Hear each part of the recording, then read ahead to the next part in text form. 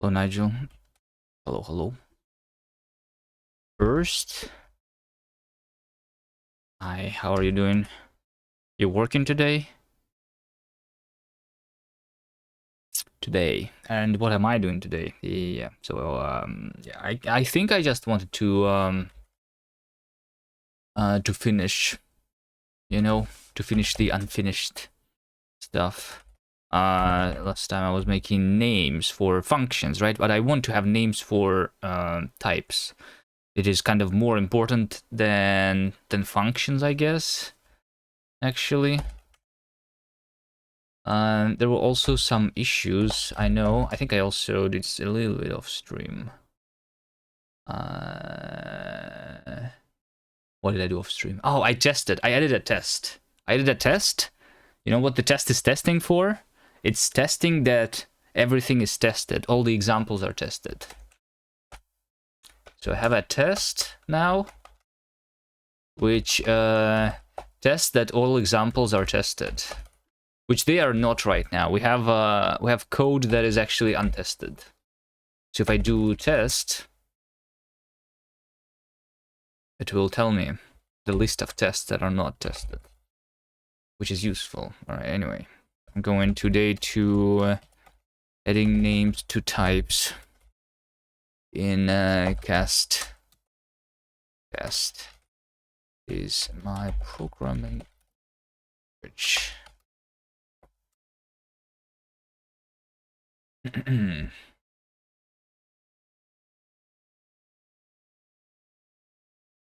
Yeah, look at this. So I have right now actually two tests are failing. I have a test unsafe without unsafe context. This test also like yeah, this so there are tests, these are failing tests, they are ignored in the CI right now, and this text was failing always, and now we have another test that is failing, which is the list of tests that are not, the list of examples that are not tested. This is the list. All right, in case I want to add them, so that I like eventually we will force this test and not ignore it, I guess. Okay, so we have this thing. Oh yeah. I did another thing. Look at this. So I have the standard library, and it's now kind of is split into modules, into files. I do this. So I have std collections and std time defined in other files. Std time is like simple thing where I can just say std time now, and this gives me the amount of seconds since I started the interpreter, right? And like the hash map stuff and list stuff is in their own modules. And I noticed because of that the issue with names. So if you look at std time now, well, this says native function time now. I think I don't care about the native name too much. And I think hello Brainoid, how are you doing? True coder, indeed. How are you doing? You doing the gem, Brainoid? The jiggle gem?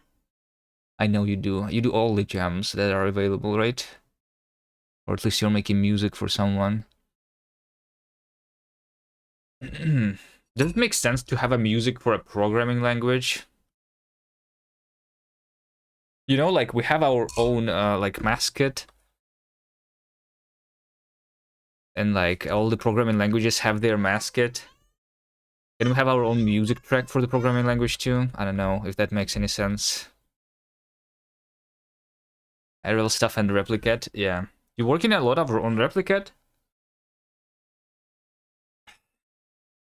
What's there to work on? Just polishing it more and more? Because like I'm not working on Linksider. There is stuff to do there, of course, but I think the most thing that needs to happen is actually marketing. How many wishlists do you have? Do you have already like 1 billion wishlists? You probably do, right? Your game is popular. Oh, and you are doing the festival, yeah. The next fest, I released the demo, so you plan to release this year?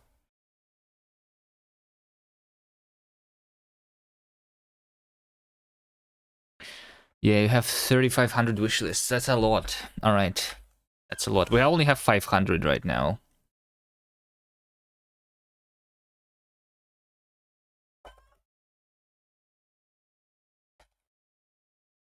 I emailed some YouTubers. They didn't reply and then didn't make a video. So I don't know.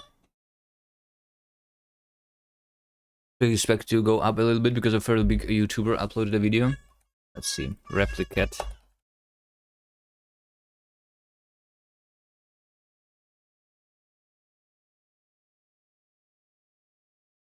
$16 ago.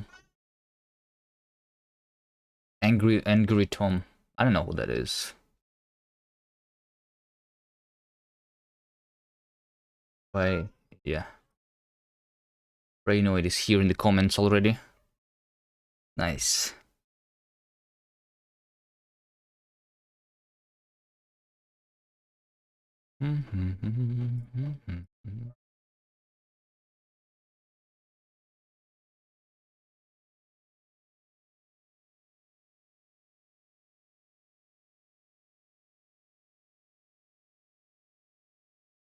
Nice. If you're friends with all the YouTubers, can you tell me them to look at my game too?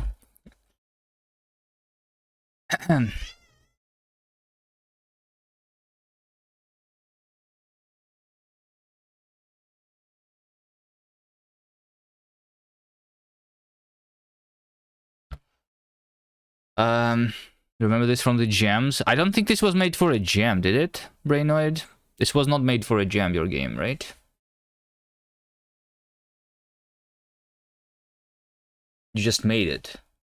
For no reason.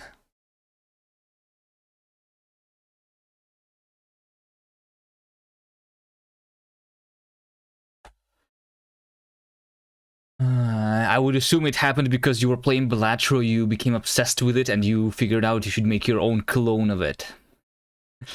Similar to how, I don't know. I was playing rage games, and I wanted to make my own rage game.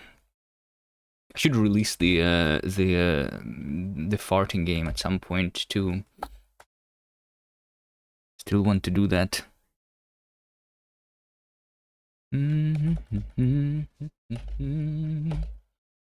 yeah, maybe like in 10 years all of my projects are actually going to be finished, released and everything. Who knows, who knows. One day I'll do them all. Alright, I'm going to make, to add names to the native functions here, just so that, because like this information, std time now, this information is not like super useful, I think. So if I have a native function, I feel like I can have a, so yeah, we have a name here, right? But this, like, there should be like native name, I feel like, and then there should be like just name.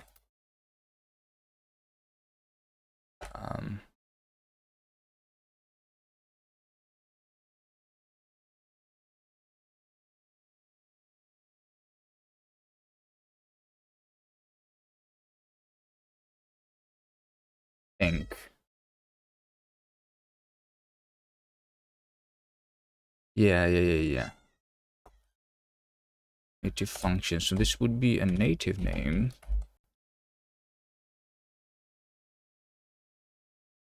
I say name. So the name by which we know it in the code is unknown.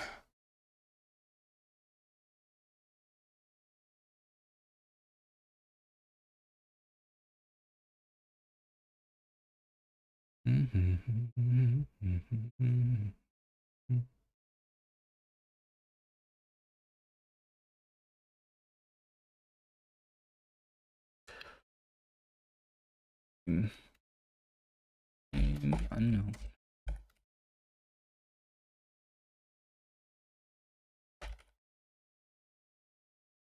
Native name.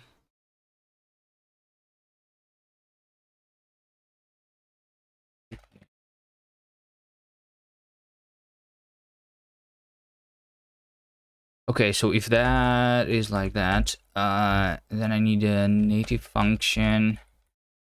Native function like this over here is being debugged.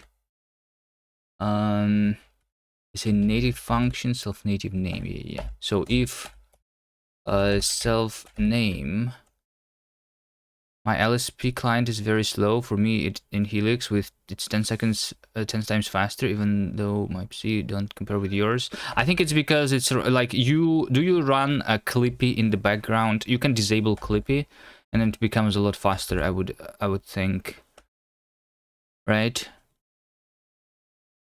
That's maybe what I should do.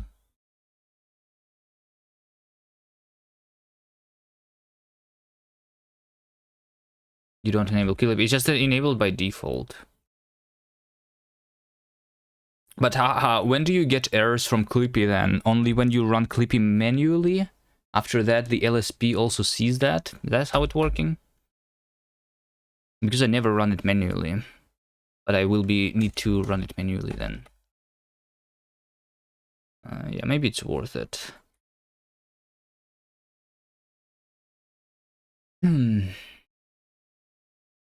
Self name.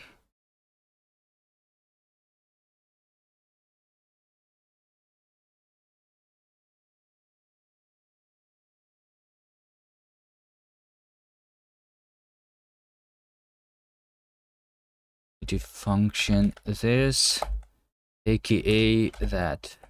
Into an aka self name. That. You can configure Clippy as the Rust analyzer check command. Yes. That's what we're talking about. We should have no check command. It's already configured. For me, Clippy is the check command for LSP. But because you run the check command is not instant, it's pretty slow.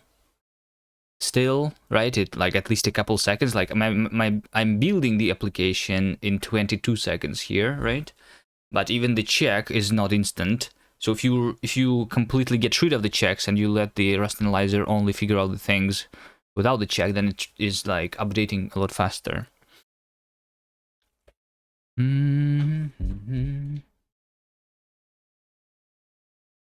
At least Clippy manual at the end of large commit or something. Yeah.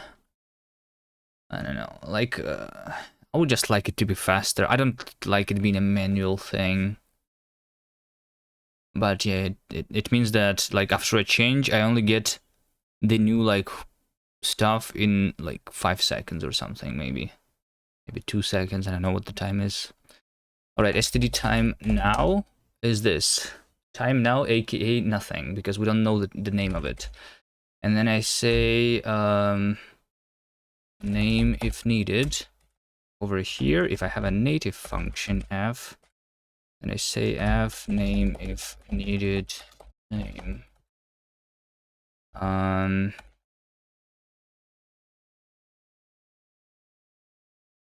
then I go here and I say self name if needed.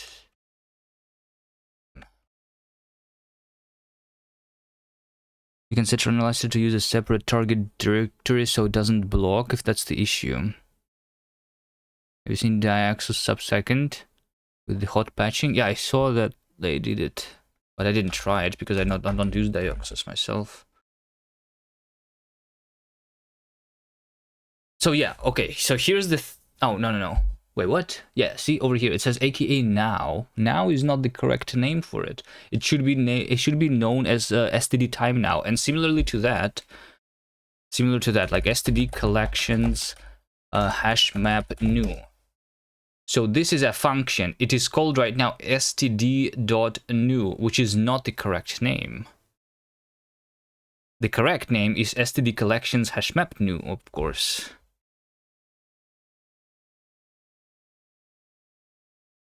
So I need to change, I need to fix this. And also, so I was thinking, like I'm doing it a little weirdly. Right? I might just want to do it the Zig way, though. I might just want to do it the Zig way. You know? Which means that I actually don't want these functions, which are called the name if needed. I know the name when I'm creating the things. I think that makes kind of more sense to me. Especially if the error happens inside the code, which runs like, which compiles before I am assigning the name, then the name would not be reported properly. So I think this should be completely removed. Let's have function name if needed. And all of these functions, I'm just going to remove them. And then try to do this a little bit differently.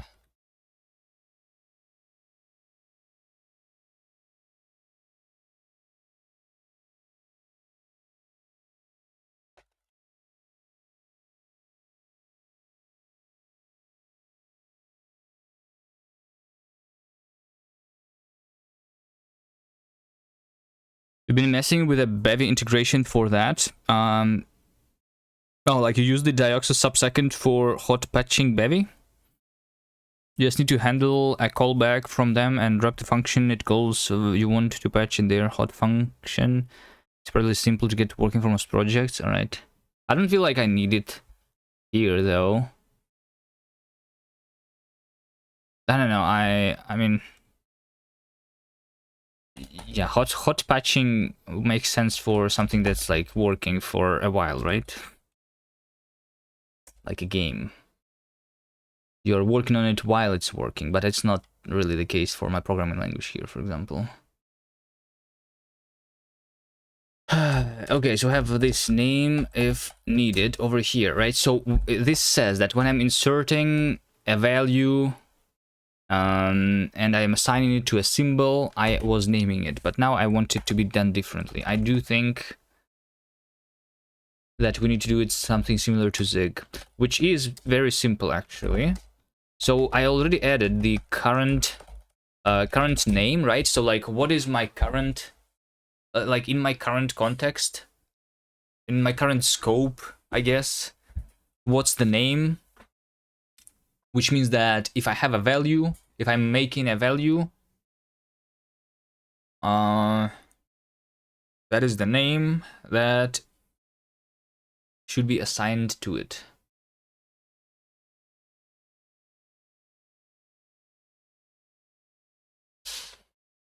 The only thing is,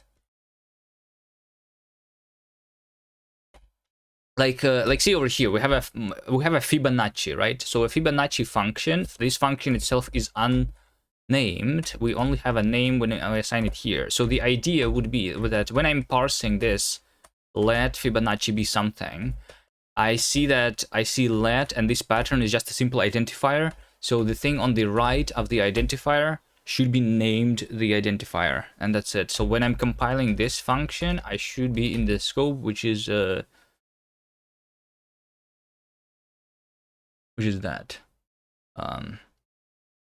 You imagine it is still useful depending on how you send things up. You don't have a REPL? No, I do have a REPL. I mean, yeah, I guess for a REPL it would kind of make sense, but like the REPL is not the Rust REPL, right? It's the REPL for my language. I mean, I don't know. I'm just not doing much there. I can always just start from scratch. I don't have a lot of things happening currently in the REPL, right? And like just restarting over doesn't hurt.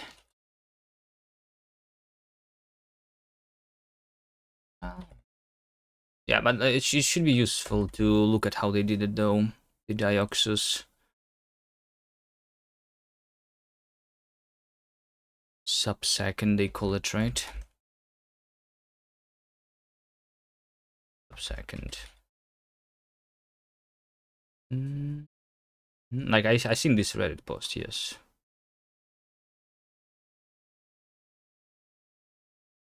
But I didn't really look much at how they implemented. Is there any, like, there's no links here. Where's the link? This is just a GIF showing how it works.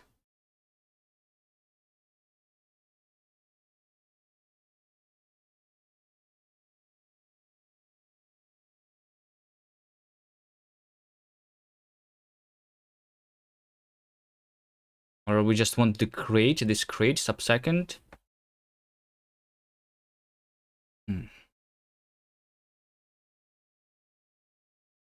Web, desktop, and mobile apps with a single code base. Now that's just the this is just the README for the Dioxus itself. Sub-second. Do they have documentation? That's not documentation, I think. All right. I'm documenting this source file in the main repo. Okay. Maybe they'll add better documentation later.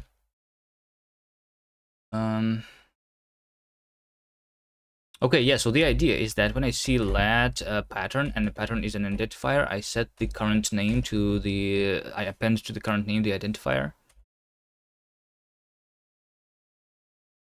Right, right. So,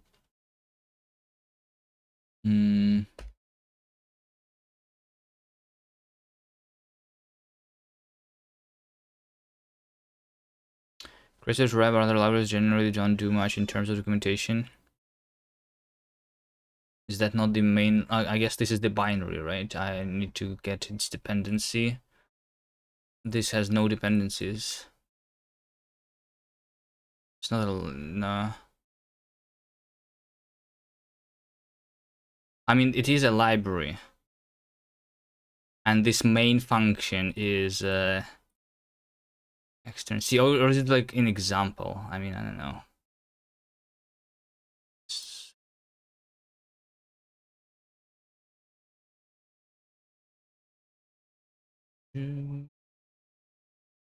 Packages.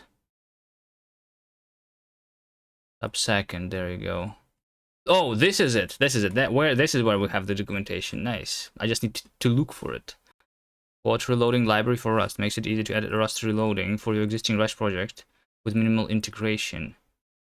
The library authors that use hot functions with sub-second current function.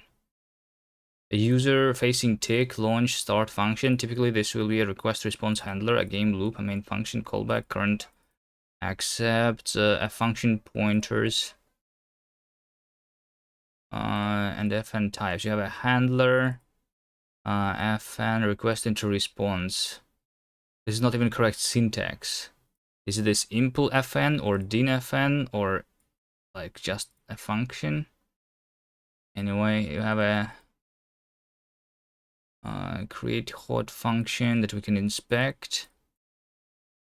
Hot function, hot sub-second current. And if it was changed, then we do something. Hot function on changed, registrar handler to be called when the function is patched. And we call the function, which is the current function. So it's just a single function that we can substitute for another function. Application authors, you can use sub-second call to make function hot reloadable. Yeah, so you call a function that is supposed to be hot reloadable, so you don't call the function directly. If a hot function is actually being called, then sub-second will rewind the stack to the cleanest entry point. For example, a hot reloadable server will have two hot points at the start of the server and at the start of the request handler. When the server is reloaded, sub-second will rewind the stack for the first hot point and then call the function again. If a hot function is actively being called, so when you have a call like this, when you're calling this thing has been hot reloaded. We cannot call it directly anymore, because it might like accept a different type or something. I don't know. So you go back to the cleanest entry point, which is the code that is not reloadable, right?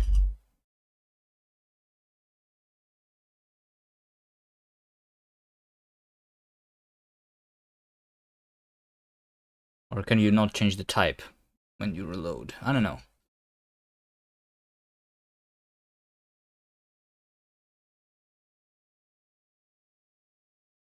You can nest for reloadable calls and it will only reload the smallest one. Yeah, the smallest one, not the outermost one.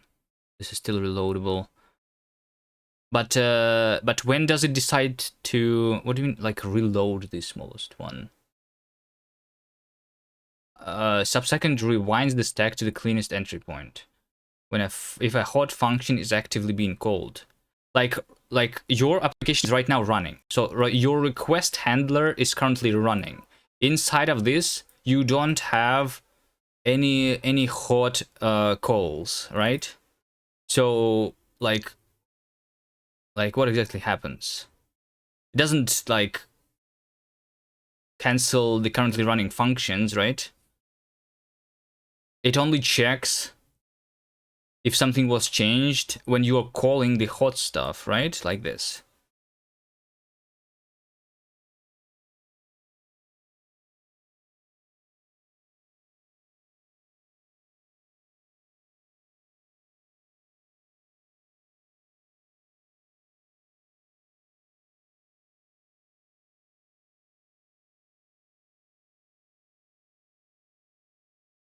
And 99% of the logs are in the Liberus. Why don't I see this documentation then on the docs website? Subsecond. Like, isn't this documentation supposed to be here? Or is this like just updated and they did not update? Like, this is version 0.10, and over here the version is getting from the workspace. So it's the version of the Dioxus itself, I assume then. The version being used here, workspace version 0.70, right? So like this is what I'm supposed to see, the version of the subsecond crate. They didn't upload it to crates.io, basically.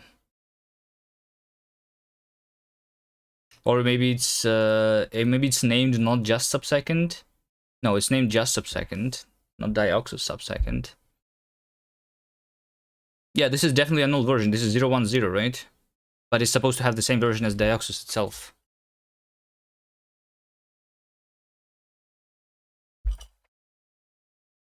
Alright, anyway, that's cool. But I don't care about it too much right now.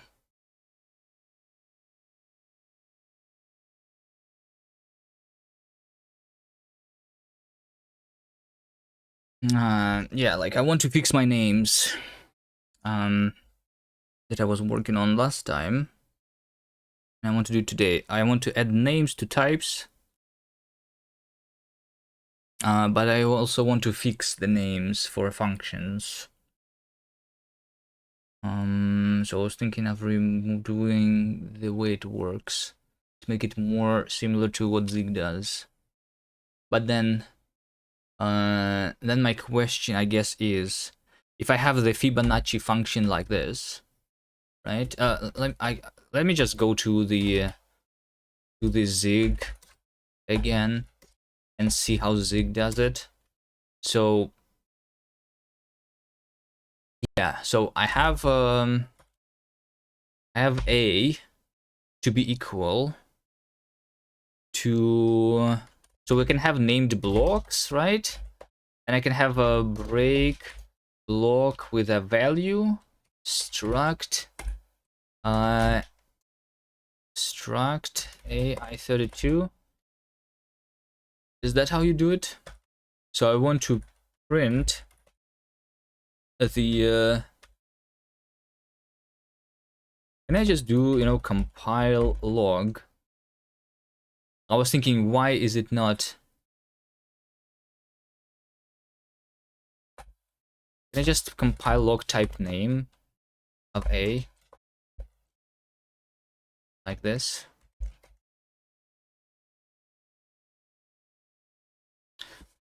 Yeah, I guess that's kind of the simple way. So we have a test A underscore underscore struct.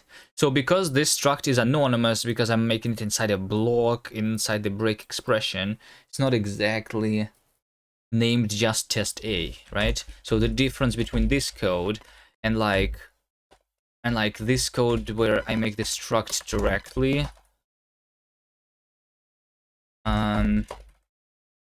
is a little bit different, right? So this is now called just test A, but this, even although the logic is absolutely the same, it's literally the same thing. It has a different name. So Zig does not have the result of a block. They don't have blocks as expressions, unless you name blocks with this and then you break them, right? So for me, the last expression in the block is the value of the block.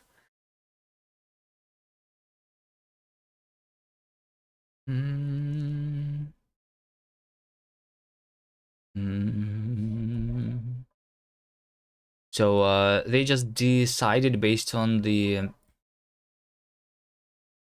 on something. I'm just saying that if I had, you know, so my alternative would be A is like struct. This is the same thing, right? But I can do, instead of their block, we can just do A is a block, which returns a struct, right? So the only thing that I'm doing is I'm literally surrounding this struct with parentheses. And that's the only difference. So should this result to this struct being called like A underscore underscore struct, unnamed struct with like ID or something? And this one should be called just A? Do you still care? I found the rendered docs. It's an alpha version. Oh, it's an alpha version. Right. There you go. It's there.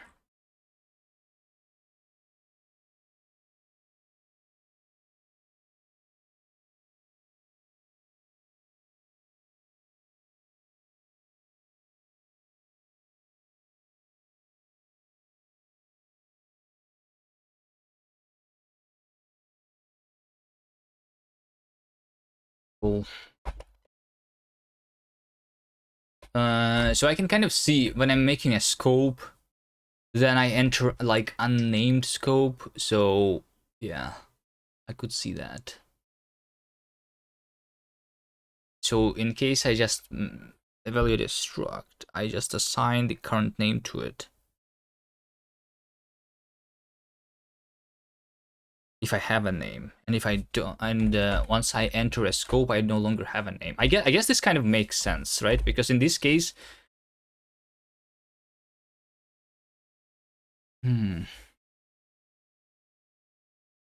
wait, but how? No. Maybe I need to like undo. Maybe I need to undo. Hold on. Because if I have a function, once again, right? If I have a generic one, if I have a generic function with t type, which is returning a new type, right? And then I return a struct here. The Zig will still call like a int32. It should still be called a int32. But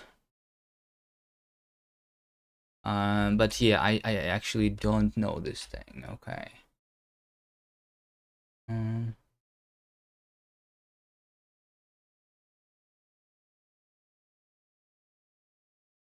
Wait, no, I do. Still is like during evaluation, I know the current name. Yeah. No, I do know the current name. But then the problem is, if I do it like inside a function, this is literally just the last thing, right? So in this case, the last the last, like the return value basically of this block in Zig has the anonymous struct name. But in case of a function, it is still named just the same as the function. So what's the difference? The difference is that it's literally the return keyword.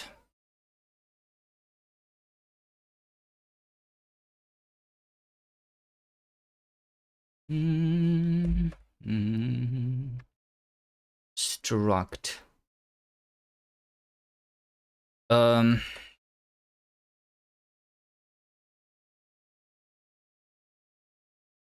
Yeah.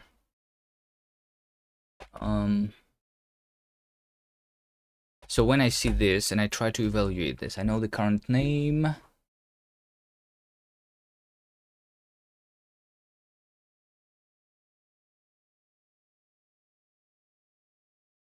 The current name is that.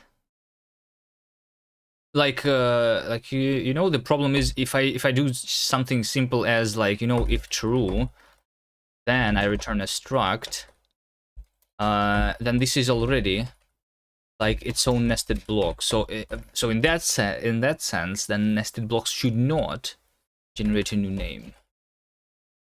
It's kind of weird. I think it's literally because the Zig has the explicit return keyword, so they know that that's the end of the function, which helps figuring out the names. All right, let me just implement something in some way.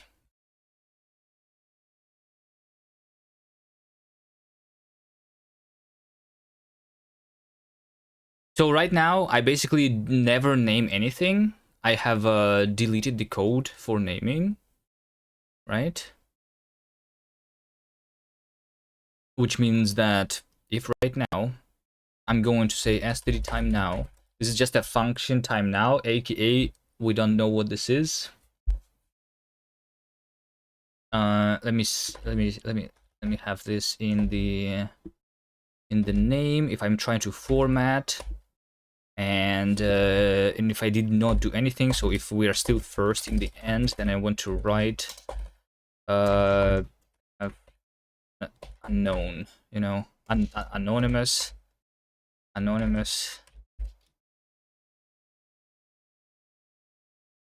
think that makes sense.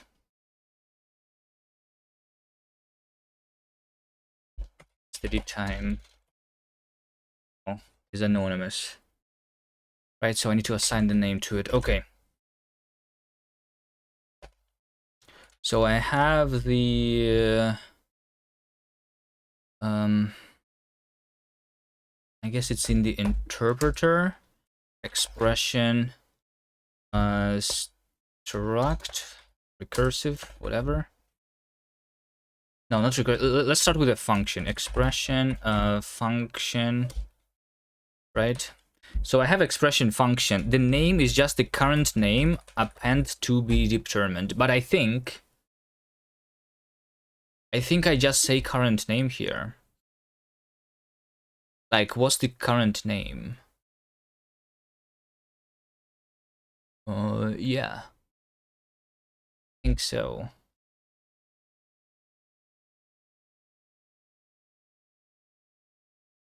Then I also say, so let's see what this results in. This will probably result in the name of std time now to be just std. No, it is anonymous. Wait, what?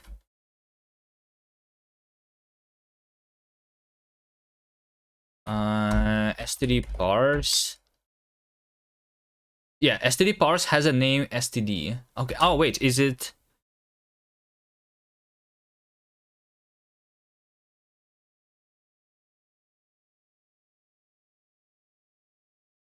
Yeah, that was function. This one over here is a template.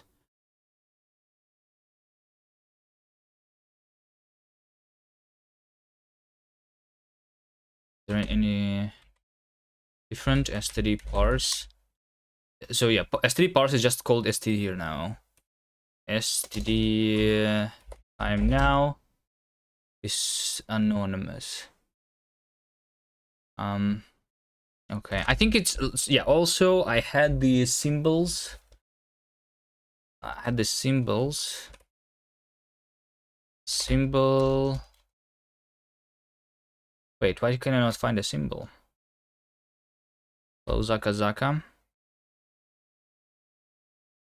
I'm still working on names like last time. Yeah, I was having this scope. I'm going to just like change the implementation completely.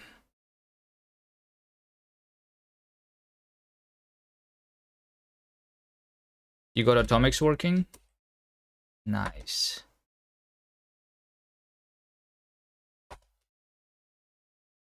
Finally can do a mutex.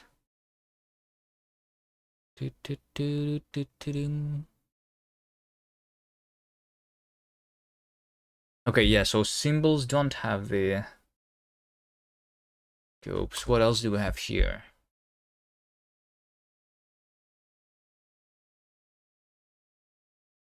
Yeah, I mean, these scopes, they were not even used at all. So, yeah.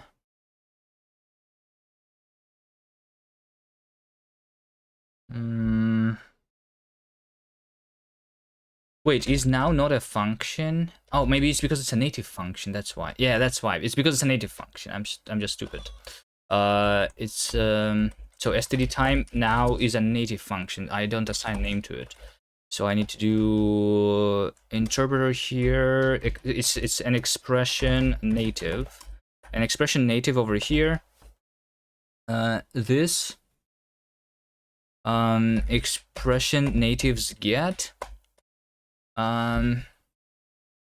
name type. So like I want to have like a native name, and then I want to have like the actual name that I will give to the native, I think.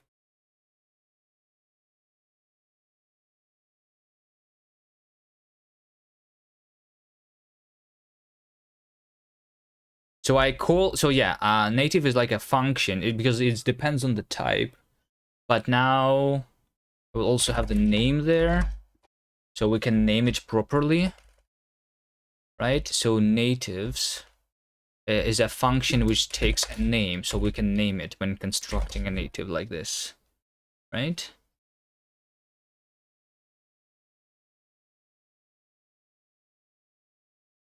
That makes sense, I think.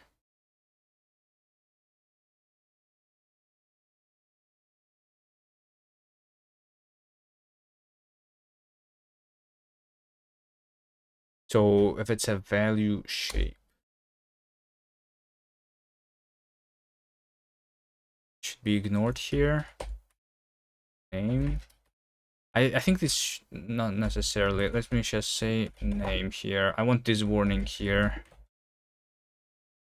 because I guess we want to name some values and name some types potentially.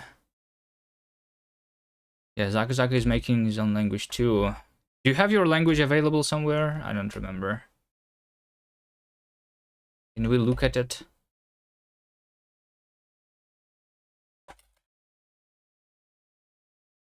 Insert function. Yeah. So this over here, for example, the native function, this should be just name. Instead of saying name known.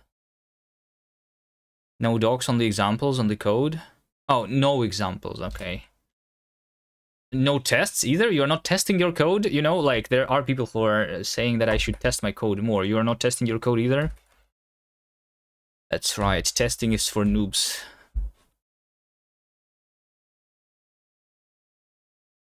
I agree. Who needs tests anyway? You're testing, but coverage is like 5%. I added a test. Actually, I added a test that tests the coverage of tests.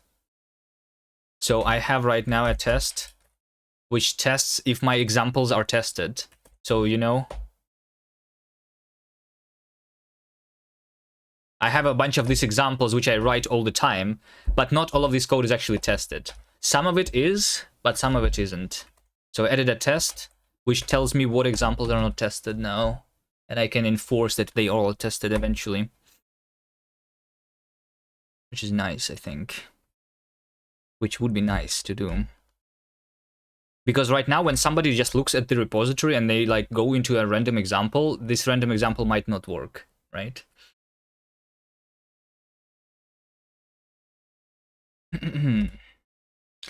Trade bound.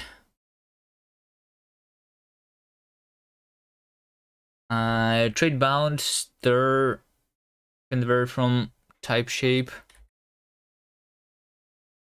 Natives get. Yeah, so over here, name, right? If I have a number, native get name. I think I should have. Let's have two functions, get and get named. This should be different. Get should just delegate to self. Get named, name unknown. Native name type. How about this? So then I see where this function is being used. It's used in this, so in that case we have the default number type. I don't care about this one. And then over here we have, so this is the native expression, right? And the native expression, I want it to be named. And the name should be self current name. And this name should be actually native name, right? Yeah. Native. It's not found.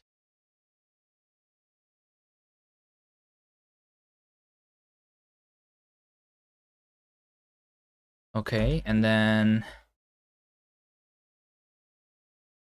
testing a compiler is complicated. Well, you just run examples, right? I mean, yeah, you just make examples and you make sure that they work as properly. That's what I'm doing for my testing. I don't know if you're doing the same thing, but I have this example, let's say hello world, right? So this is the example, hello world. So what I want is I want to try running this and guarantee that the output is hello world. I'm not testing every single thing, right? But I'm testing that this program behaves as expected, where it prints hello world. That's what I'm doing. So I have an example for hello, right? And I just have this test case where if I run the hello example, then then the output is expected to be hello world, and that's it. Downtown. You have the Vulkan and Raylib embedded in the language. Well, you still want to test like the simple stuff, right? Like before you make a game, no? Like hello world. There's a lot of simple examples like that can be done.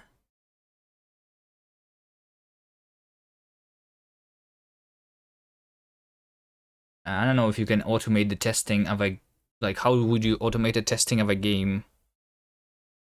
It should be possible though, but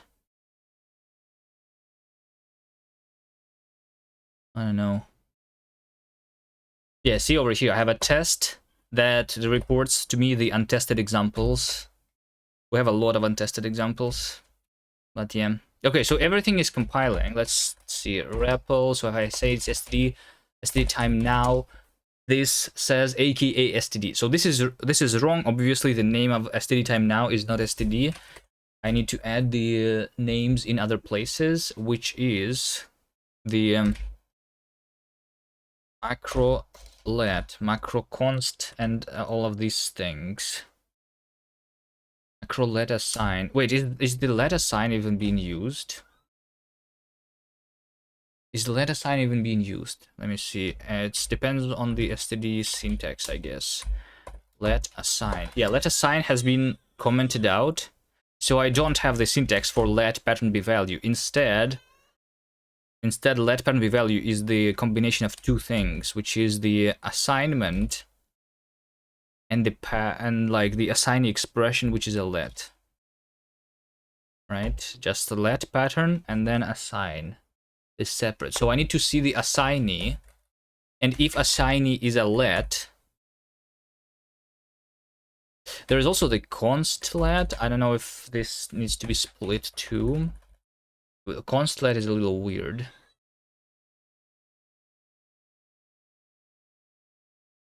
But yeah, I guess it's all about the assigning.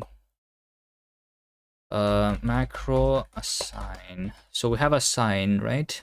And when I am compiling the value. Wait, why is a value a place expression? Oh yeah, it's right. It is a place expression. That's right. Do I have a never type? Not right. I had the never type in the old OCaml implementation, but I should add it. Yes. The problem is that the never type, in order for never type to work, you need subtyping, kind of, right? Because the never type is coercible to any type, right? So, which means that it is a subtype of every type, right?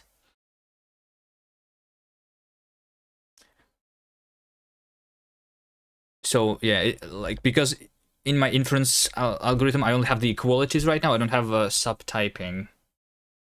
I was testing the subtyping, but then I removed it because I think if we can get things done without subtyping, it would be nicer. But we might need to add subtyping anyway at some point.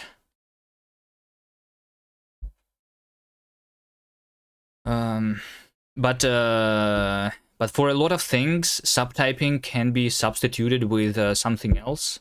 Like you can use traits instead of subtyping for a lot of things. You can use like polymorphism, like a row polymorphism instead of subtyping. Right? Basically, the simplest example, the simplest thing to think about is that if you say that A is less than or equal to B, then it's the same as saying that A plus C is equal to B, where C is another unknown, right? So like if you can from the less than or equal go to the equality, some like this, then it will be nice. For this to work though, you need one of these two things to be a constant, I guess, for your like inference.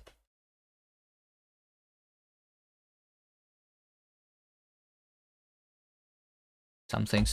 So maybe something like that can work for the never type too. By subtyping you mean implicit type coercion. Yeah, maybe you don't need like actual subtyping. You just need the coercions, right? Coercion does coercion necessarily mean subtyping? I don't know. But the problem is the inference, right? So let's say that you have a program, right? You have a program like function panic. Panic is a function that returns nothing, right? And then you say let x be, if true, then it should be 1. Otherwise, it should be panic. So when you see this expression, you know that the both cases of the if expression, they should have the same type, right? So you're basically saying that this 1 should also have the never type, but it doesn't have the never type, right? It has some integer type. So like, how do you unify a never and like this, right? That's the question. So in my old OCaml implementation, I think I just was not unifying never.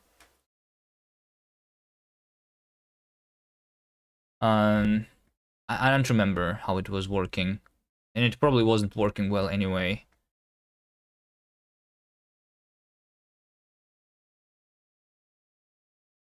In this case, I start at never and grab first non-error type.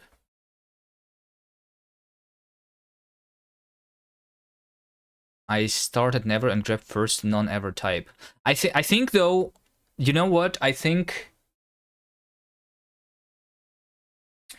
I don't know exactly. I need to think about how to do it. Like I have also like the default types. I thought that maybe never type could be implemented as a default.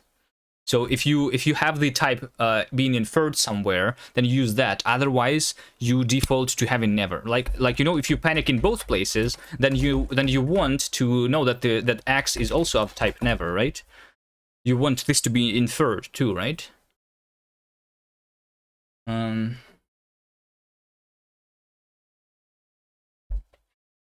So yeah. I guess it's just like when you unify never with something else, you always get that something else. Maybe that's the reason. Maybe that's how it works. We can try. We can try. Just give me a second. Give me a second where I fix my names, okay? For functions again. std time now. So over here, right? I have a macro assign. I have the assignee expression, and if assignee expression is something that I can name, right? So yeah, basically over here, let cast is cast clone. I want this.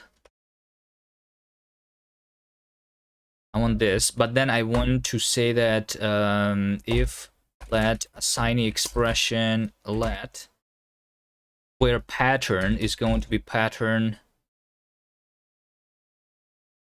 What is a pattern? Where pattern is pattern binding. So like it's a simple binding. Yeah, that's what I want. If it's a simple binding, let, in this case, I say that cast current name and name part symbol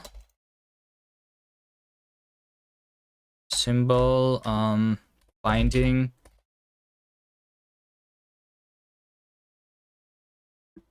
name.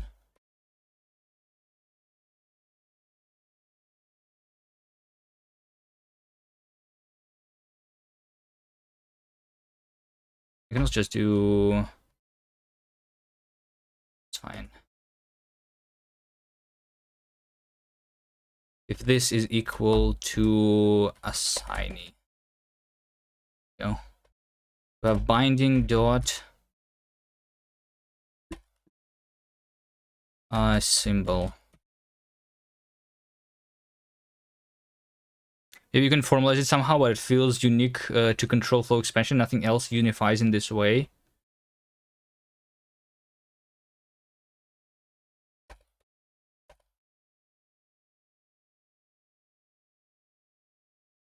Maybe a reference here. Okay, so if I do this, just this method init doesn't need a mutable reference. Oh, does it not? Wait, what? Why not? That's weird. Okay, sure, let's do that. That I'm mutating it everywhere. Cast. Okay, std time now. That's just std. Oh, because now I want like, yeah, so like macro const let is a little bit different. So let me copy paste that into macro const let, because it is different. So when I'm compiling the value here, when I am compiling the value,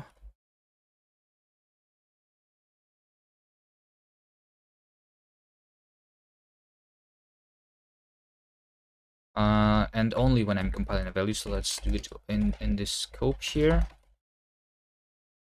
When I'm compiling the value inside, I do this, so I don't have the assignee expression, I just have a pattern. So pattern, if pattern is the binding pattern, right? So this will not work for more complex bindings, but it's fine.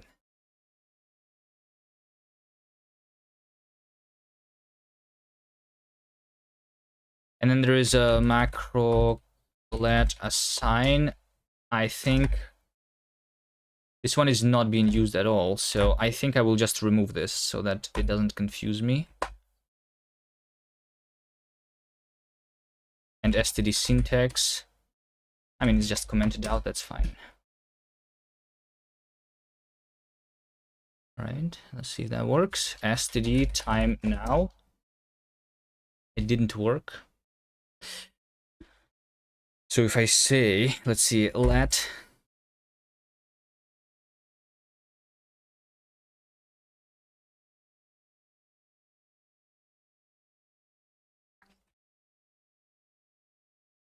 so the reason it should work is because over here I say const time equals to something, right? So in this case I have a const let, right? I have compiled a pattern. Pattern is this binding, right? Print adding name binding symbol. See if that works.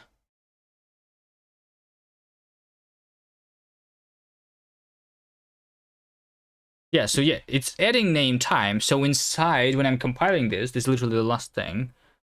Oh wait, hold on. It says adding name now, but it's then adding name time. Wait, what? Oh wait, I know why. Wait, do I know why? Yeah, because value over here, I'm evaluating the AST. There you go, there you go, there you go, there you go, there you go. Is value being used? Yeah, it's being used over here, right? Yeah, it should be done not here. It should be done not here. It should be done over here. I'm evaluating it.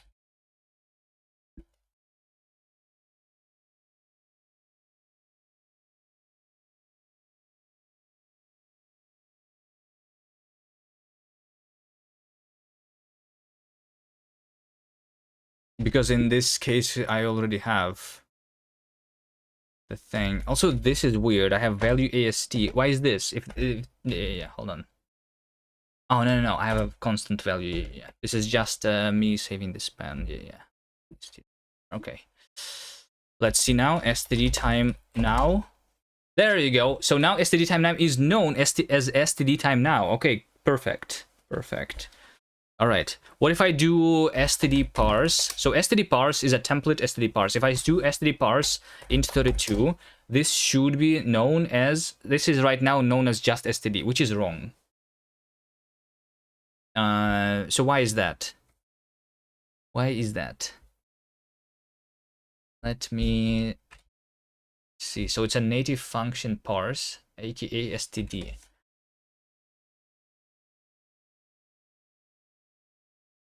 Native function parse. So parse is specified over here. This function, right? So it's just a const parse is this. So I know that that std parse itself is named properly. The template is named properly, but then the thing inside this thing is native. Oh, I understand why. I understand why, because this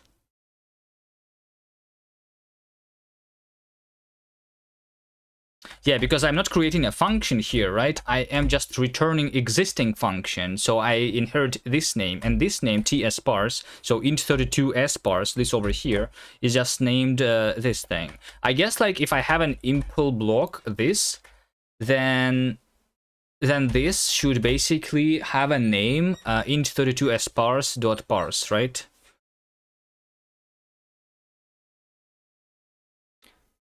The word template is giving me a panic attack. Yeah, I should call them generics. I don't know. Maybe. I don't know. What was the reason that I call them templates?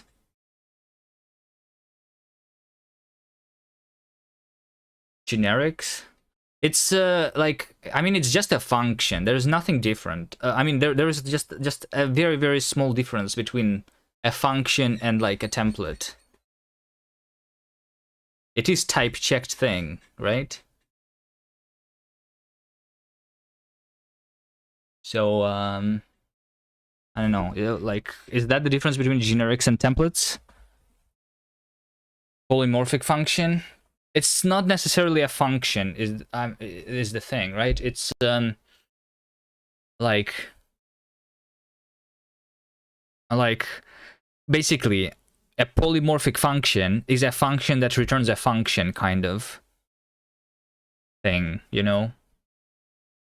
But there is a difference between a function and templates, where the templates can have their arguments inferred, basically.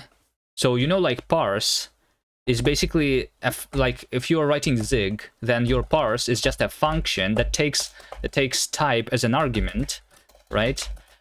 And then it returns the new function, and it returns a function that takes a string and returns t, right? So the type of parse is something like this, right?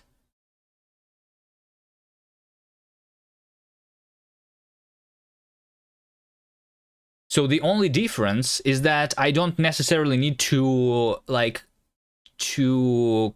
call this function explicitly with the argument. I can have it be inferred. Yeah, this is like a function. So the only difference, like, let me just show you, I guess, this. If I have let's see, const like f is a function, you know, which that takes a type and returns the type t itself, right? So it's a function that takes type, returns a type. So just like, it's just an ID function that works on types, right?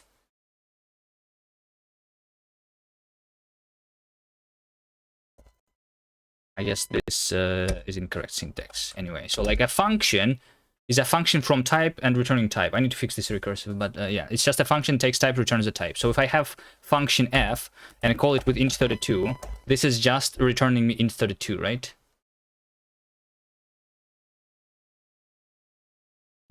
Or I guess let's have it a little bit more complex, maybe.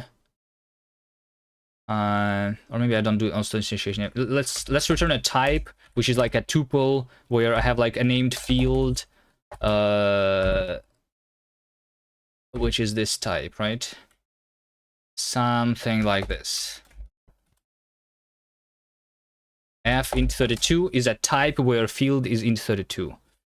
Okay. Does this work? So I can say x, the type of x is f int32, right? Which is field is 1, 2, 3, right? And so now x is a value of this type. So the type was constructed by me calling a function, right? But at the same time, we know that this thing can be inferred, right? So what I can do is I can do this. I can do over here underscore. Underscore means please infer this. So this is still going to work, and it still is going to know that this is equal to int32, because 1, 2, 3 is defaulting to int32. So like we can have this in the inference, right? But if you do f underscore all the time, it is very verbose, right? So we want this to be just called f, right? Although I think, yeah, in this case it doesn't work. I think. I mean, right now it does not work because like this is a function, right? A function is not a type. So if I say over here instead for all t type, which is the same thing, right? So now I call it by saying f with square brackets in 32, which is the same thing, or f with an underscore, which makes it like not inferred yet, right? So if I say let x f underscore is field is 1, 2, 3, this is the same thing as before, and then if I don't have auto instantiation in this location, I guess, so I cannot really show it this, but like in some places, like especially when you're calling a function, right? In this case, I made a generic type, but if I made it return a function instead, if I make it return a function instead, let's have a function that returns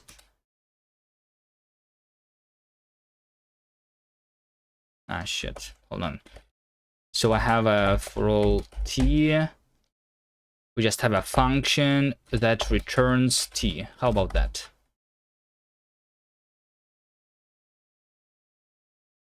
Right, so I have a function. If I call this function with int32, this gives me a function that returns a type. So then I call this function and it gives me int32, right? So in this case, I can just call this directly, skipping the generic arguments. And in this case, it is the same as just saying this underscore. It's literally the same thing. So that's the difference, I guess. Can you activate Linux, please? No, I don't have money. Hello. Hello, viewer. Does this make sense? So this is the difference between a function and like a template or whatever, right? We can call it a generic. We can call it a template.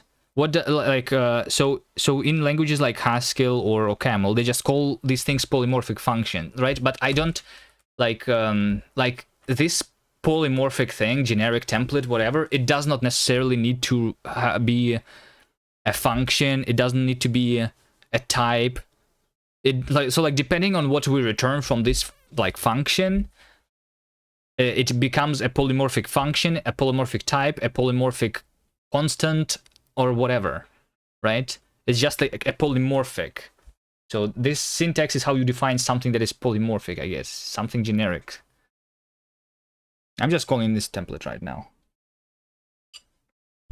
I think it's okay. I mean, people are hurt by generics in C++. It's okay, but does it mean that I should not name my thing template?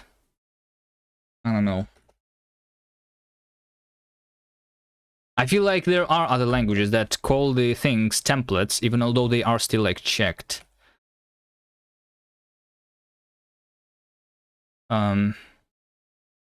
What's the difference between template and generic? If we like see this, like, you know, the compiler generates a version for each type you use with it, but like generics also do the same thing in like Rust, right?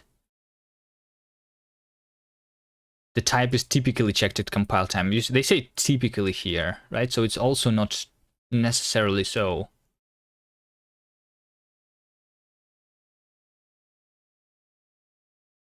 Runtime erasure in Java.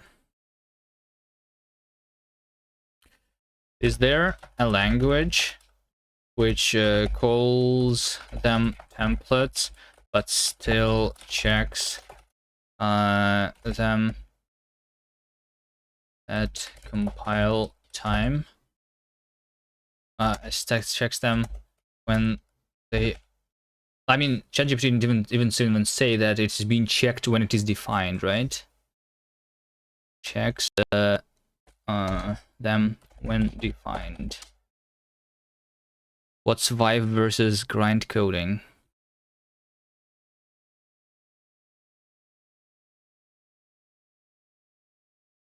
No, we don't do grind coding, we do true coding.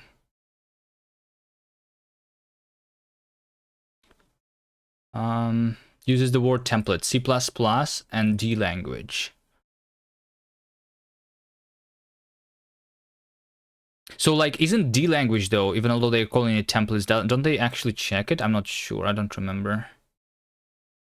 Type checked at the definition. No. Okay. So no, no, yes, yes.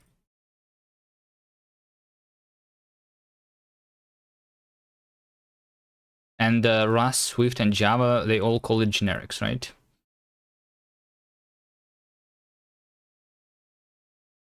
Or what do they call it in Swift? Concept?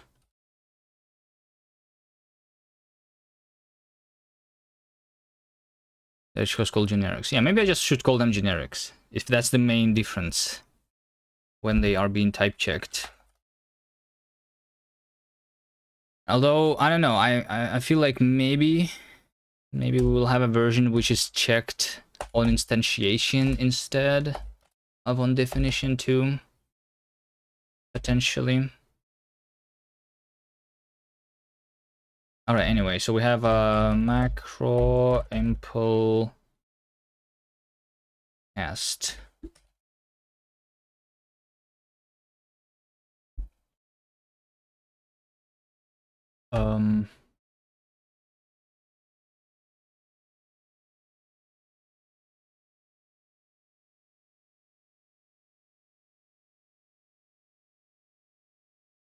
And impl cast impl cast eval. Yeah, over here. What is impl as an expression? This one over here. When I evaluate it, right? When I compile it, I think. So I say cast is cast clone. Cast current name is cast current name append. So I want basically a new type of a name part, which is going to be impl cast value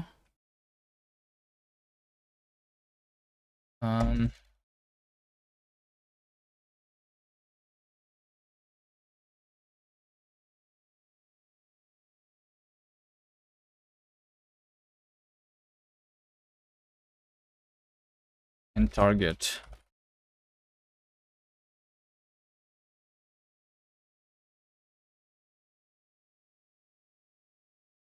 Let's do that. Also, TBD is no longer necessary. Or is it? I don't know. Let's keep it for now. Impl cast value target.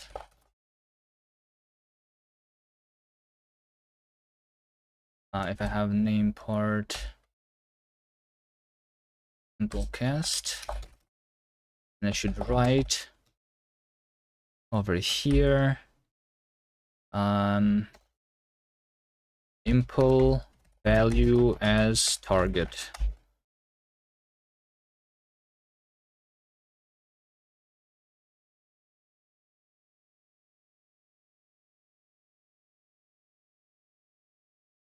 Right? See? So now we have impl as part of the name too, which makes sense, right?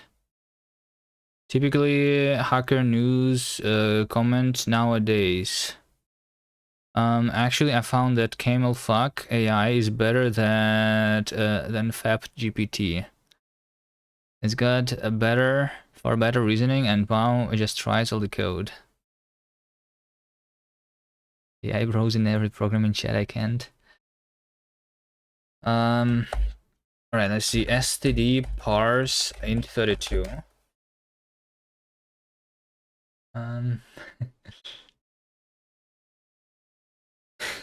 Okay, so it is basically, it's now a native function parse, aka known as std dot impl type int32 as template. Std parse.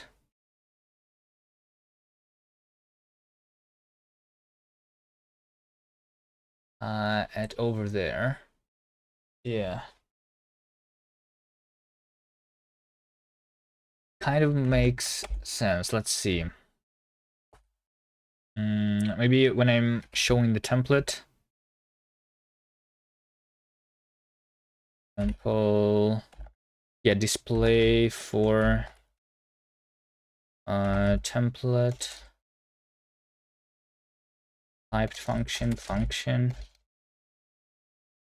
Yeah, I don't think I want this anymore here. I think I just want the name. I mean, it depends. Sometimes I want to know where the function is defined, and sometimes I don't. Maybe like maybe I should only say when it's defined if I don't have a name for it, right? So std parse is template std parse, while previously it would be std parse at specific place. And now if I do int32 as std parse dot parse, this is std.impl int32 as std parse.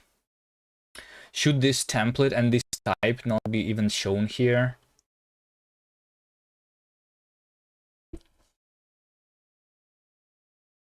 It's kind of like useful, but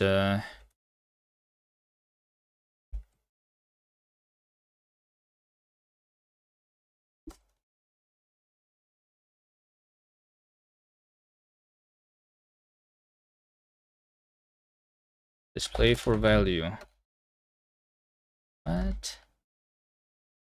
Display for value shape. Yeah, this one. It says basically if I have a template or a function, it shows the function. When if I remove this, it would be a little weird. Or would it not? If I have a type, do I want to show this? I feel like you need traits now, hash maps, where you need to pass a hash function every time. It's painful to use.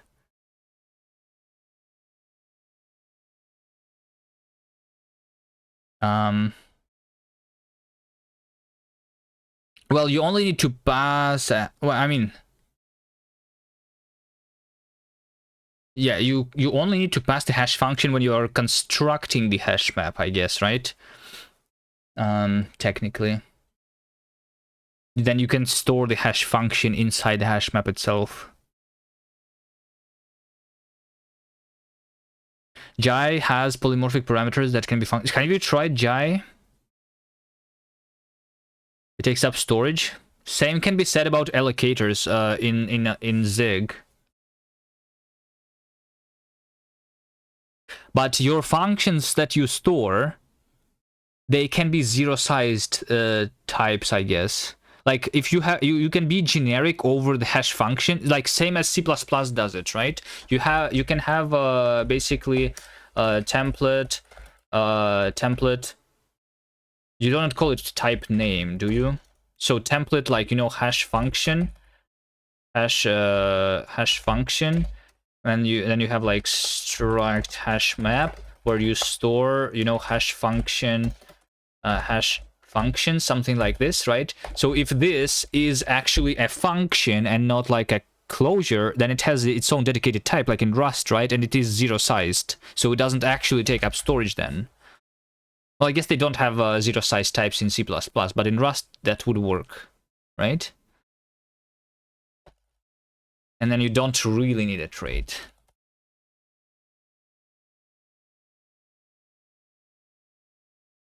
You know, because like a function, each function has its own type, right? Because of that. It's actually zero-sized. It only becomes non-zero size if you coerce the concrete function type to a normal function type, which becomes a function pointer at that point.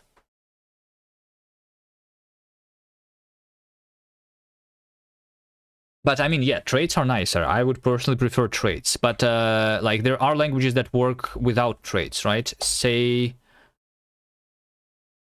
can it do that with simple generics? Why not?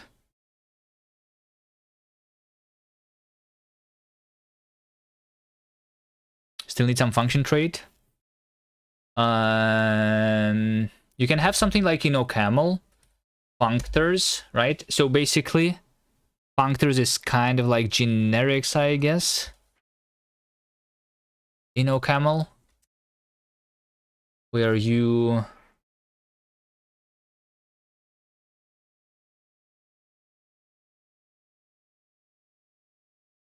So this is the simplified version of the set interface, right? So this over here is having the comparator instead of having the hash function. So this is basically an ordered set. So you have an ordered type. This is not a trait. This is just basically a value ord, which is ordered type. I don't know if you can do that yourself in your language. But for me, like, this is just a type, basically. Like a type, ordered type, is a type that that defines like the actual type plus the compare function, right? So in cast, it would be written something like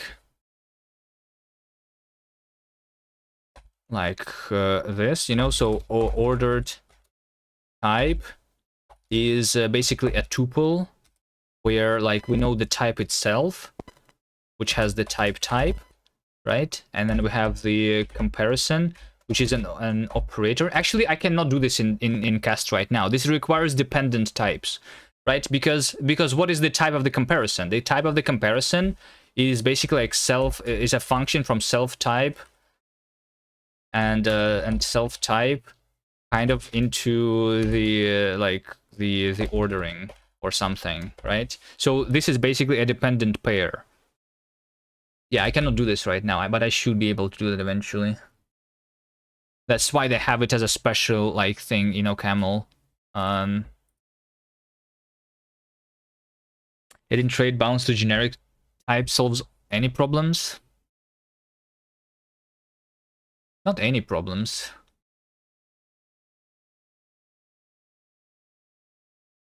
There are a lot of languages that doesn't have traits, right?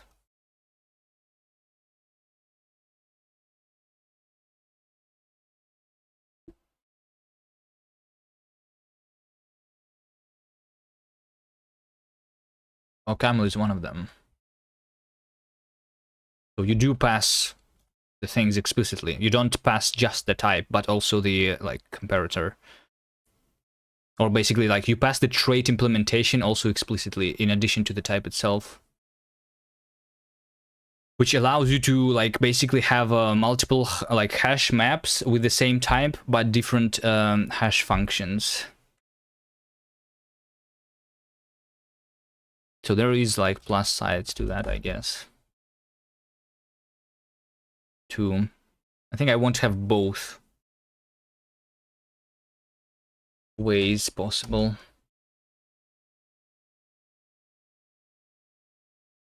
All right, so should this be, by the way, I think this is wrong, right? So this should not be aka std dot impl int32 as std parse. This should just be impl int32 as std parse and dot parse, by the way, right? Because it's a field. Yeah.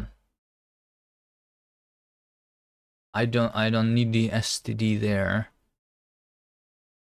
Yeah, so this which means basically that when I'm compiling this here, I don't append here, I just make a new name with a single part, which is the impl cast, like this. Yeah, that makes more sense. And then I need the names for fields, right? So over here we have parse. That's a struct. No, this is actually a template.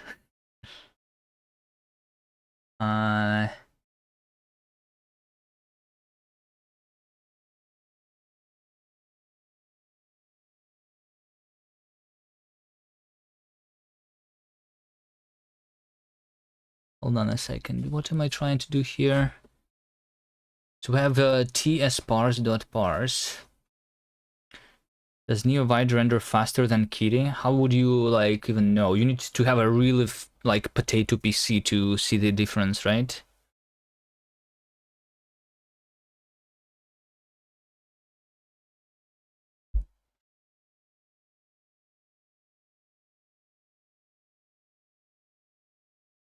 hold on. So parse ts parse dot parse. So ts parse int32 as parse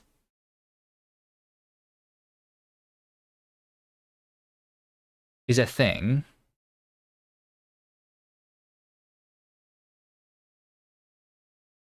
Oh yeah, over here, right? This thing, yeah. So this thing is this is where I'm getting it from. This is my actual name, int32 as parse, and then I say that the value here is that. So when I am constructing a tuple, I understand now what I want to do. So I want to have a macro tuple.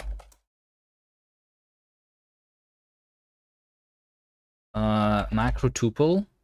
So when I have fields, how does this work exactly? This is a little cursed right now, right?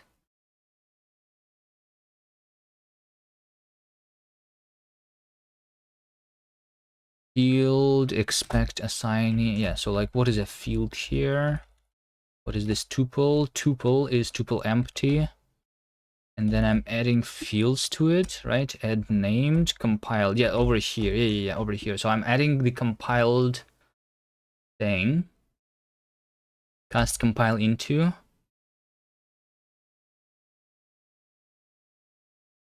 And it also is about evaluation, not about compilation. So that should be done inside the interpreter, actually, right? So have expression tuple,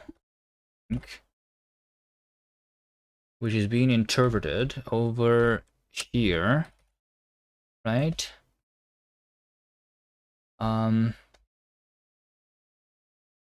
Yeah, so I'm evaluating the field, but this should be evaluated with having named appended to the thing.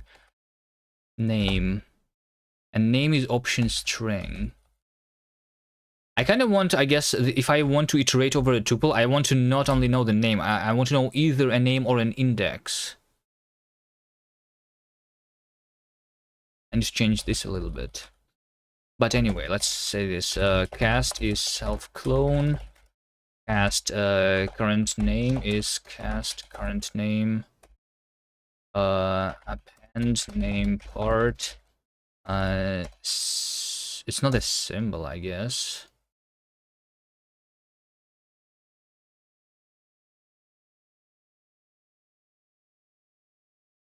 Just a string.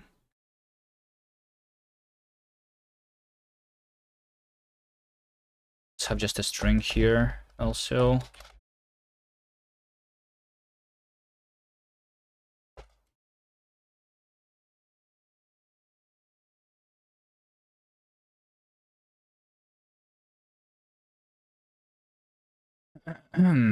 What does it even mean coding with AI without AI? I know, right? Understanding what one is doing, very odd. You have like an AI past, like can you have the AI watch a stream and explain to the viewers what is happening?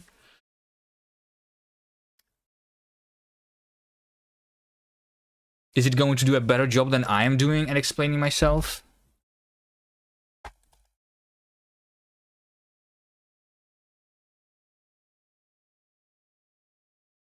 Like you can have AIs having summary of like the chat. That is doable. I've seen people do that. AI can parse my website and explain kind of the language to you. But it cannot watch the streams yet, right?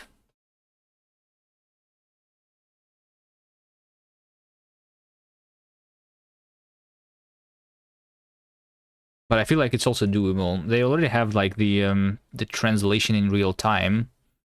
So all it needs to do is understand what I'm saying.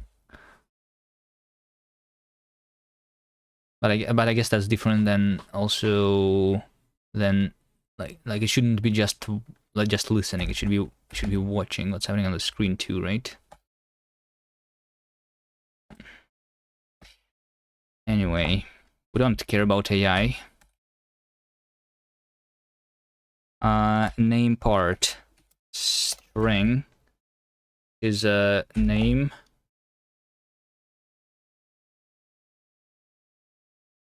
match name.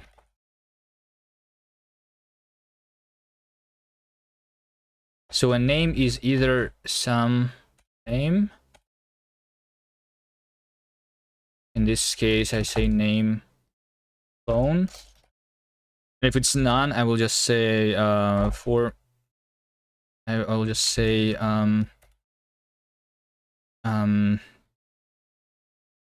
like this should have an index. You know what? Let's just do this right now. So tuple as ref, tuple is a tuple, right? And when I'm iterating over a tuple, impl into iterator. Wait, I don't have impl into iterator.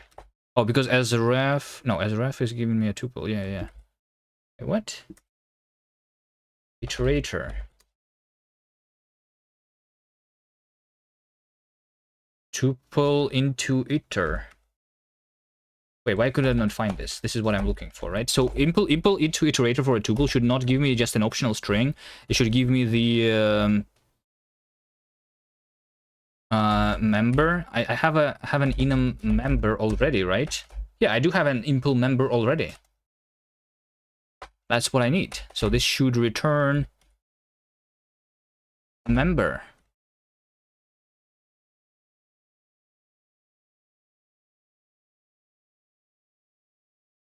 And what should be the lifetime here? Wait, hold on. What should be the lifetime here? Yeah, this doesn't work with Rust, right? I mean, it would work if yeah. Because this is an owned one. Okay, we just do static. It's fine.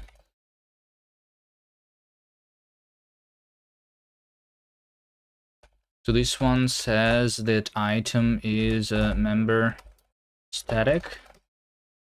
So in this case, if this is unnamed, so unnamed should be not just this into iterator. I want it also to be enumerated. Std iter enumerate this thing. So this should be index and value. So in this case, we say member unnamed index, right? And in this case, name is a string. So I say member named name.into. I think should work. So this is unnamed into iterate enumerate.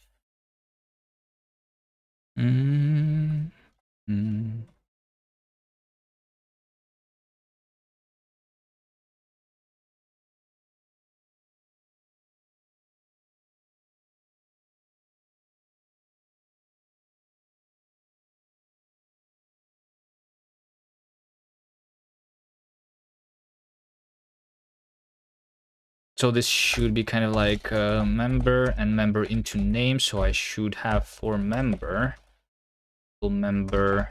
a. This should be something like public function into name self option. I want the cow here too.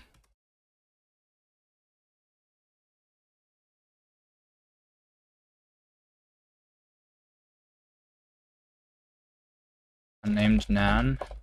Named this some cow.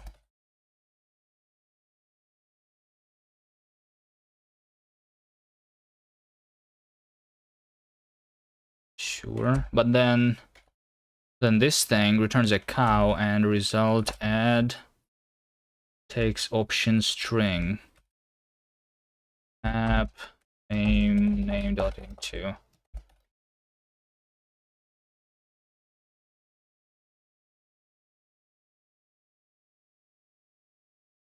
think that would work.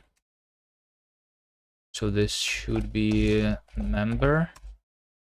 It says cannot use unnamed fields. Sure. The symbol name.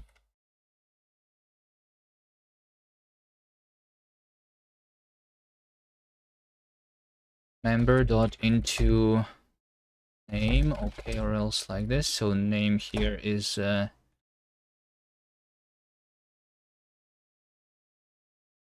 is it type never? There's a method into name with a similar name. Name, that's right. And then this is a cow. Can I have a cow here? Yeah, I think I should be able to. Okay, so over here, this is a tuple. Current name is append. So I'm matching name. This is now the members. Let's call it member.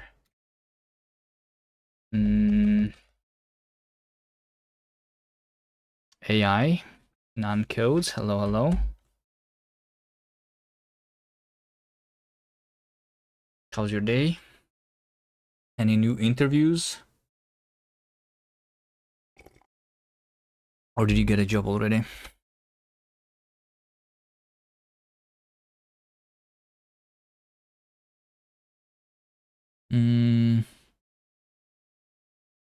Map name into. Maybe I should be able to add the members directly here. I don't know.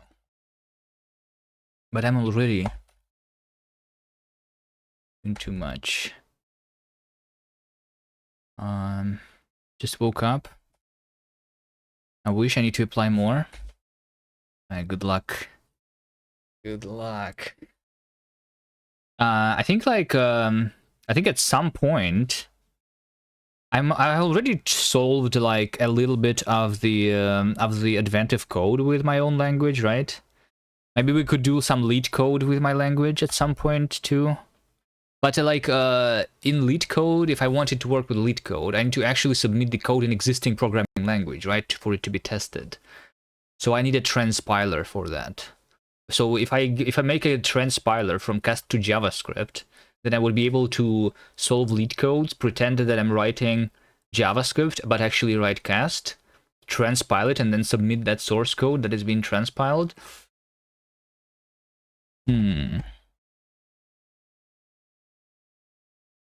would be a good test. People like watching other people solve lead codes, right? On Twitch.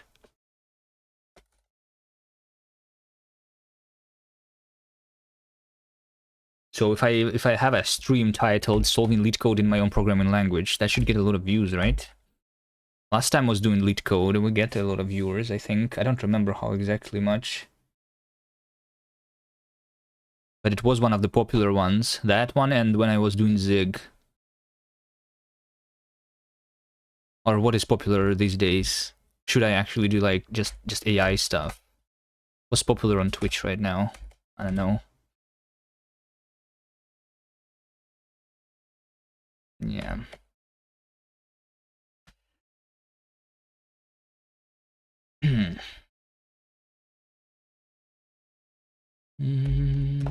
Okay, what am I doing here? So if I have unnamed index, then over here I want to format. I just format index. I think, wait, hold on, isn't member already having the display? Yeah, it does, yes. So I don't even match here. I just have this stir, and then I format, member. Just like that. That's all I need. You can submit your language and lead code to do adventive code. That's why I was saying that I can just have a transpiler. If I have a transpiler that works, that doesn't output like a lot of unused code and like it's still relatively small, yeah, we could make lead code work too.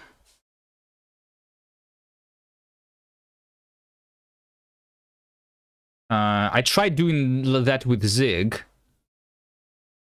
Because Zig has a transpiler to C kind of, but the C code that it's outputting is so huge that it's not getting, like, it's not submittable really.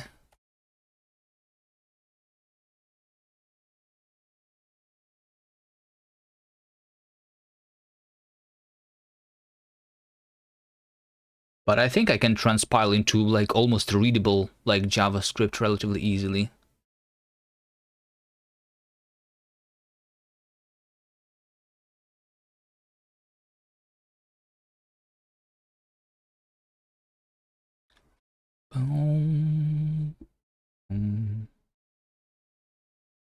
Let's have actually add member.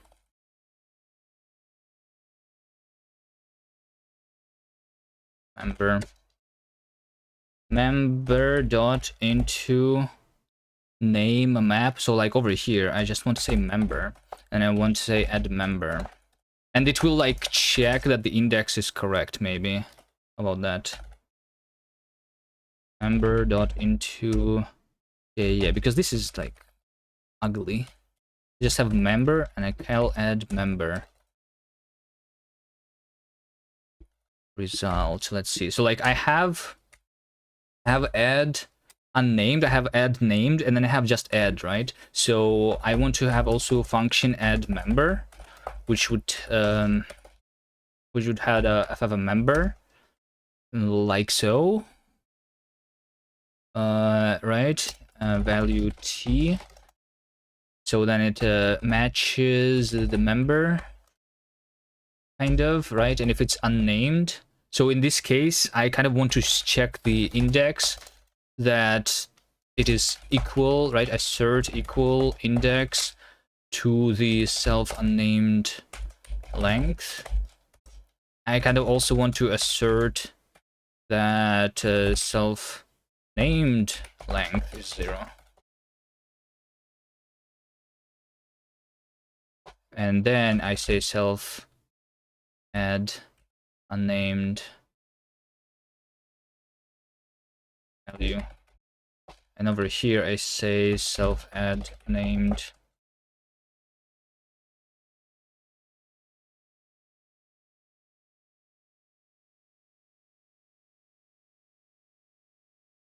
Let's already select that. I guess this assertion can happen over here.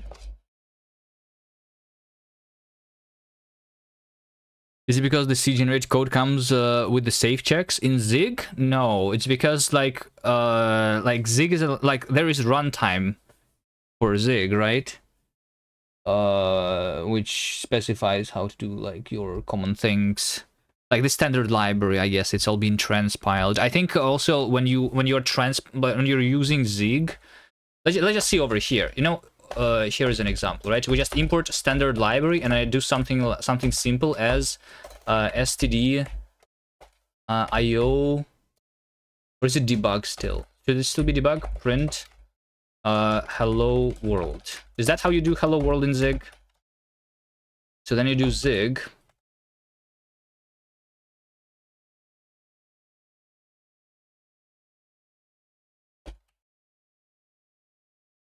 build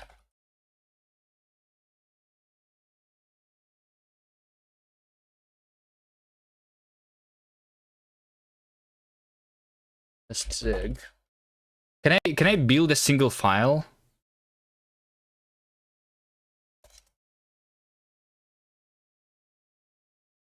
Zig build lib maybe? Yeah, because I don't want to build Zig file. Yeah, so I want just Zig build lib. And we say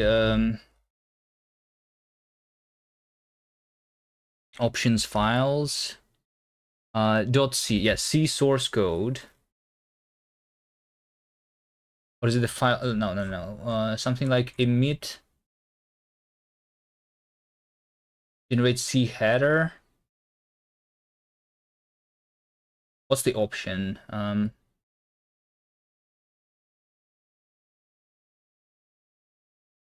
It will work once I activate Linux. Per module compile option, yeah, output format is C. That's what I want, right? So if I want to compile to WebAssembly, I say output format is WebAssembly. But I want to like transpile to C like this. OFMT. So I do test Zig OFMTC, right? Expected 2 arguments, of course. We need like an empty slice here or something. So yeah, there we go. Now we have the test.c. So you see it generated 4.6 megabytes of C code. And this is the C code. My NeoVim struggled opening this file. This is all the code that is being generated when you are writing a hello world. You see this? You see this? Unknown, lazy, 1, 2, 3, 4, 5, 6. Maybe let's try release. Maybe it doesn't do the release by default. Maybe I need to like optimize it or something. Let's see.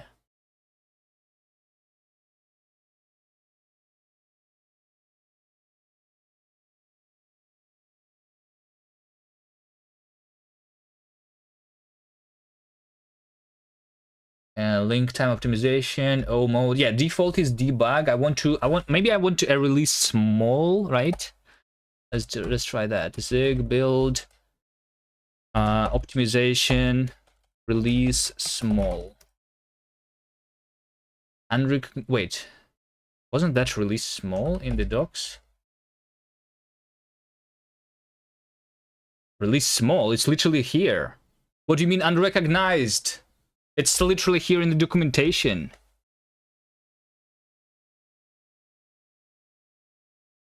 Oh, because it have equal, so like for OFMT you need to do an equal, and over here you just need a space. Really? Stupid language. Okay, now we only have 3,000 lines, sure. But it still is generating all of this code.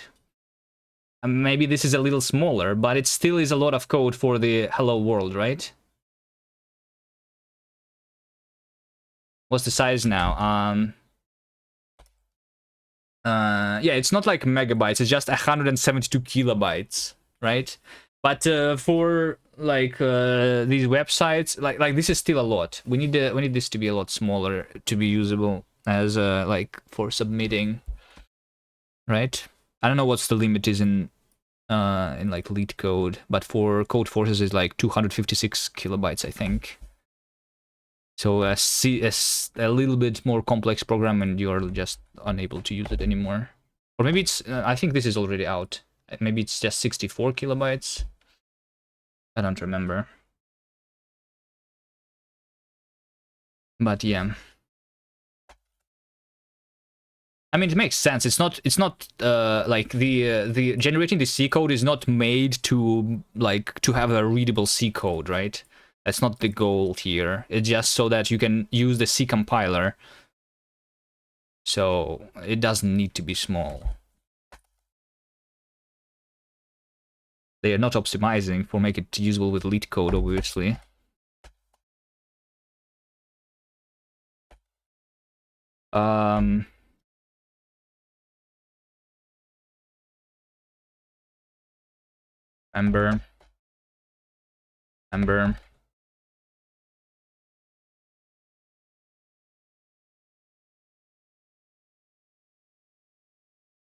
Member.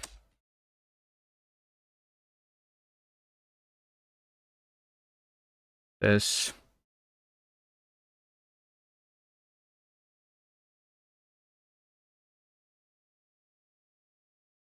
Member.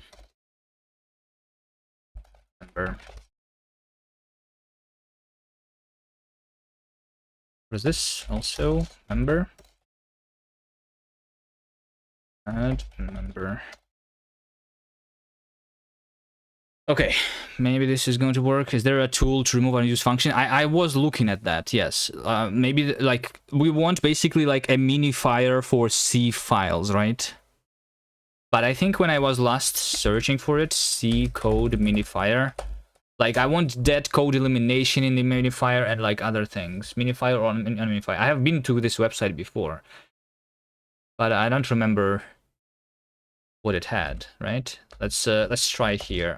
Cat test C.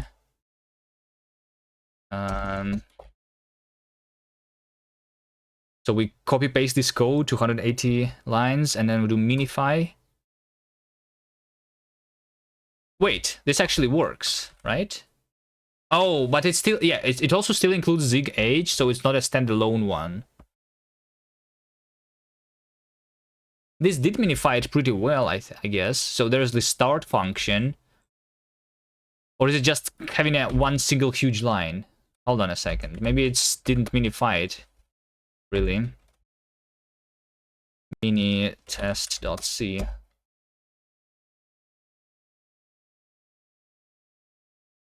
Yeah, NeoVim is actually struggling here. Oh no, it's hanging.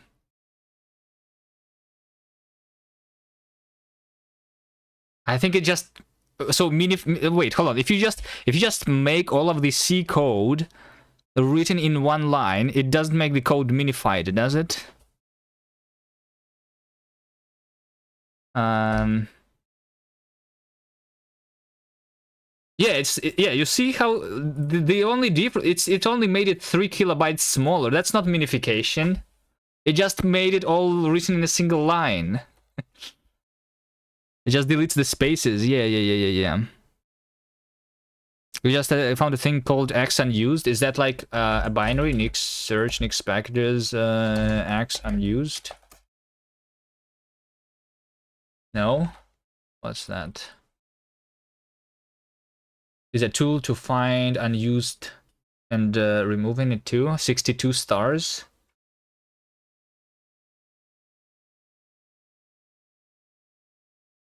I don't want to be running these commands. To try it out. Is there a download? No, there is not.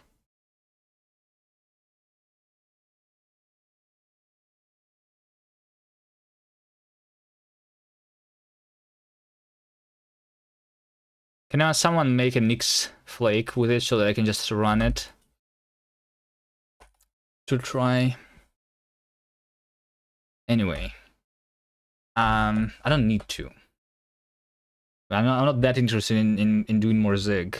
We just need to make a better transpiler for my language, which would transpile, like I think, yeah, I think I can make a transpiler that transpiles it into like almost readable code, like I said, like because my language is really high level, my intermediate representation is very high level, and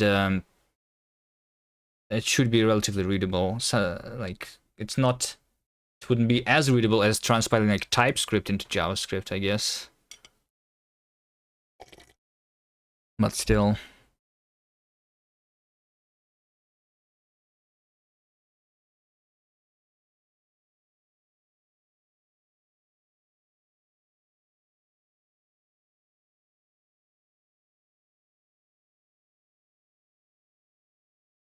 Right. For anyone wondering what am I doing, last time I was adding names. So I'm making a programming language, right? I'm making it possible to have names. Zig is mentioned a lot on this stream. Main reason is because Zig is working kind of similar to my language, where when you define a thing, it is actually unnamed, right? So when you say over here, this is an anonymous struct, and then you assign the anonymous struct to a name like this, right? So, but the compiler kind of needs to know the name, so we're doing that. Why did I name it cast? One of the viewers suggested the name, and I like the name. So the name starts with a K because I'm Kuviman, and then AST is there because I was working on, like, we came up with the name in the very beginning where we were just like parsing the AST. So that's how the name came up. And also it's similar to Rust sounding, because Rust is my language of choice currently. And it also sounds like you're casting like spells because it's a magical language, you know? So I don't know, the name is nice. But it was suggested by a viewer. Okay.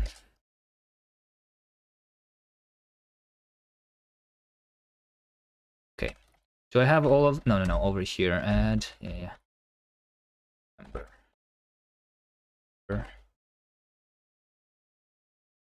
Real coding, interesting. Yeah.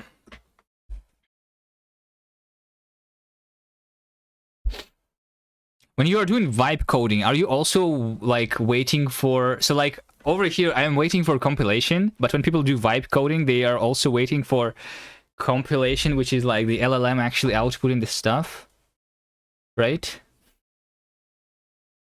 Is the new generation of coders like there's a joke about C++ developers when they just go and drink coffee while the code base is being compiled, and now the new coders, they're going to be drinking coffee while the LLM writes the code. It's the most brain dead activity you can imagine, the vibe coding. I don't even want to try it. All right, let's see. So we have std time now, aka std time now. Good. Std parse.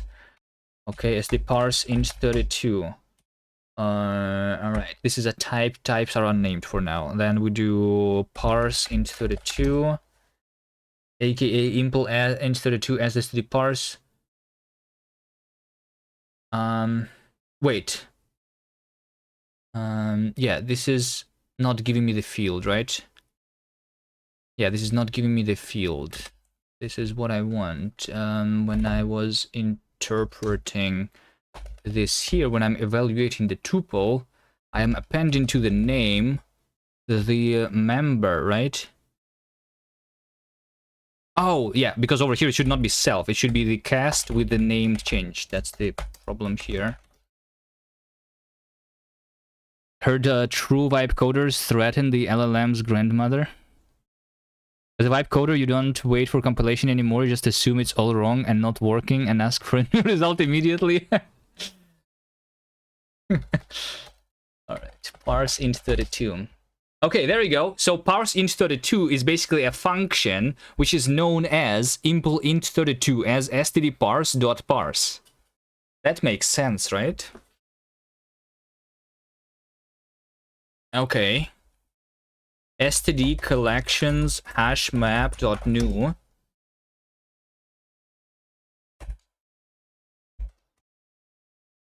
is a function std collections hash map new with two not inferred things. Yes. Okay, sure. I should actually change the not inferred to just underscores, I think. Let's do that too. Not inferred. I just want this to be shown as underscore.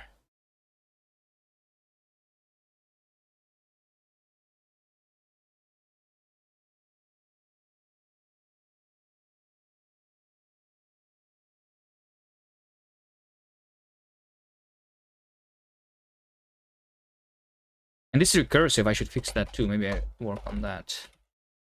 But then I wanted to add names to types. That would be the next step. So now I actually fixed the names for functions and stuff. Now we want the types. Adding name. This I want to be deleted. All right. std collections hash map new underscore underscore is a std collection hash map new this. This has new lines. Do I want to have new lines here though? Kind of don't. But it depends. Sometimes I do.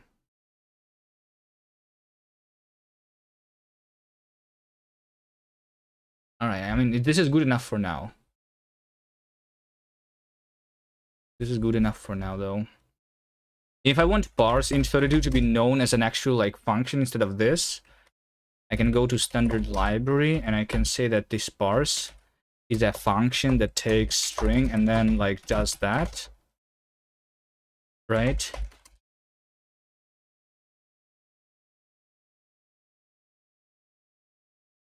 So parse int32 is known as actually just std parse int32, which is a function from string into int32. Okay. Better name figuring algorithm.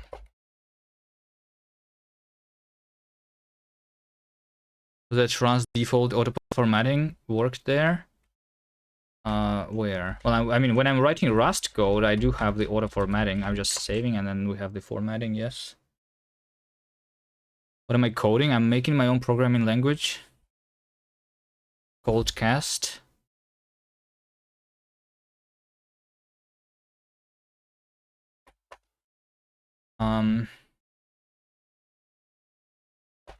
It's supposed to be the best language in the world.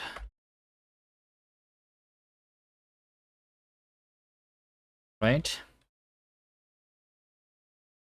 You meant in the REPL? In the REPL, I don't have any formatting, right? I mean, there is formatting where, like, I was complaining about the new lines, but that's just the way I implemented printing right now. It's basically when I have the tuple, right? And then I say fmt display.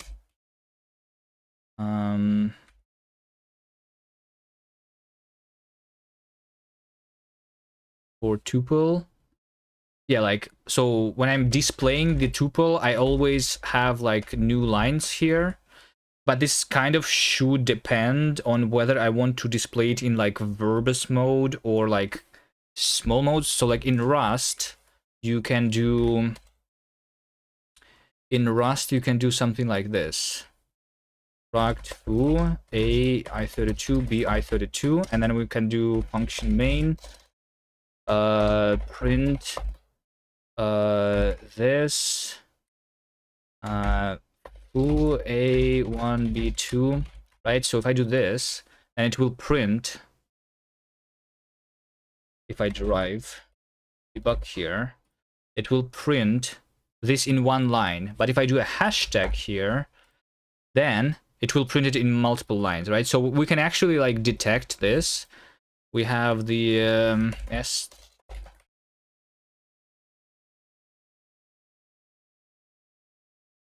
we have the formatter, and in the formatter, I kind of know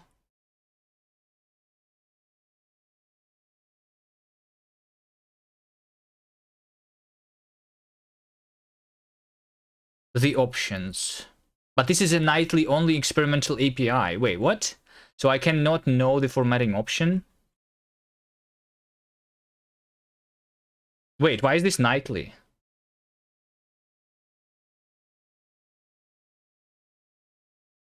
Feature gate, this. Formatting options can be used to construct a custom formatter at a runtime.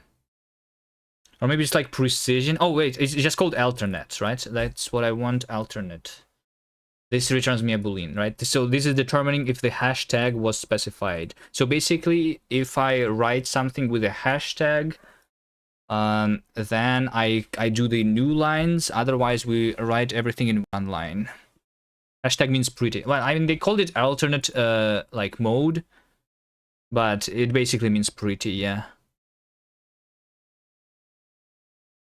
Yeah, I can do that. But then I need to do it everywhere, which is like,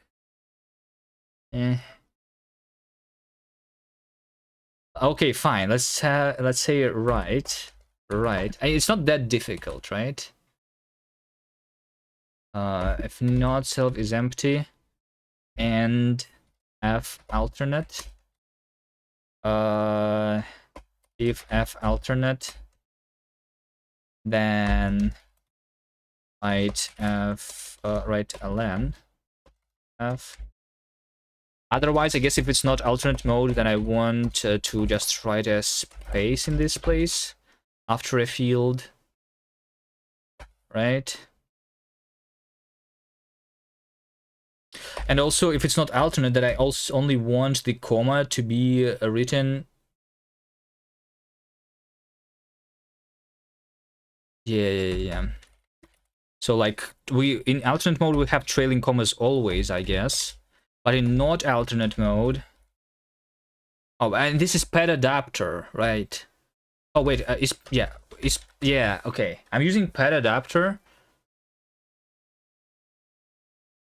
Create, and this does like I should just copy this crate. It doesn't give me the access to the formatter, so it doesn't forward the alternate mode.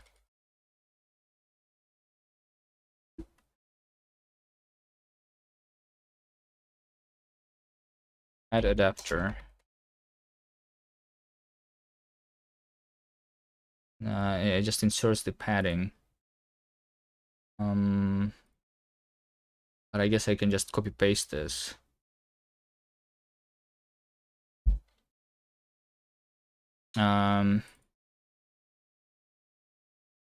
It's basically like just the thing that is copy pasted from the standard library because they don't expose it.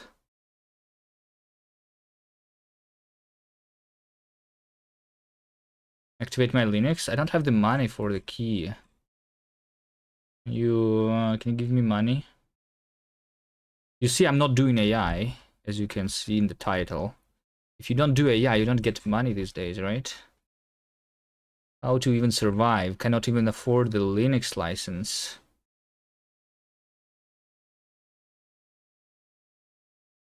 Yeah, there we go. They have pet adapters inside the standard library,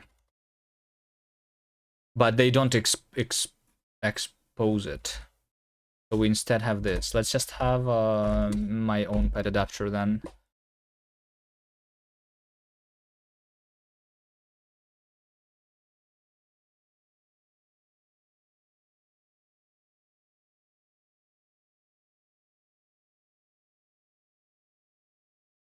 I just want like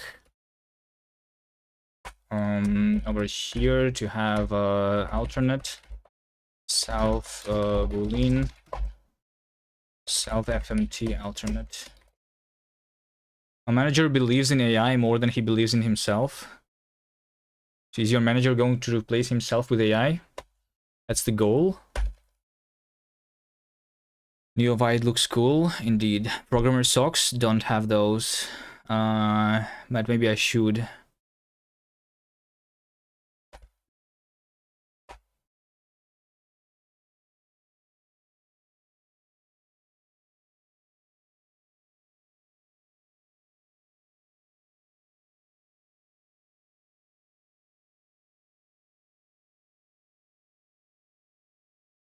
Okay, so I just remove this from my dependencies,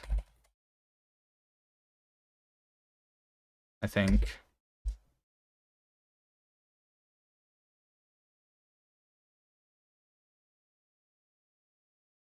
I guarantee you that would increase the viewer count. So we're talking of real Rust here, 3 lifetimes. I have a lot more than 3 lifetimes. We have a lot of lifetimes. Although I also just copy clone things all the time and unwrap. So maybe it's not that real Rust. I'm writing Rust the incorrect way. There's just too much to do, so I'm trying to get the prototype of the language done with all the features that I want. You program in Clojure. Clojure is a Lisp. Is it a typed one?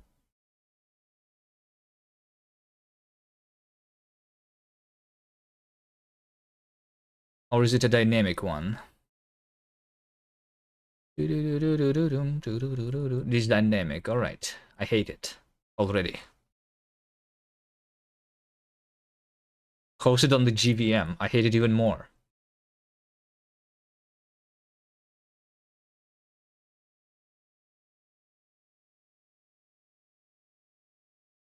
That's right. Isn't Scala better than Clojure? Just a random question. But I never did Scala either. You just chase the money. As Clojure programmers get paid a lot compared to, like, I don't know, C++ programmers, or what's the highest paying language? Like isn't it like Fortran or something? PHP, Solidity actually, and Rust. You should do Rust, Python, Bash, Solidity. Yeah, you should just do this, right? If you want the money. go for the crypto stuff. Solidity is like the language for crypto, right? I think Web3 blockchain stuff. Yeah.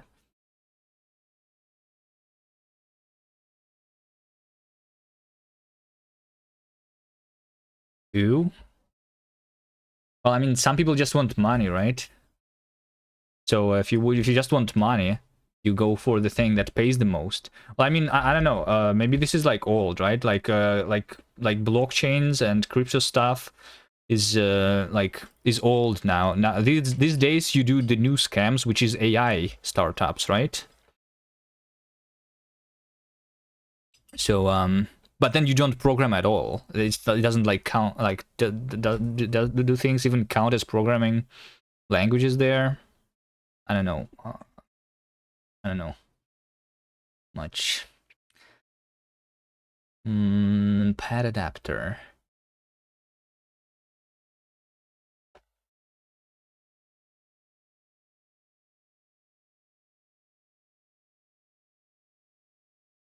Tuple.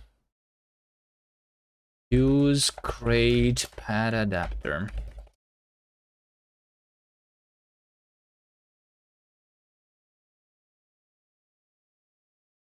How's coding going today? Well, it's going slowly. We do get something done. But like I don't know, like there's so much stuff to do. The further I go into making the language, the slower it gets. And it's not because of the compilation times, which are also getting a lot slower. Let's see what's the current, like this is going to, yeah, 30 seconds. But that's not the biggest problem. Maybe the biggest problem is actually chat. Sometimes. But it's fine. I like being distracted. Making language is a lot of work. Yeah. Especially when you don't really know what you're doing. Because there is also work of figuring things out.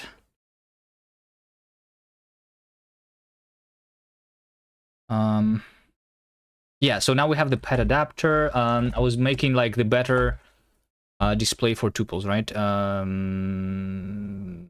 Adapter over here, right? Yeah, if it's alternate, then we do this. If it's not alternate, then we do that. But if it's not alternate, I also, I guess, want to say like first, but because I don't want a trailing comma in like in a single line, right? So first is true, and then I say first is false here, first is false here. Actually, you know what? Let first is true. Let new field is closure. If first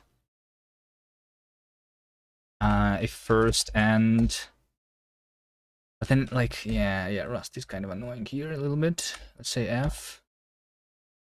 Pad adapter, and not F alternate. Then I want to write F comma. First is false. Then I say over here field. Let's call this before field. F should return also a result. The question mark and okay. Before field. Okay, so now when I'm writing tuples, they're going to be written in one line if I don't use the alternate notation, right? So if I say std collections hash map new, like this is written in a, okay. Why is there 4 lines here though? Oh, because I'm pad adapting. That's right. Wait, hold on. Can I have a pad adapter that doesn't actually pad, right? Because in one,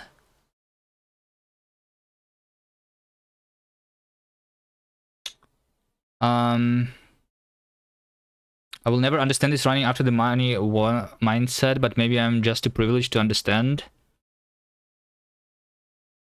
Well, I mean, I don't run up after the money. I mean, I don't know. Having money is nice.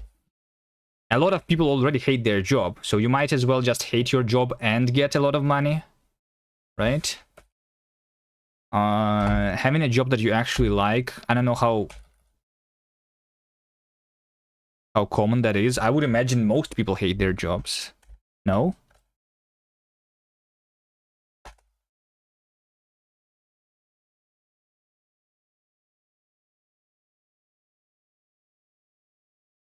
So if you hate it anyway, should at least get the money.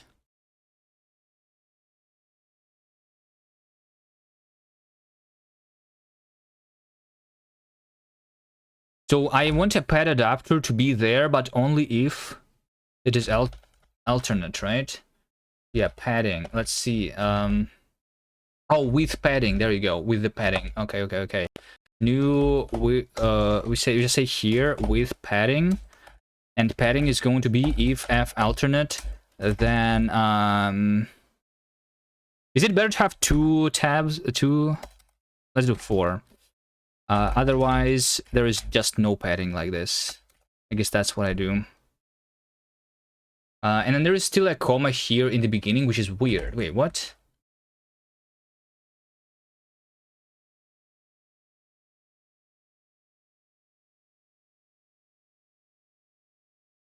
Well, over here, I don't want the comma too.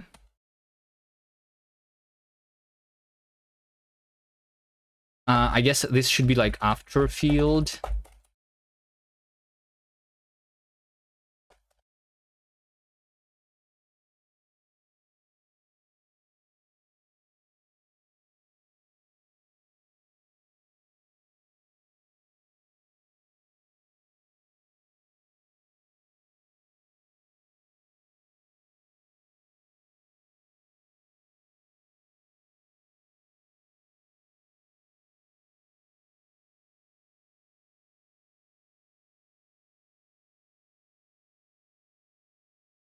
It should be this, and before field, so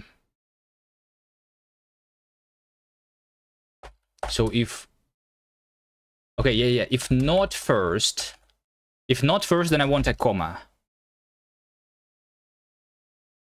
If not first and not alternate, then I want to have a comma space here. And then after field, if it's alternate, then I want a comma and a new line. There you go.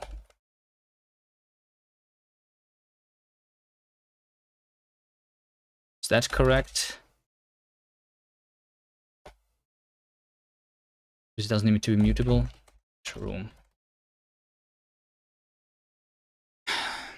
Just came back. What was so bad about Solidity? Oh wait, Nigel, do you work with Solidity? We're just about to trash talk you. Why do you chase the money instead of going for the dream?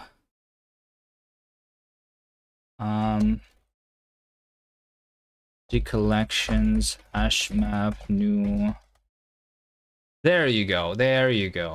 So you see now this is just 2 underscore, so 2 not inferred things. I can say hash map new int 32 int 64. You will see here in 32 and 64. All right, nice. This though means that if I say something like std, this is also now written in a single line, right? So I want sometimes it to be written in the alternative mode, right? So I want to find the dbg in the like I need to set up the alternative mode now somewhere in interpreter, native dbg,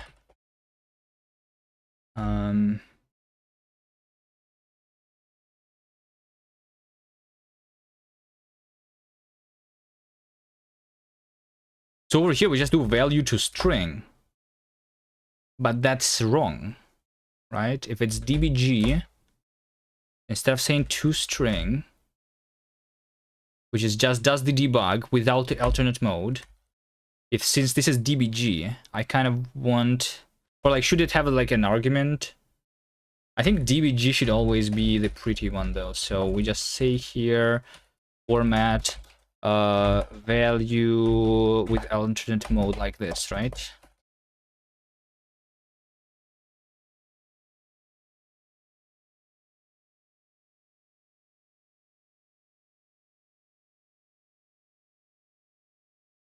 Not directly, but I have a blockchain job so closely, yeah. You're one of them. std. Okay, and then I guess maybe in the REPL main, in the REPL, yeah, in the REPL over here,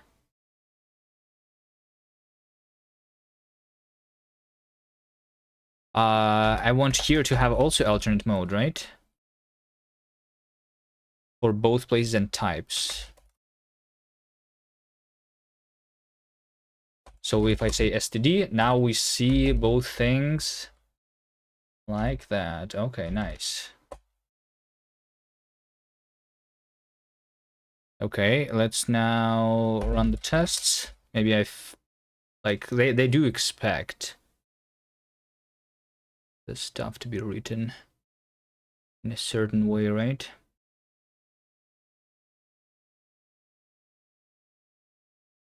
Okay, everything is fine. Ignore the failed test. They are supposed to be ignored anyway. There you go. Everything is green. Alternate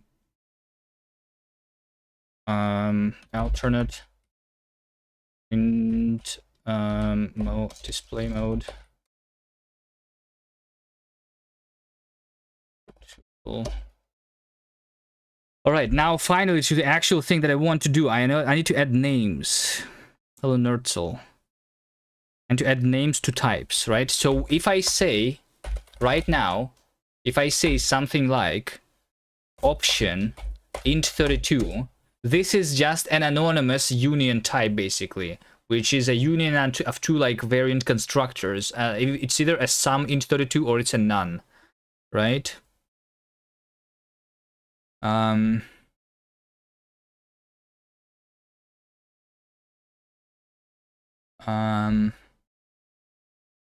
Yeah. So I want this type to be actually named option int32, right? So how do we do that? We do the same as I'm doing for functions, but I kind of want to have maybe like there's a difference between an anonymous tuple and a named tuple, right? So I kind of need this thing which is like new typing kind of. I have it as a keyword already. In the standard library, option is this thing which returns a new type, SUMT or none, right? But this doesn't actually do much. So what I want is let's see what it compiles to.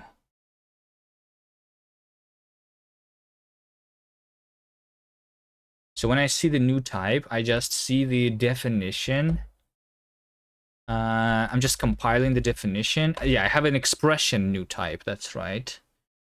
Because I just evaluate this expression, which must result in a type. New type. When I have interpreter over here. So yeah, I have this type. We have a multi-set of values or a variant. And then I get a type as a result.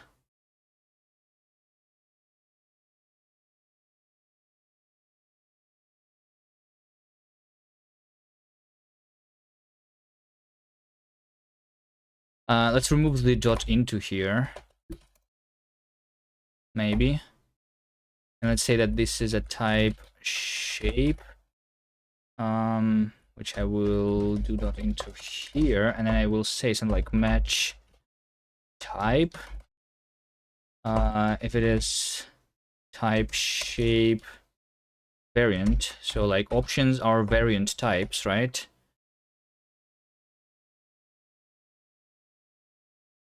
In this case,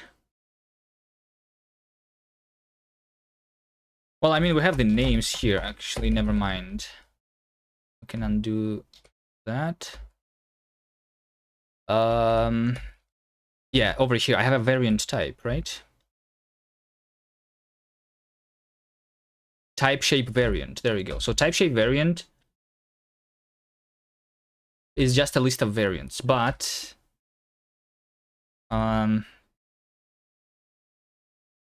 okay. Can I have I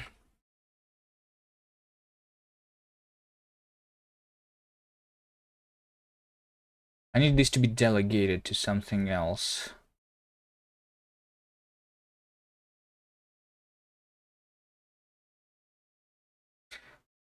Like I want to rename this. The variant type is the basically the it's just a variant.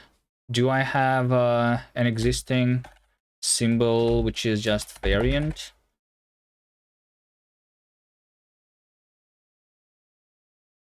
Why am I searching for variant and you showing me identifiable?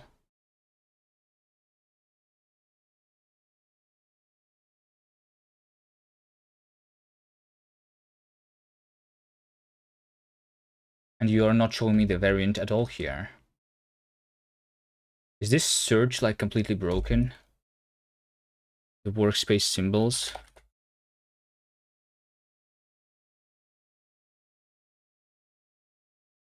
Why can I not find the symbol? Rust Analyzer is stupid.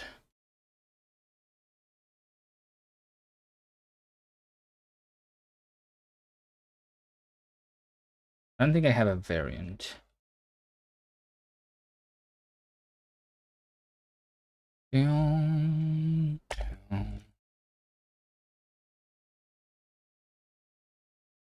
What's more fake, crypto or AI?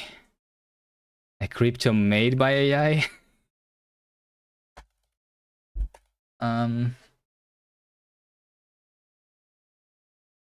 So this over here, a variant type. This is not a variant type, right? It's a variant. Oh shit. Whoops, sorry, my bad. So this is not a variant type. It is a variant of a variant type, right? So like Rust called these enums, some language call them tagged unions, some types, right? I call these variant types.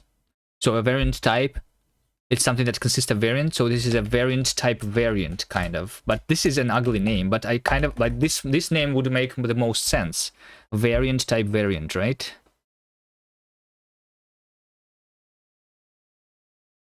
So each variant has a name and an optional value.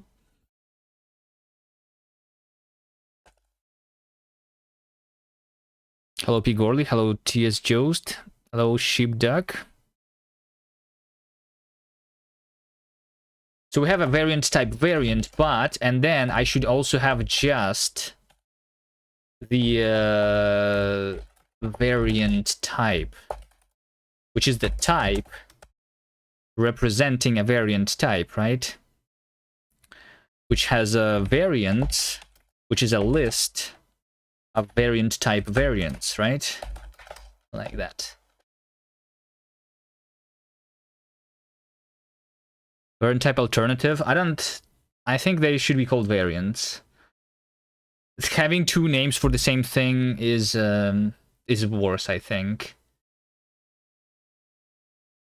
Right? What am I working on? A game? No, I'm working on my programming language.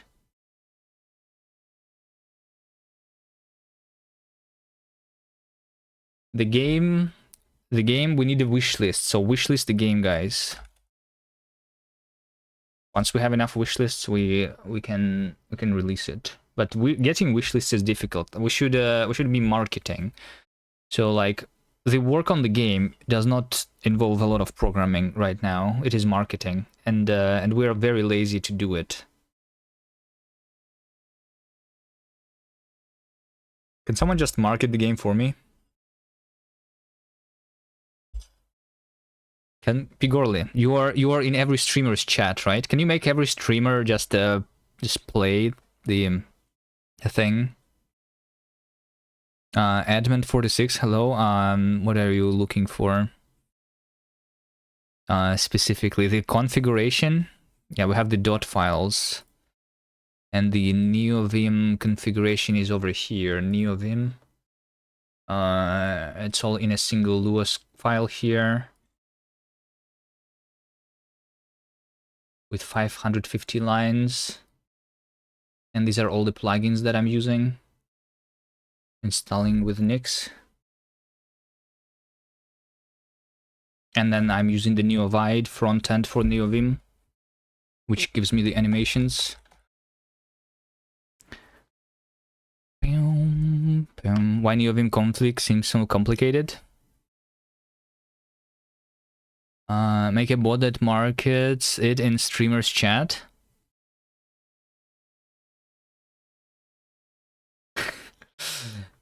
I don't want to be banned from every streamer's chat though.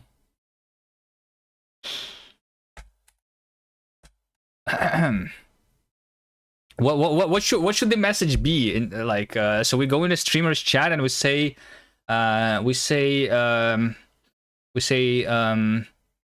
cheap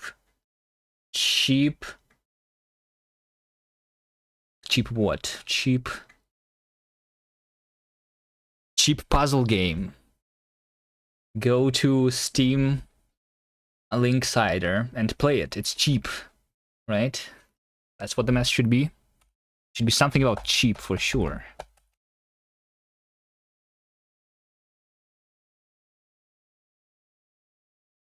That's what all the bots do, right? I actually have not seen a bot that is advertising something cheap recently, or is it just do they all get auto banned now?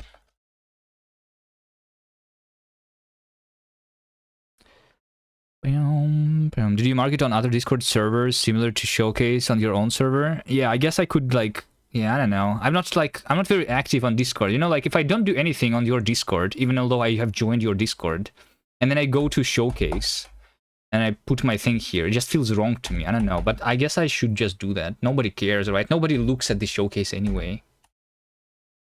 Maybe like a couple random people will click the link.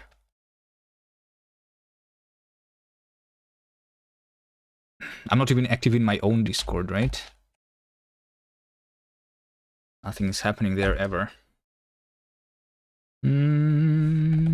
Okay, so we have the variant type, and the reason I'm doing this because we now not only know about the variants, we also need to name this type. So there you go. We have a variant, and now we store here instead of the list of variants directly. I store the variant type here.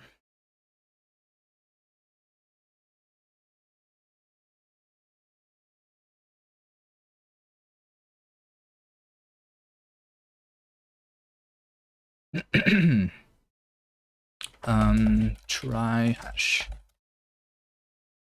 Let's just first make this work without adding a name.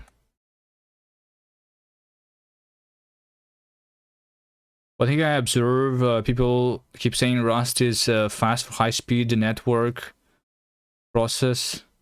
But to be frank, I see most people never talk optimizing kernel data path and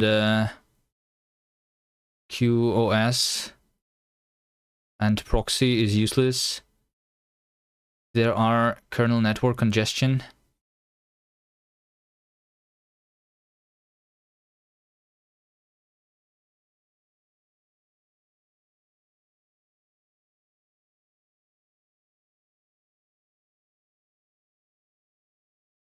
I don't know what any of that means.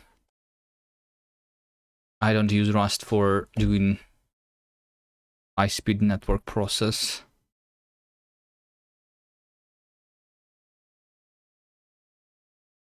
And I never optimize kernel data path and QoS. What is QoS even? Quality of service, measurement, performance of a service. Optimizing the quality of service is useless if there are network congestion in the kernel. Is that actually a problem? Is a kernel the bottleneck? I mean, you optimize the service. If service is the bottleneck, you optimize the other things. The other things are the bottlenecks, right? You figure out what the bottleneck is, and then you optimize that in general.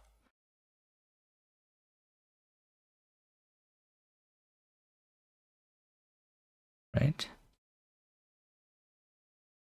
You just use Rust because it has a cool logo.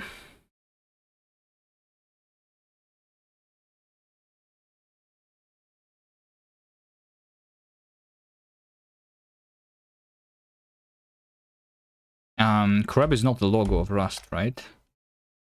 That thing is unofficial. You're talking about the actual logo, the gear with an R?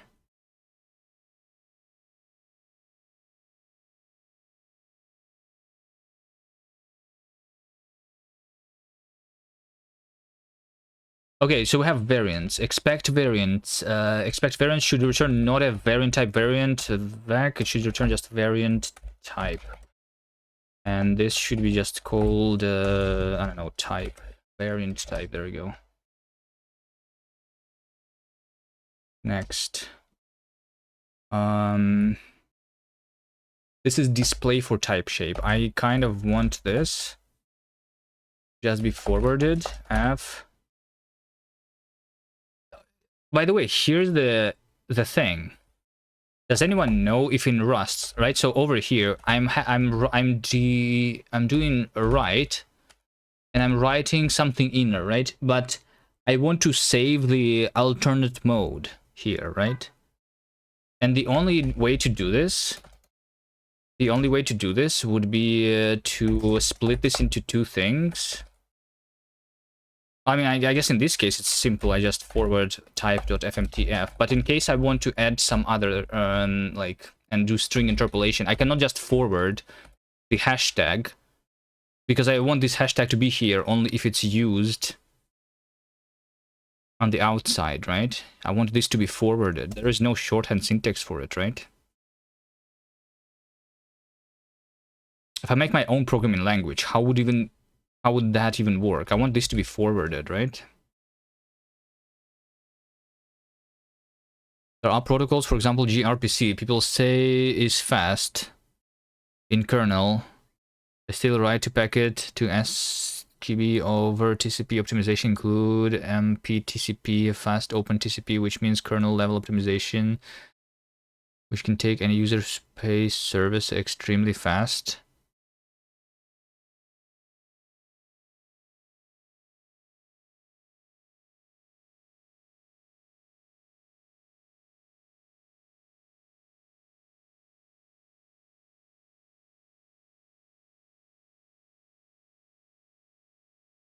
What do you mean in kernel? Is kernel like a specific thing? I thought kernel refers to like the Linux kernel, or you're talking about some other kernel. gRPC is just a protocol. It's relatively fast.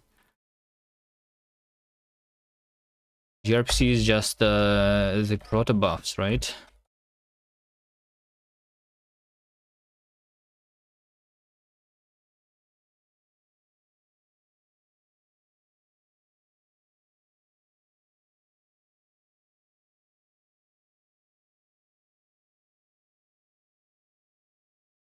Instead of a JSON.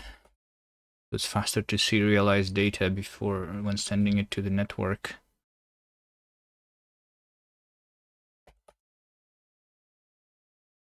Good day, how are you? Jamie calls, hello. HTTP2 over TCP in most cases with user space multiplex streams. MTCP is kernel multiplex TCP. What are you trying to tell me? I'm not getting your point.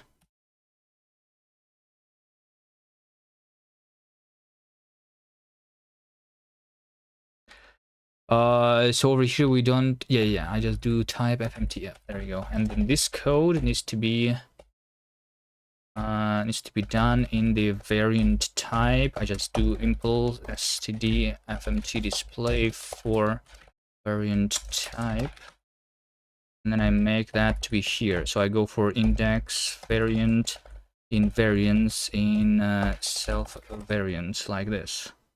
Yeah, and this I guess also I can do, I guess, the pretty mode.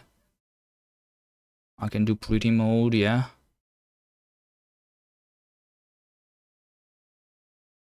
So if index is not 0, let me think about this. Let's actually make this pretty.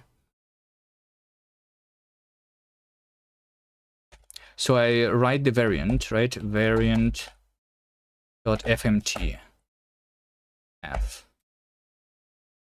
And then I say before. So if index is not 0. So if okay, so if index, yeah, if index is not 0 and f alternate. No, if index and if not 0 and not f alternate, then I say or this other thing, right? And then I also say if alternate, but then I always just write this, and then if alternate, then I also write line. I always end with an end line, yeah.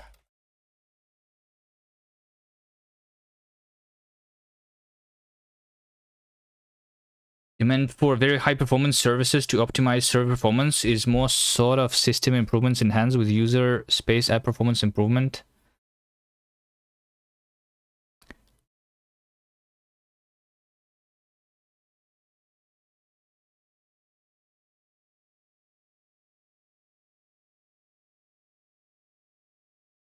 It's more sort of, hold on, maybe English is my language, my native language, so I'm not, maybe I'm not understanding what you're saying because of that. I still don't understand. It's meant for, hold on, is this in English? I meant is for very high performance services to optimize server performance. It's more sought. What does it mean? Like usually people system improvements in hand with user space app performance improvement. It's too difficult for me. This sentence, it's too advanced. I'm a simple man. Can you write it in simple terms? What do you think about developing games completely in code as a means to protest against proprietary game engines where develop games in formats that have no guarantee of staying the same, being discontinued?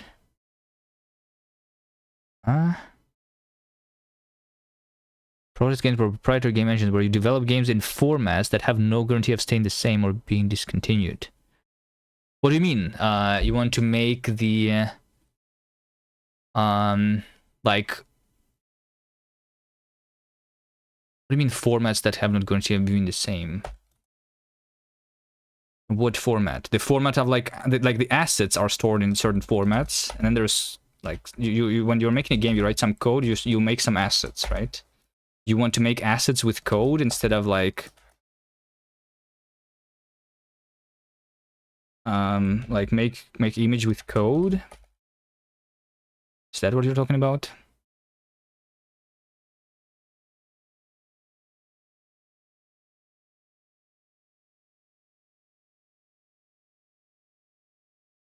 Why am I having so much difficulty today understanding what the questions in chat?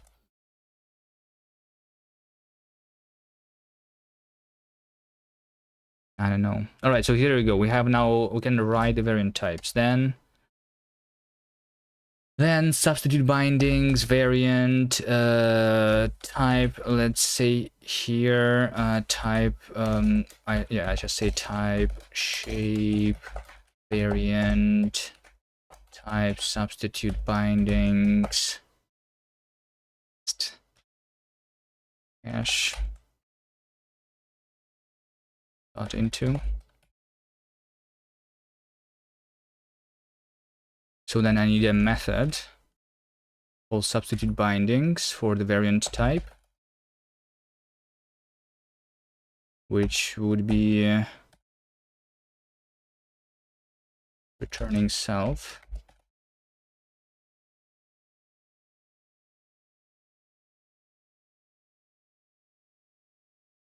With variants being self variants, and then map those.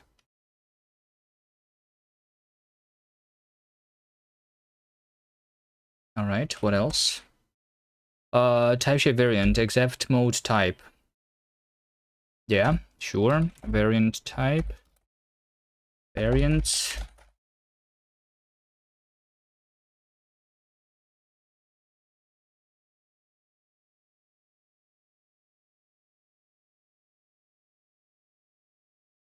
Like this.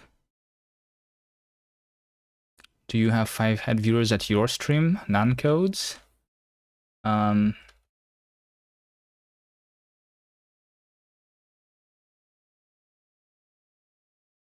sure I've seen a couple smart people there.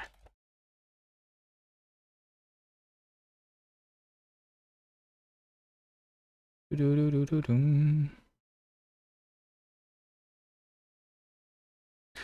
you used FlameGraph before any app profiling? Yes. My experience in 9% of cases, poor written user space code while remaining in the OS, while remaining it's the OS, which how to improve performance for max concurrent request.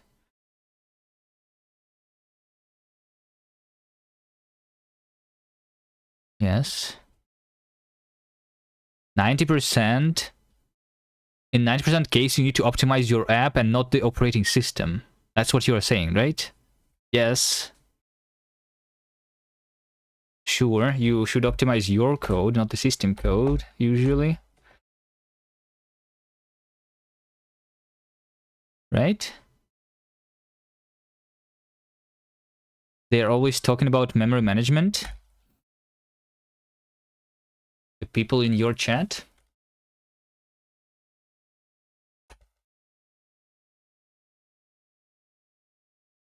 Why? Are they trying to make you use Rust or something, or C? Wait, do you know C? Or I seen you do the JavaScript, right? And I think Python. You write C too? Or is the chat trying to make you learn C or something?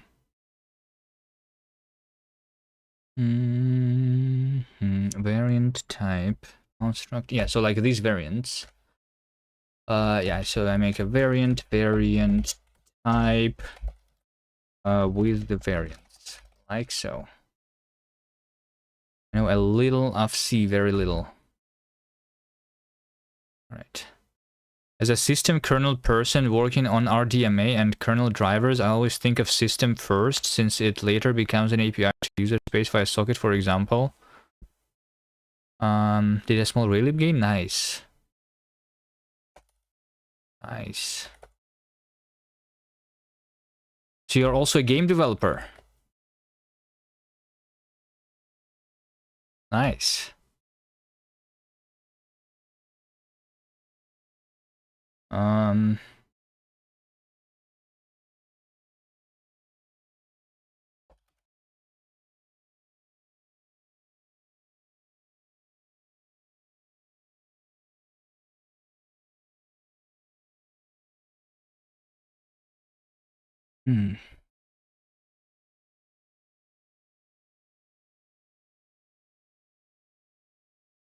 Okay, so now I say expect variant, right? So my type now, my type is a variant type, and then I say type variants iterate instead of iterating directly on this vector, right? Nice. Anything else? Cannot move out of self variants. Yeah, over here I just do iterate, I guess.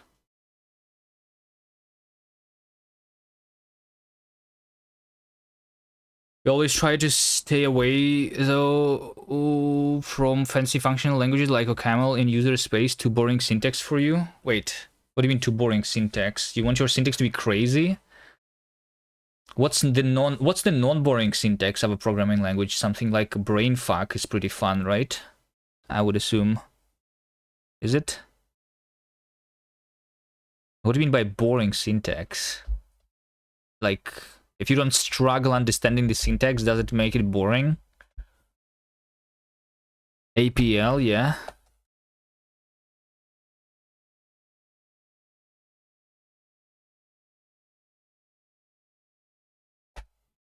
Parent value as ref map. Wait, substitute bindings, it was supposed to... Hold on, function substitute bindings. Yeah, like this this actually like takes self by ownership, so I can do this. You always prefer pure C personal bias because you're writing kernel. What do you think about Rust in Linux kernel? There was a lot of drama happening around that. On which side are you?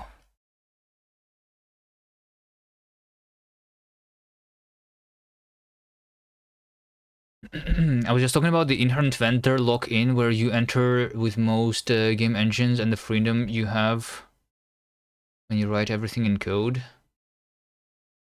I don't know, I thought like something like Godot is pretty free still. No? It's literally the open source engine. But you don't really write everything in code there still, right? Like that's completely independent problems. Right?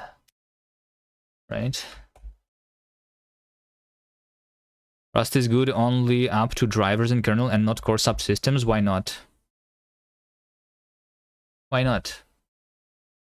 What's the problem? How is C any better?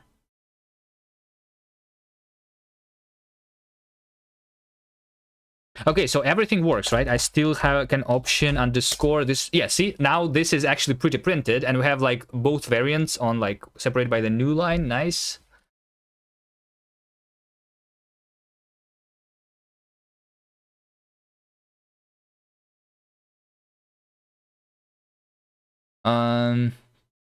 Right?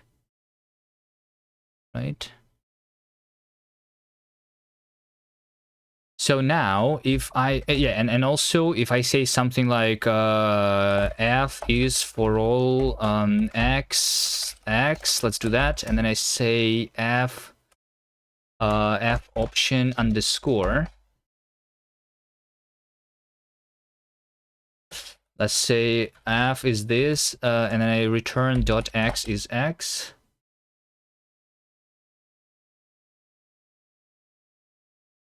I need a function here, right?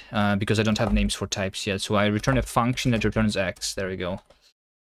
So this. So yeah, so this function has a name, stdin, because that's what I'm writing in right now. I'm in a REPL, right? stdin.f, because it's called f. And then I instantiated this with some or none, which is the anonymous type option underscore, because we don't know the type yet. Okay, looks good. Variant type, dedicated variant type. Okay, so now that we have the dedicated variant type, we can not only have the variants here, I can also have a name here, right? Name. What's the name of the variant type? Name. Yeah, name. Self-name.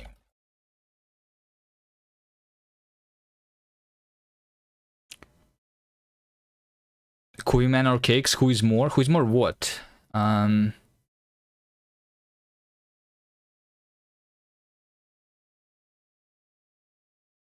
Who's better? Is that a good? I don't know if we should be even comparing who is more. Nan codes or cakes? Who is more? nan codes. Hmm? Who is more?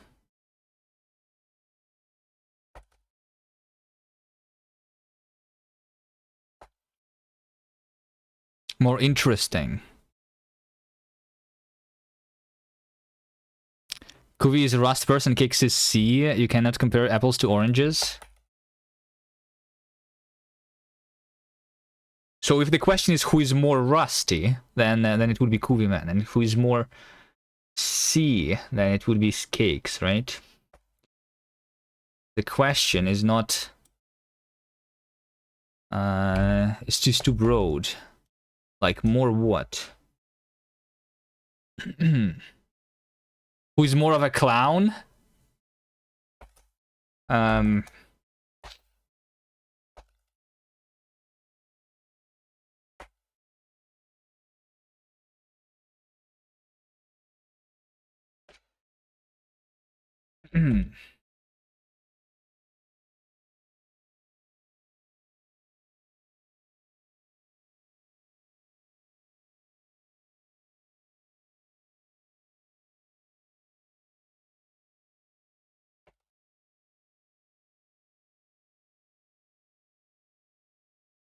Clowning is good. Sometimes you want to be entertaining. You don't want to be just like the five-head programmer who's just doing like making a programming language, right? And like reading books on homotopy type theory. That gets you no viewers. I tried that. You want to be clowning for sure. Being a clown is a good trait of a streamer, I guess.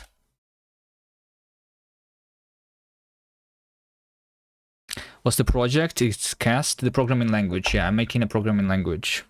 But everyone who makes his own language is a clown. Look at John Blow. Yeah, but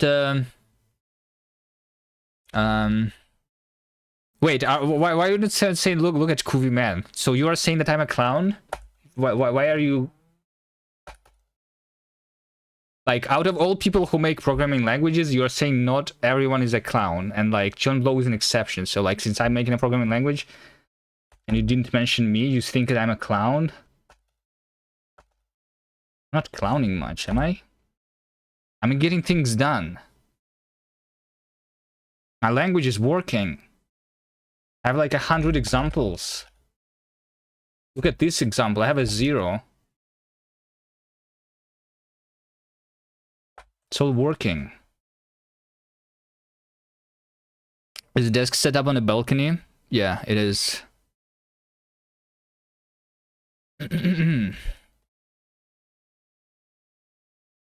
It is debug. Name does not implement debug. Why not? Let's fix this. Impulse td nt debug.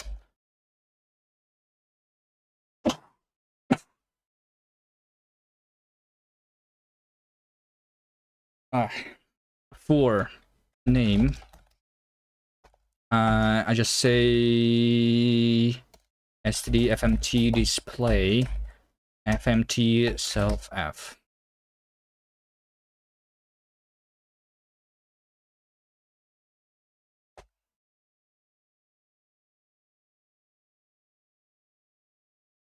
Why do I need this to be ORed?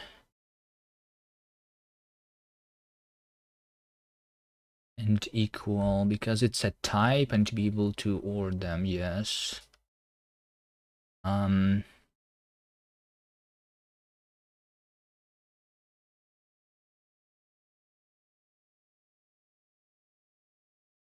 Name should be ORed.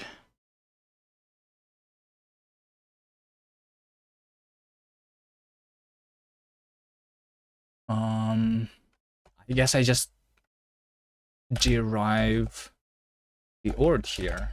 So I have a park. Park implements the ORed, right?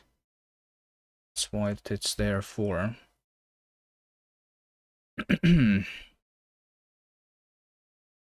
You have to embrace being a clown to be a true clown.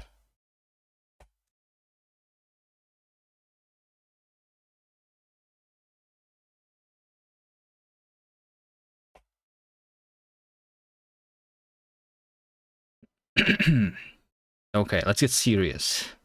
It's been 3 hours. I didn't do much. I mean, I did do a little bit. Name,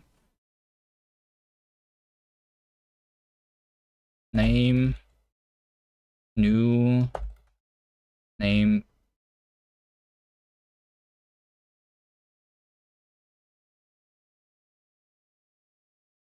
part, ring, exec mode.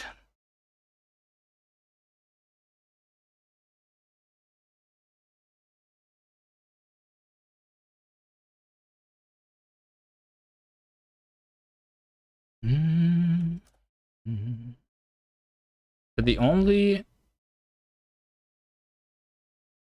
no over here. Okay, so now over here I'm making two new types, right? So this should have name.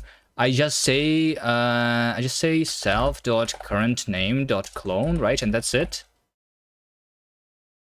I think that's what I do.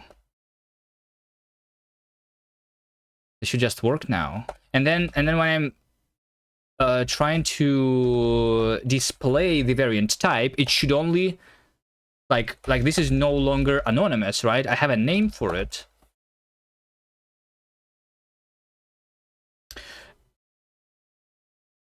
I have a name for it, right? So I just write self name format f.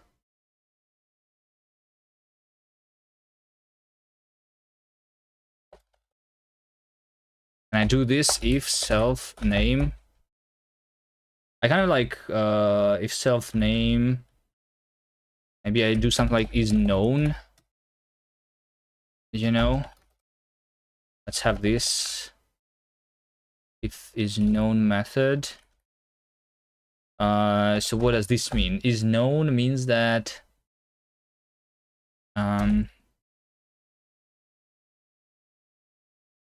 self 0 iterate all part is known, right? If all of the parts are known,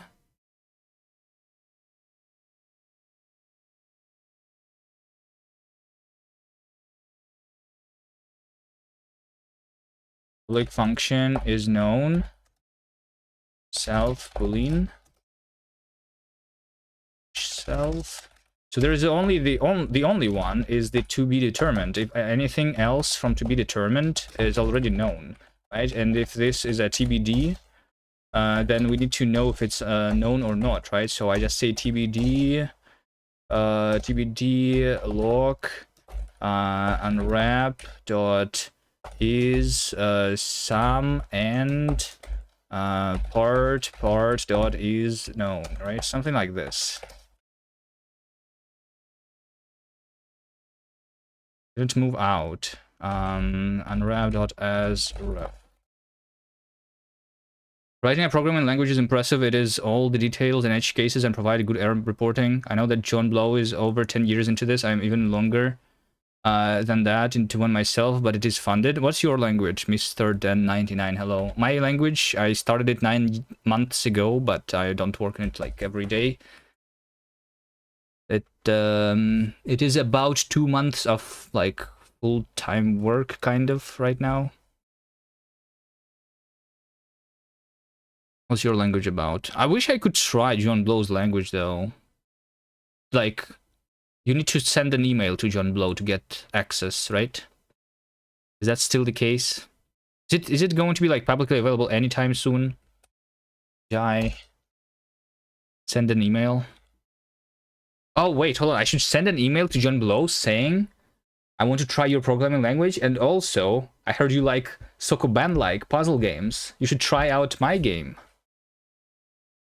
Tell him to wishlist. No, I mean he likes playing these games too, right? Although we don't have a demo. right now. Sheer power tutorials. Prepare rethink programming, while languages like Python, C, and Rust wrestle with floating point quirks and squiggish compile times. Sheer power emerges as a revolutionary force built from the ground up to conquer the demands of a large-scale business applications. In a landscape of ever-changing business rules, sheer power delivers blazing speed, flawless precision, and intuitive simplicity, transforming development into a fast, enjoyable journey. Say farewell to frustration and hello to a language that makes development frictionless. AI generated is on this website. Is this website AI generated? The right tool for the job. Sheer power redefines business application development, making it faster, easier, and more cost-effective. With lightning fast compilation, 500 billion lines per second, perfect precision math, no more penny rounding errors, and dynamic clusters that process millions of rows in a blink. It's the ultimate solution for modern enterprises. Real-world innovation, streamlining message. Okay, okay, you have you like using big words. Where is the actual tutorial? Introduction, brief.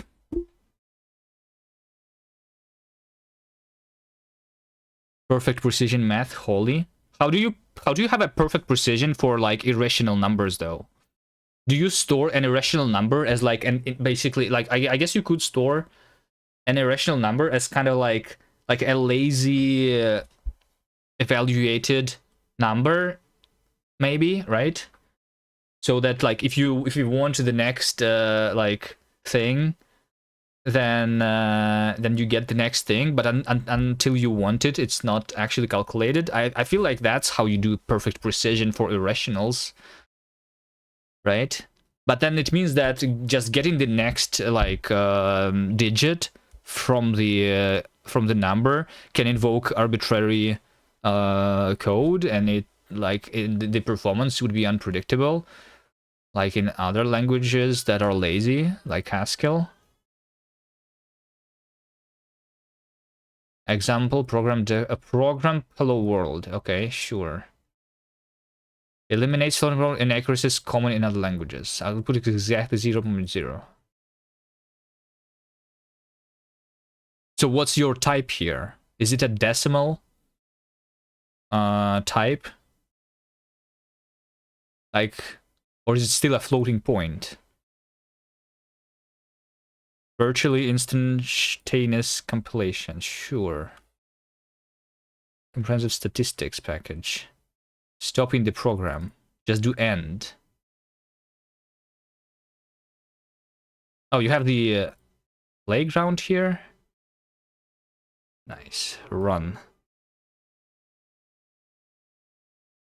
The result of 0. Okay, let's try this. Sin 0.1.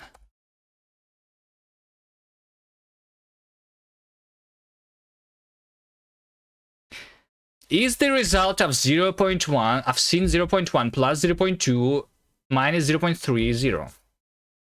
I'm not sure that it is. What about without subtracting here? The result is. Oh wait, I did do the sin in the wrong place. I'm stupid. I just changed the text. Okay, there we go. Is this the precisest thing? What about? Hold on. Let's try a formula that we know that like is the same thing to actually test the preciseness of this thing. Sin 2x. What's the formula? So sin 2x is 2 sin cos, right? That's what we want. So sin 0.2. So sin 0.2 minus 2 sin 0.1 cos 0.1. This should be exactly 0, right? But it's not. It's not precise language. You lied to me on your website. All right. I mean that's fine, I guess. But I mean you're making a language for like making like bank system. You're just working with decimals, right?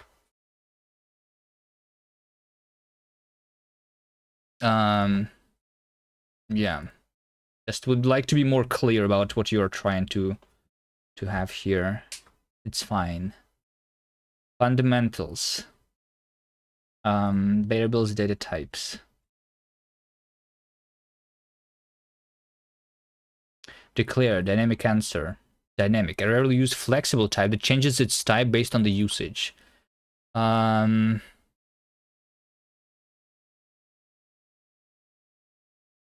Integer my count. My count is count. Okay. Seems very verbose to do this, but okay. And then you have basically like the dynamic type, sure. One set variable type cannot change, sure. Two.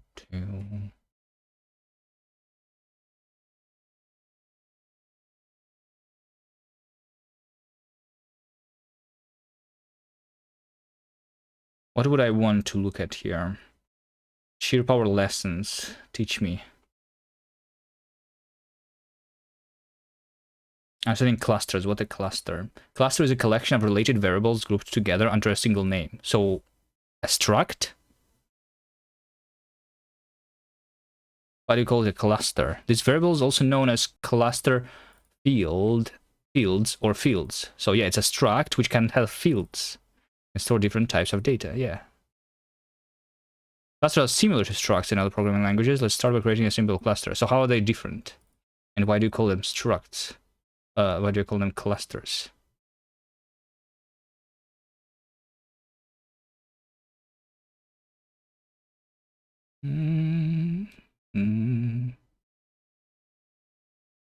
Initializing the fields. I mean, it feels like normal structs. Passing cluster to routine. What's a routine? A function?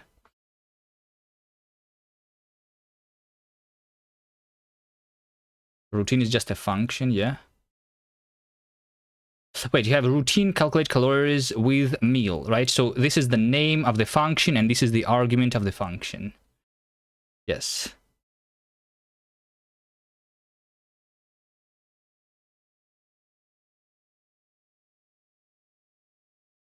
Routine. So you just call things that have like popular names to different names.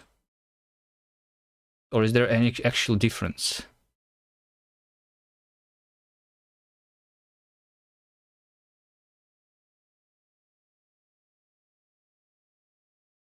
Reprocessing macros. Let's see the macro, the meta programming stuff. Wait, database feature. You have integrated database. You have a database embedded into the language. Open table.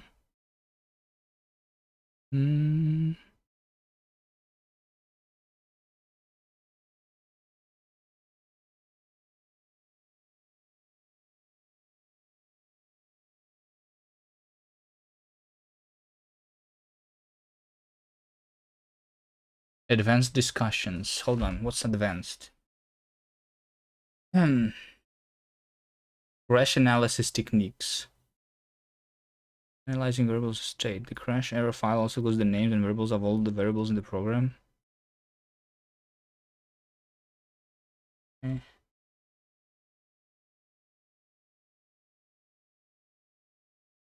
I don't understand what this language is for.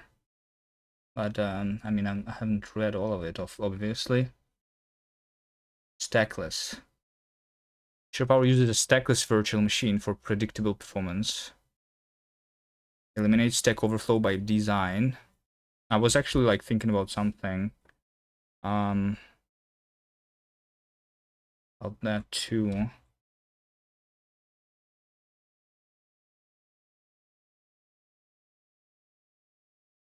But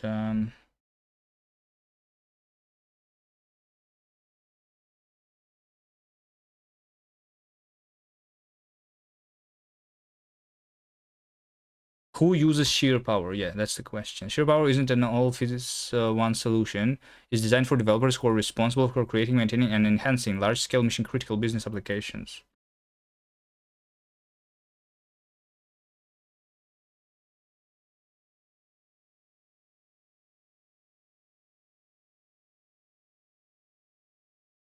Memory safe language.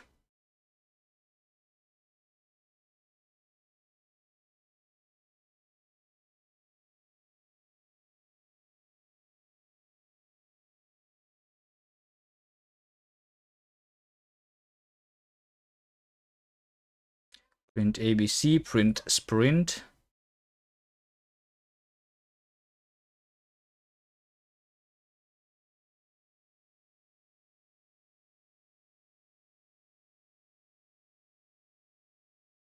Seems like just a language. Like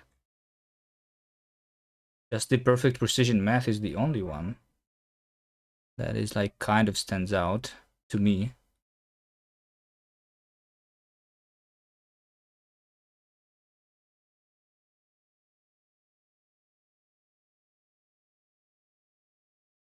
I don't know. Maybe I'm just not understanding something.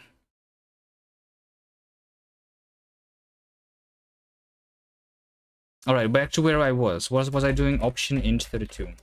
Look at this. So now option int 32 is actually named std option int 32, right? There you go. That's what I wanted. We have types that are named properly. And if I say option underscore, this will say option underscore. Okay, so let's do this then. Example, right? Wait, where do you use options right now? Where do you use options right now? In the standard library, do I use options anywhere? Not really.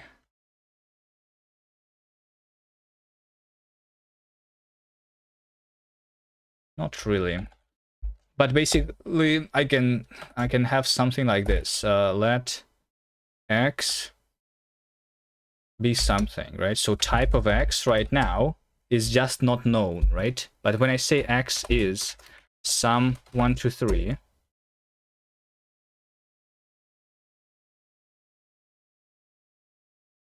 evaluating assign expression cast key. Okay, why does this not work? So assign expression wants to cast something. Why? Let's see.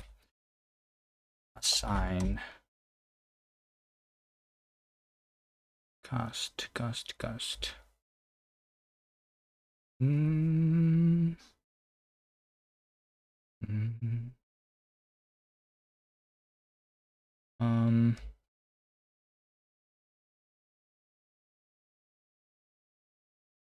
It says while evaluating assign expression assign in the interpreter.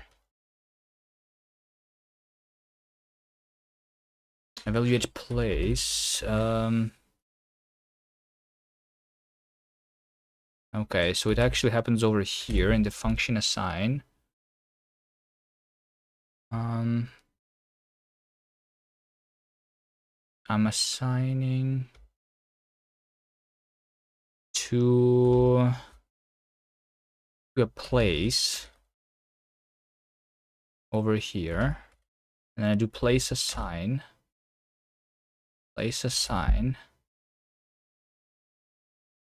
state assign, occupied new value. Wait, what?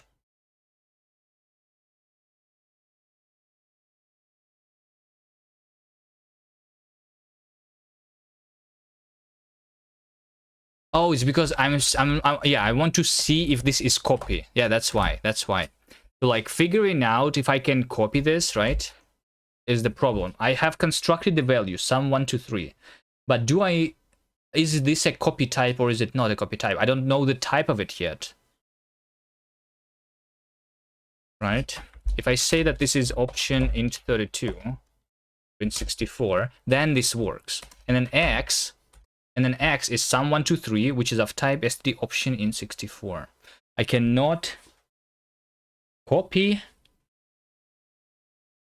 the thing of unknown type because I don't know the type,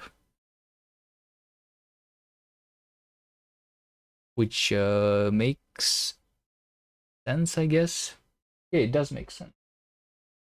But I don't like the error message. But yeah, there we go. We just now have sum 1 to 3, which is option int 64. This is good.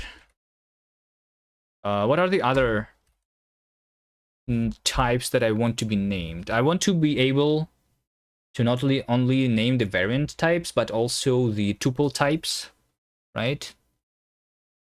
Or I should call them structs, whatever. The test hash map test is now failing because, okay.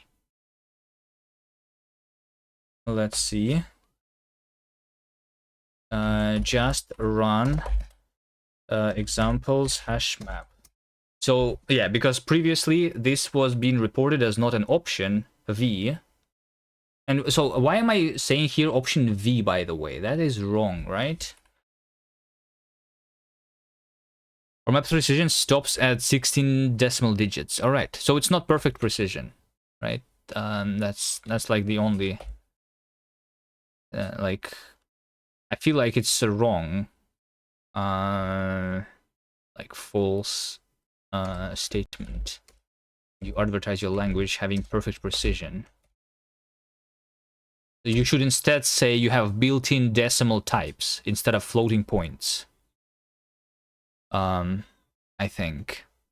Because decimal types are helpful and used a lot in finances, right? So you want to have the decimal type. Such a controversial title, how dare you not use AI? Hello, Huckley. I don't like AI. I'm an AI hater. But yeah, I'm actually hating everything. AI is not an exception, I guess. I'm just a hater. Hater of, for example, all the programming languages. That's why I'm making my own here. If I was to review my own language right now, I would hate it too, and I will probably never get it actually done, so I will hate it forever. Just like everything else. Asking AI how to deal with haters.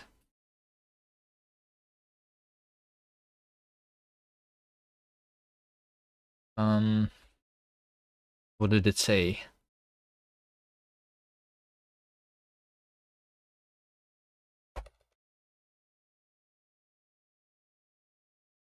All right, so like this example, a hash map. Let's take a look at this. Example hash map, right? So what is happening?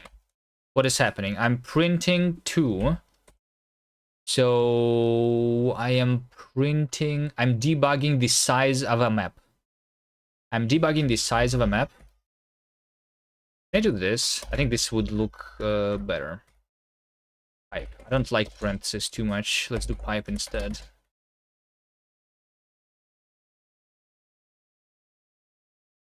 All right, that's the same thing. Okay, so the size of the map is 2. The hello value in this map is equal to world, right? So this is some world, which is an option reference to binding v. So this is reported incorrectly. This should not be binding v here.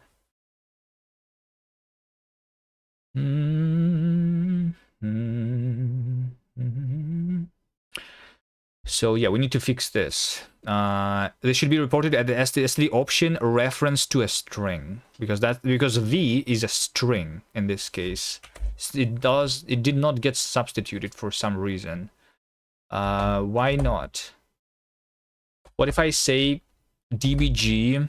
Let's do this. Comp time dbg type of hash map get map high, right? Let's try this. So this says that, yeah, see, the type is a reference to v. This is wrong.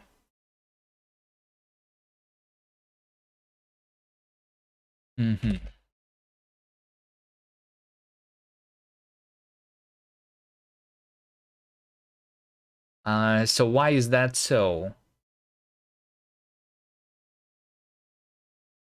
STD option binding v. Am I coding from balcony? Yes, I am.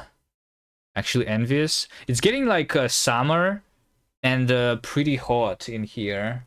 The problem is like, especially in the morning. Well, I'm sleeping in the morning usually, but in the morning it's so hot here. That's the issue. And then in the winter it's actually cold as fuck too.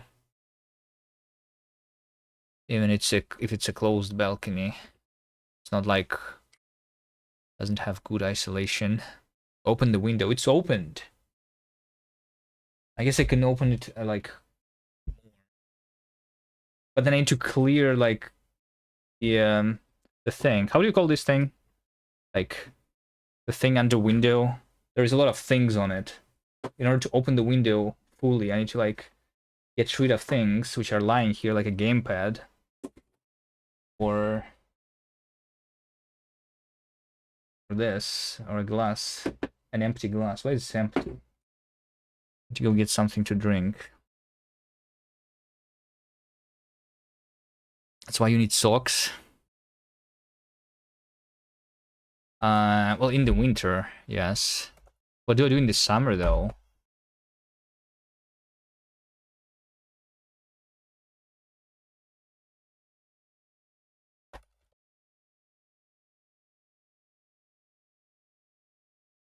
Okay, let's figure out why this is wrong. What about if I do hash map new? Oh, hold on, let's do this. Comp time dbg type of map. Because map is a hash map with 2 underscores.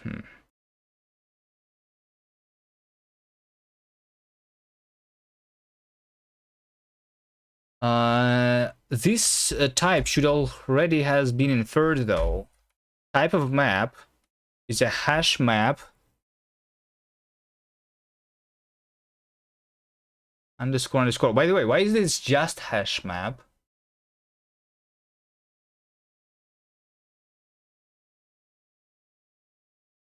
And not STD collections hash map because it's a native one. Yeah, because it's a native one.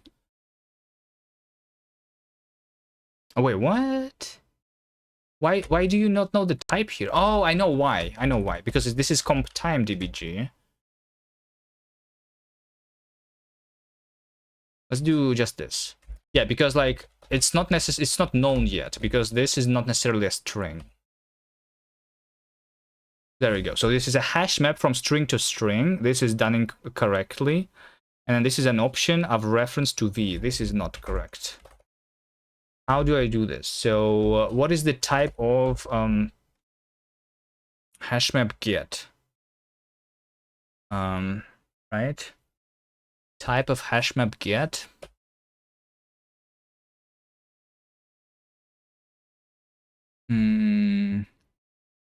Is it just not like substituted? So like I have this this thing which is called substitute bindings, right? Substitute bindings.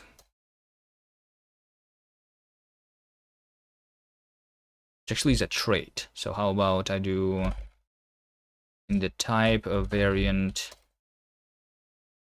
type substitute binding. This should be impl substitute bindings for variant type, right?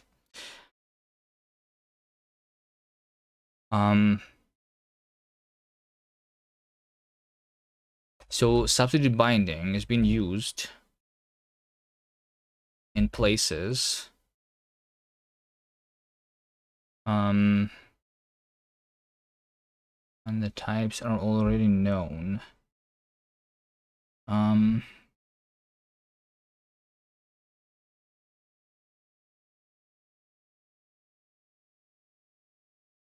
Let me think about this. So if I have a type of let's maybe minify this example. So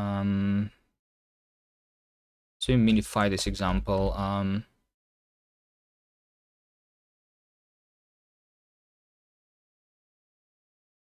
FKS. I don't know how to call it. Let's do this. std star, and then we have a function f, which would be a function returning option. Let's see, it's a function taking taking nothing, returning option. Yeah, so which means that it's not a function, right? This should be a for all t. This should return option t. Yeah, how about that? Option t. So I want to debug f int32, right? Is this going to show just run examples f? Is this going to just show me option t? No, it shows option int32. Okay, what if it says option reference to t here? Because that's the difference, right? Then it says option reference to int32. So how is that different from a function? Because it's a function that returns option t, maybe. So this would be a function that takes unit returns a type. So if I call this function, actually, if I call this function, then what is the result? It's still a result option int32. Okay.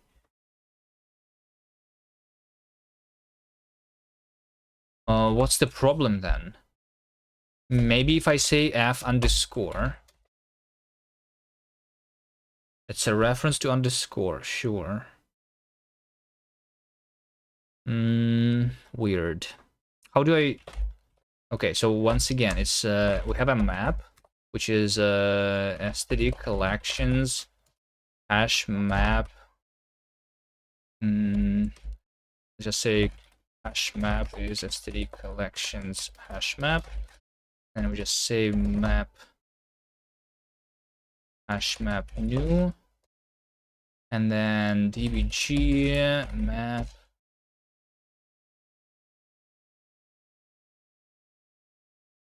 Oh, what if I do this here? Hold on. I think I maybe know what's the problem.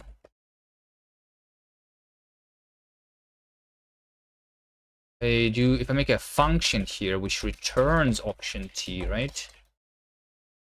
And then I just return, let's say none.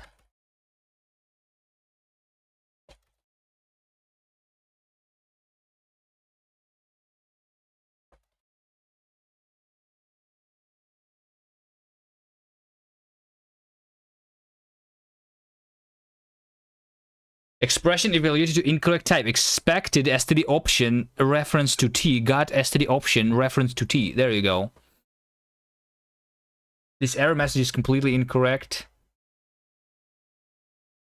Something is absolutely wrong here. Variant expression. Let's see. Maybe it's the interpreter.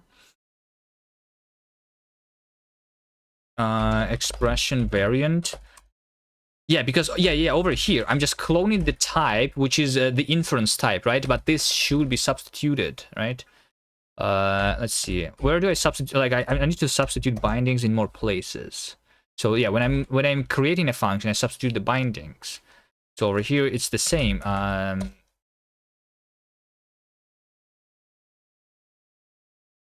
Clone, and then I just substitute bindings with self and at default.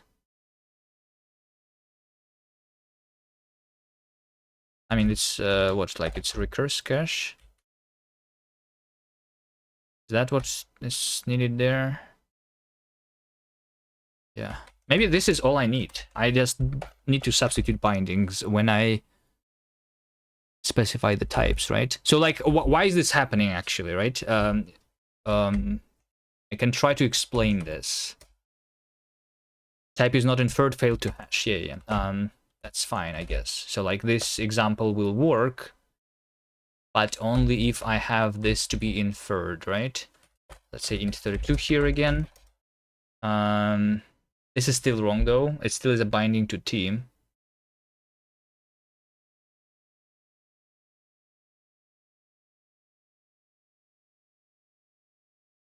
Why? So like basically what is substitute bindings, right? This over here is a template. It's a template that having a function, right? I'm compiling this thing once, I'm compiling this thing once, and I try to like, and I'm inferring the types, right? So what's the type here? The type is, it's already written here. It's an option T, right? But option T, even though I have inferred the type of this function that it returns an option T, the T is different every time I call this function. I call this like generic. I instantiate the generic, right?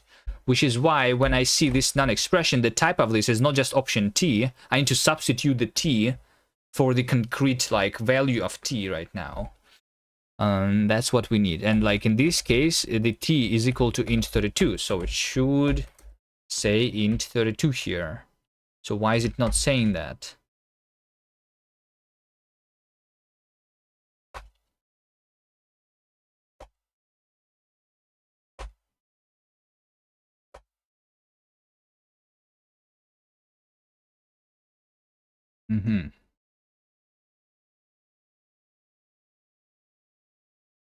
Why is it not saying that? So it is none of type std option this.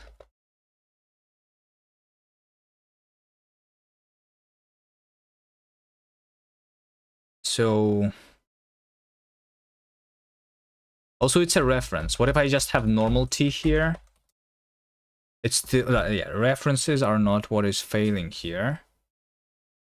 Oh, I know why.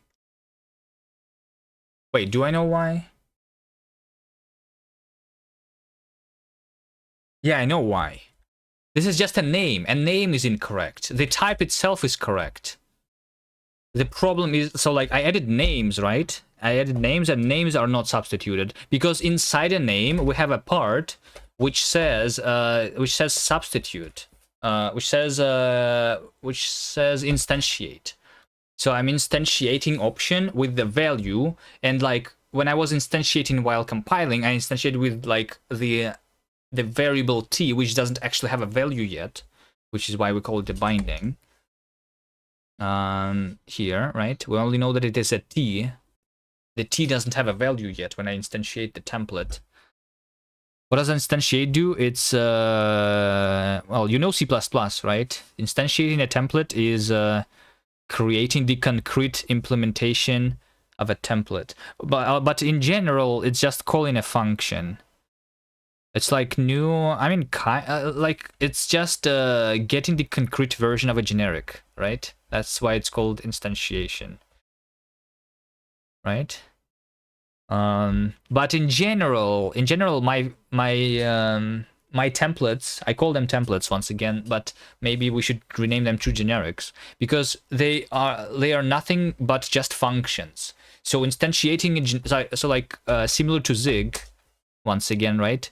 If you want to have a generic function foo, which is generic over T, which takes like x of type T and returns T, right? Like this. You can just say that it's a function that takes T as an argument. It's basically as a function that takes T as an argument. So T in this case is a type, right? So T is a type. If we know that T is a type, then we can return a new function that takes x, which is of type T now, right? And returns x, right? So a generic function is basically a function returning a function. So templates are just functions under a little different name for reasons. Like inference and stuff.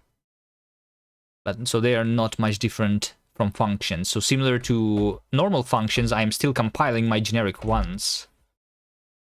Like basically look at this over here, right? This is being compiled once again, right? So in order to compile this, I need to compile this, and this like is a type. Type needs to be like, this is basically an expression of type. I need to evaluate it.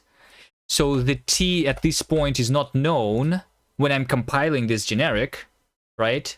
So I need to be able to evaluate code with variables that don't have values yet. I think like in type theory, they are calling these free variables. I call them bindings, right? So you have free variables and bound variables in mathematics in general, I guess. So like you have variables that don't have values yet, because we're looking at the code during compilation, right? We only know that this is a variable t. We don't know the value of it yet because we have not instantiated, we have not called the function yet. So I do this substitution later to know the proper type. So the only problem is that I have names, and names contain values, and values contain bindings, which should be substituted. So so basically, when I see variant type, struct variant type, right over here, when I substitute the bindings for the variant type, I should also substitute the bindings for the name. So this should be substitute bindings cast cache. So this means that names should also implement substitute bindings, because names have values inside, and yeah, that's what I said, right? So when I do this, I just say self fork new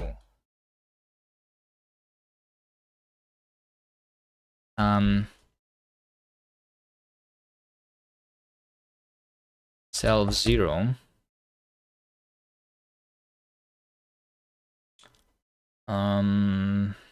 iterate cloned map substitute bindings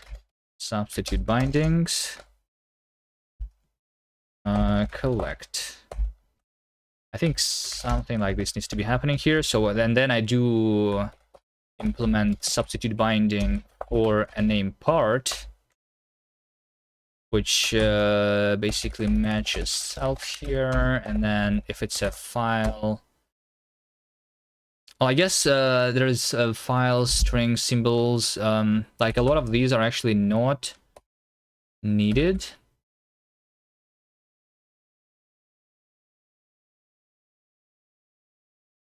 Let's see if I even use the TBD here. But basically, file, string or symbol, for these ones, I want to just return self. There is nothing to substitute there. But if I want to instantiate with a value, right? So I'm instantiating the option. Option is a generic, which has the argument. In this case, I was instantiating option with int32, right? So it is over here, the value that I had before as a part of the name was the binding t, and now I need to substitute the t with int32 as in the part of the name of the type, right? So we just say name part instantiate here with value, substitute bindings, cast cache. I'm pretty sure we should be able to substitute bindings for values. I didn't have the auto completion though for some reason. No method named substitute bindings for value, which is weird. Should be there. And then similar for impl-cast, I guess. We also are going to say impl-cast value is value substitute bindings cast cache and target substitute target substitute bindings cast cache. And then I just need to figure out why the substitute bindings is not existing for values. Value substitute trade substitute bindings is implemented for. So yeah, maybe I just never got to implementing substitution for values, so I just need to do it now. Yeah, I should do that. Okay, sure. Let's go to values, and then we need to implement substitute bindings for values. So I'm going to, yeah, values also have Wait, values have types associated with them always? Really? Okay, sure. So I'm going to say self type, substitute bindings. Types already can do that, but then impl is going to be self impl, substitute bindings, cache, and then impl is a value impl. I implement that for value impl2. Match self. That is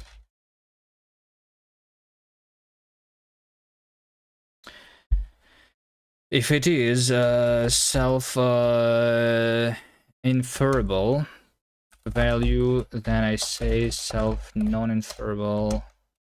Use substitute bindings. Just cache. It is inferable variable. Then wait, do we have maybe not inferred? Does this contain substitute bindings? I don't think it does, right? Or does it? Maybe it does.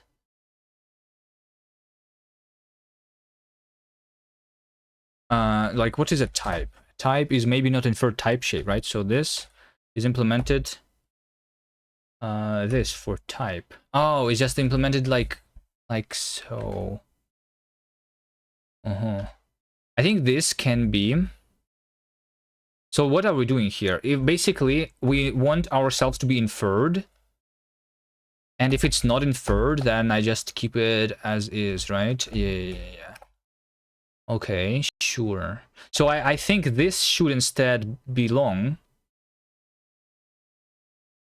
to somewhere else, and this should be implementing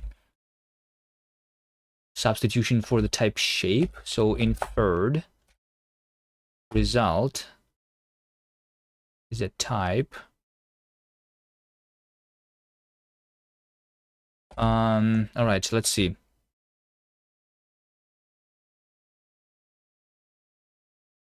Cache insert variable this. Yeah, I think we just return.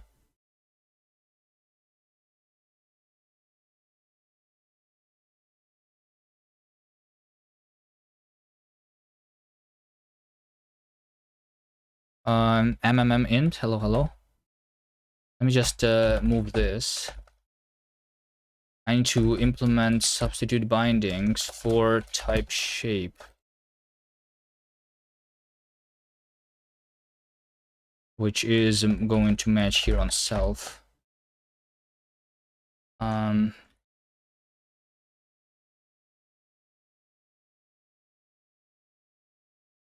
First time hearing someone say my nickname that way, lol. How else do you say it? Like mint? So result is inferred dot substitute bindings cast cache. Think. So in this case, result is a type shape, and then I want to make this go back to type, which means this dot into, right? Yeah, and then I result it. This makes sense. So this is not substitute binding for types. This should be substitute bindings for maybe not inferred t, where t is also able to substitute with the bindings. So it should work for inferable values too. Triple int.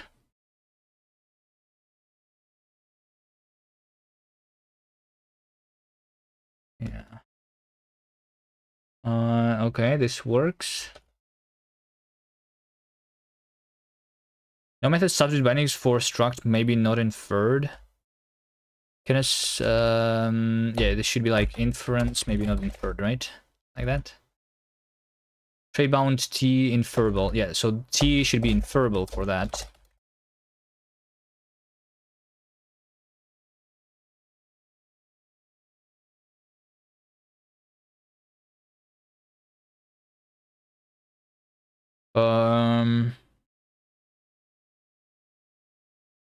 Yeah, so this should not be the type. This should be basically self. There you go. And show short, is show short a type, a trait? Yeah, it is.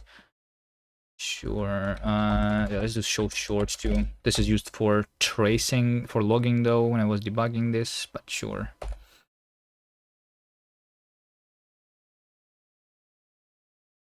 Actually, this is not needed here. This subbing.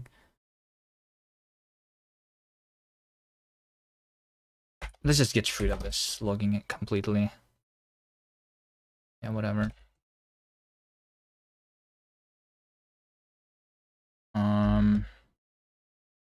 Map part dot substitute bindings cast cache.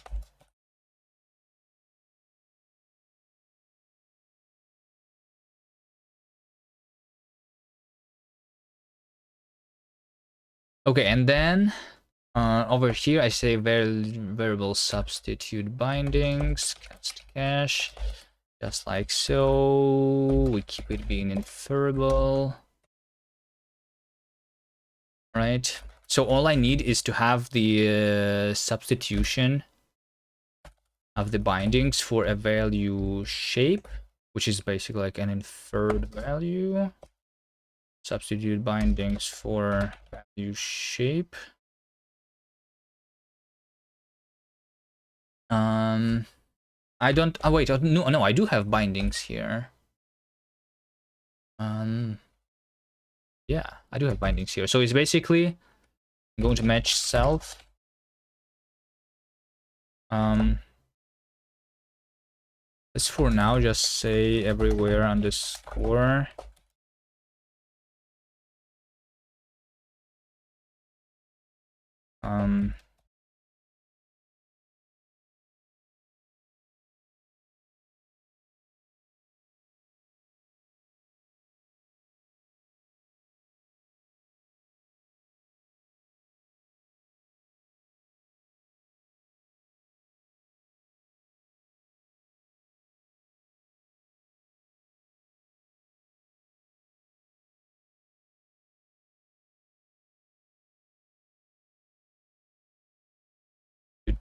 Let's see, this to do, I want to just replace with a vertical bar, I guess. And then we just do that. I'm going to just return self. Okay, but so I want the types. If a value is a type, then it's going to be a type with type substituted bindings, right? This, and also if it is a binding like this,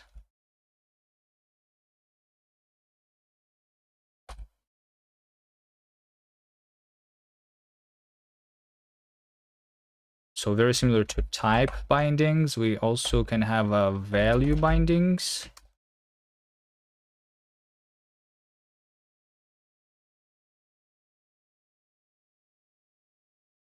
Which should just be replaced with the actual value.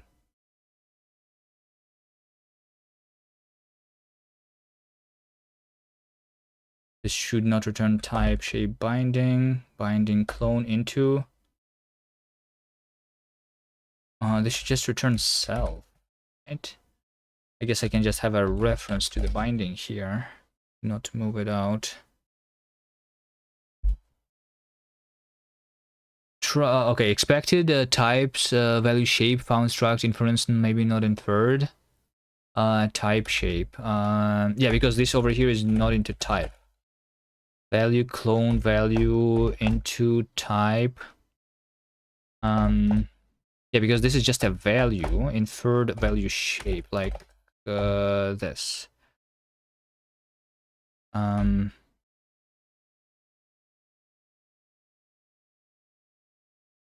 Wait, what?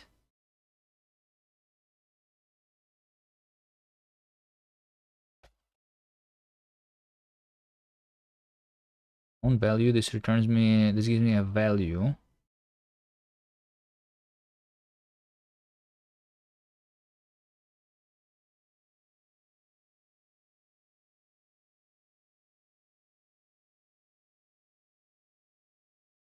This gives me a value shape, right?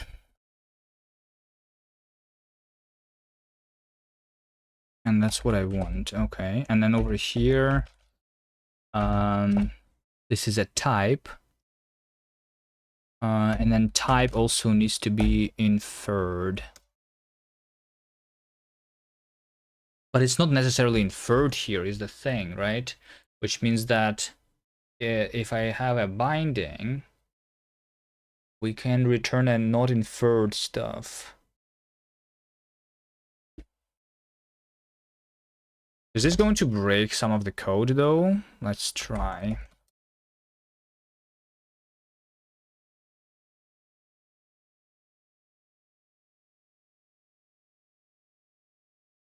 What is this? No method substitute binding for the name part. Yeah.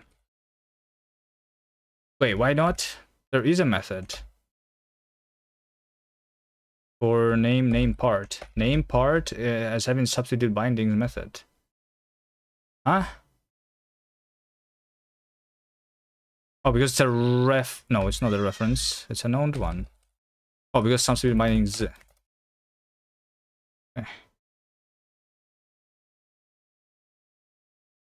This should work now, I think. Unless... Yeah, bindings are not necessarily... Yeah. This means that when I'm substituting, I can get from inferred value to back to a not inferred value.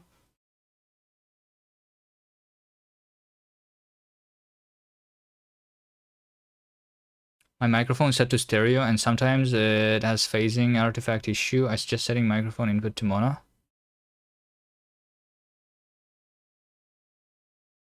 Okay, now we have some problems. The expression evaluated to incorrect type. I expected type exec mode, got exec mode.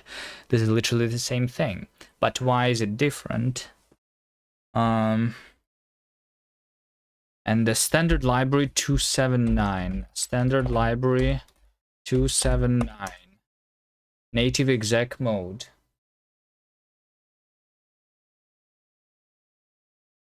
I say that it's evaluated to the incorrect type because it's no longer equal when I substituted the binding, right? Yes. The name becomes different. But I think names should not be counted for equalities, maybe, or should they be counted for equalities of types? Maybe they shouldn't. So basically we have a variant type.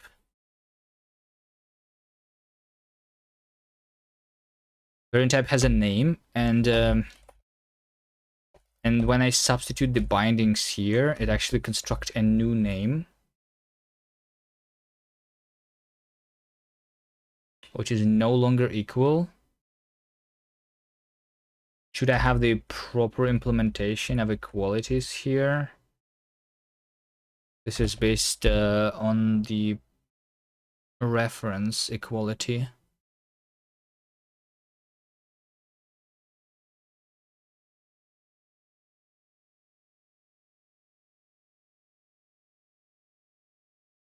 So it thinks it's a different type. Wait, but why? What do I do for? Hold on a second. I have a type shape and I have a inferable for type shape, right?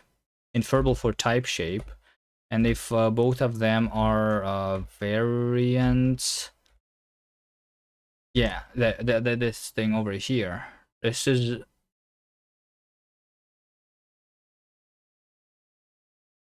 They must be equal. Okay. And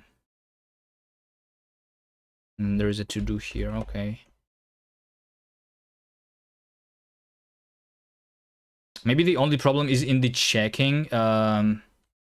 So like I'm just checking that the interpreter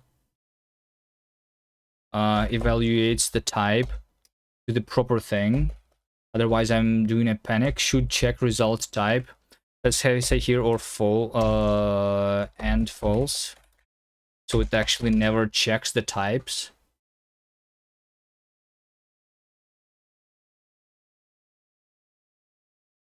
But I did panic on unwrapping here.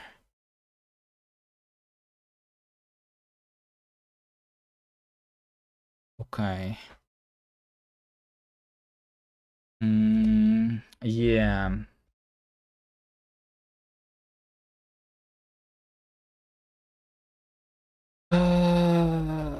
Type substitute binding. This is the problem. When I have a binding inside a type, binding might be bound.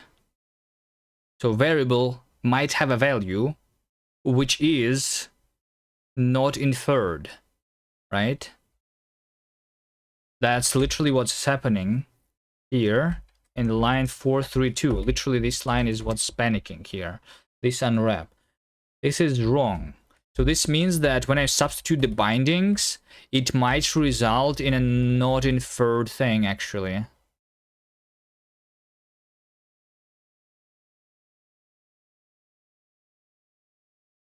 So should the substituted bindings have a type target?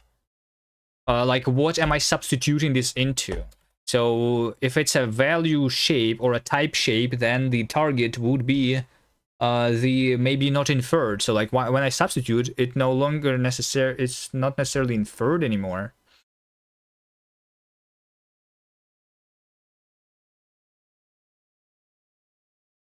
So this would be just self-target.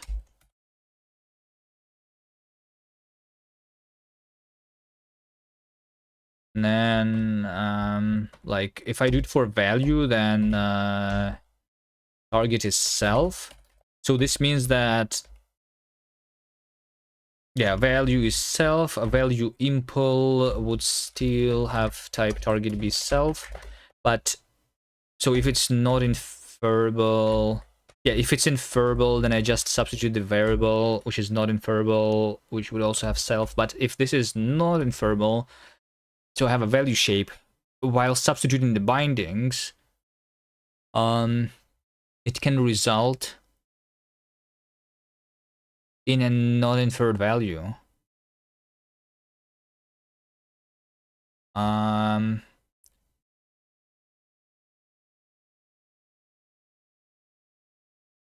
guess it is. Yeah.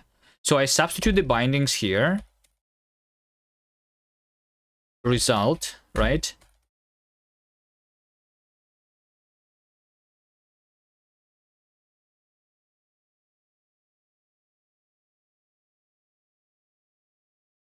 Or maybe I can just, like, when I substitute, I always say that it is inferable now. So the value substitute bindings would result in just maybe not inferred value, right?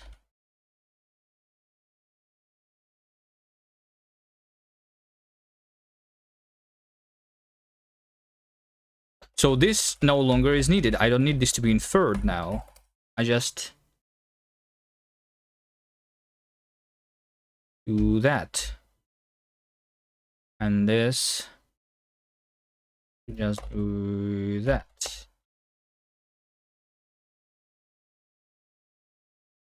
And that. Actually, value shape. Why do you still expect value shape? Oh, because it's not self. It should be self target here. Okay, type target is self. Type target is self.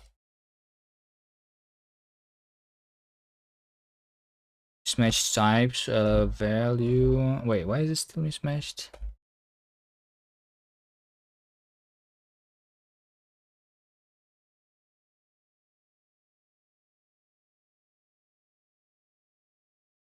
What if I return? And that would be fine. So then everything else is just the value shape, and I just do the dot just later.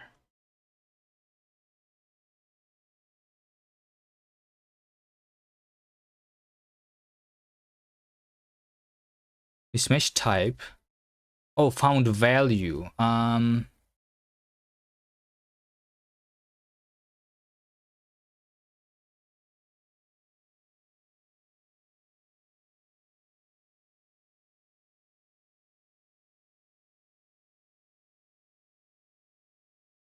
value. So I just do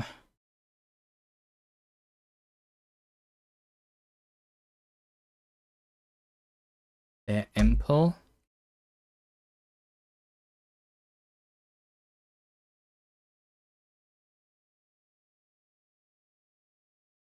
Maybe this should return value impl.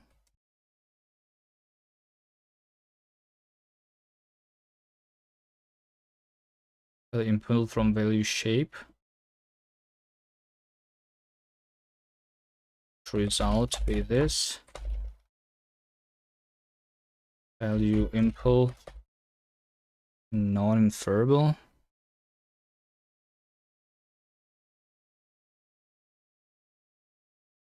Result.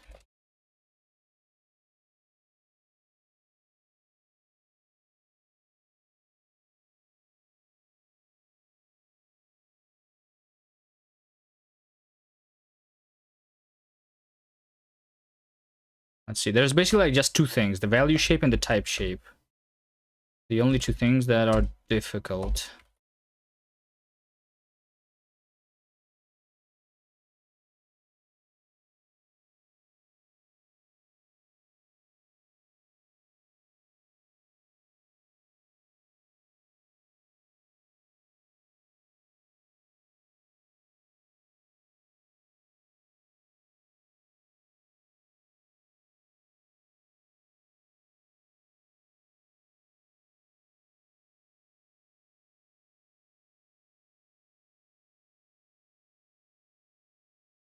Yes, so if a value substitute bindings results in a value impl, then I just do this, I guess.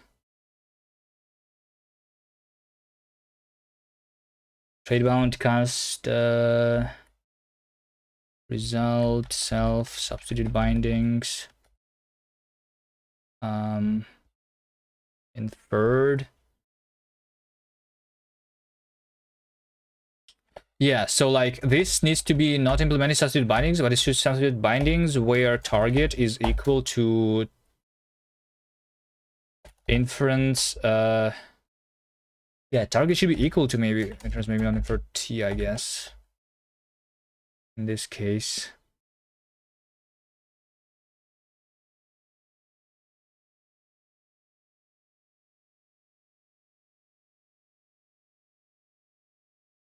Trace bar will not satisfy. Yeah, so now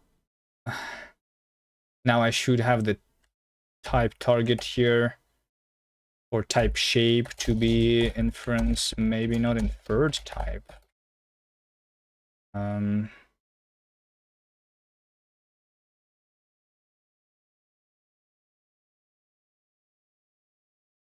Target result.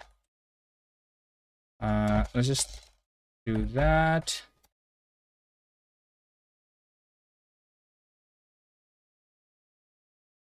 All the intos here if it's just a shape. So like in the end, I would say result.into.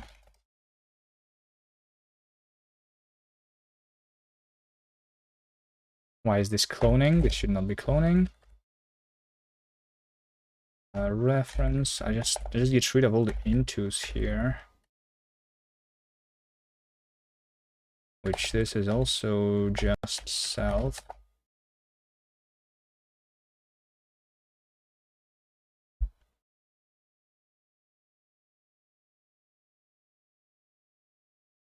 This substitute bindings exist for maybe not inferred, but its trade balance were not satisfied. Really? Trade maybe not inferred type shape from type shape is not satisfied. Then implemented the following types implement from T. Hold on. Trade bound value. Trade bound type shape. A substitute binding target is maybe not inferred type shape. Is not satisfied. Oh, yeah, maybe not inferred type shape. There we go. It's just a typo. Using OBS audio mixer will mono. Hold on.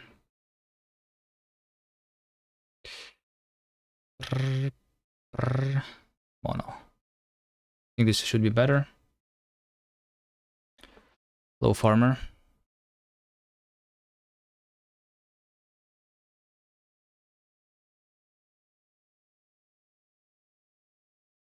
Substitute bindings exist for maybe not inferred. Okay, so now the value. Yeah, now the value should actually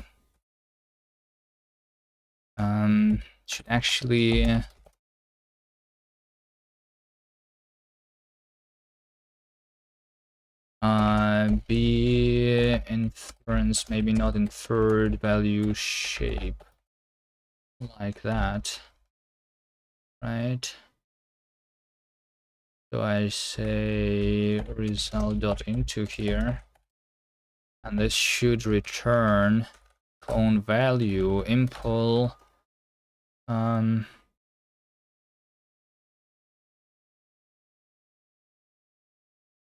dot into 2. So I should have impl from value impl for inference, maybe not inferred value shape. That's what I want.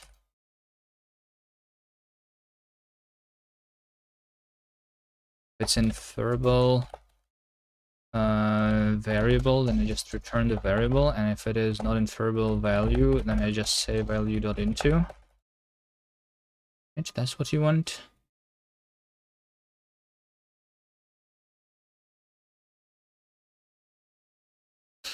Maybe not inferred from value impl. Okay, that's the error message that I just fixed. This boolean contains, this is, okay, that's fine. That's a warning, not an error. Is it going to work now?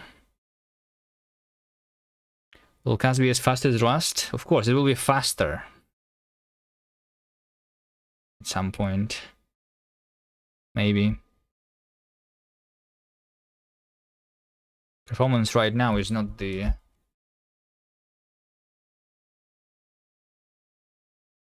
priority though. But we should have like enough type information and stuff, including lifetimes. At some point through 433.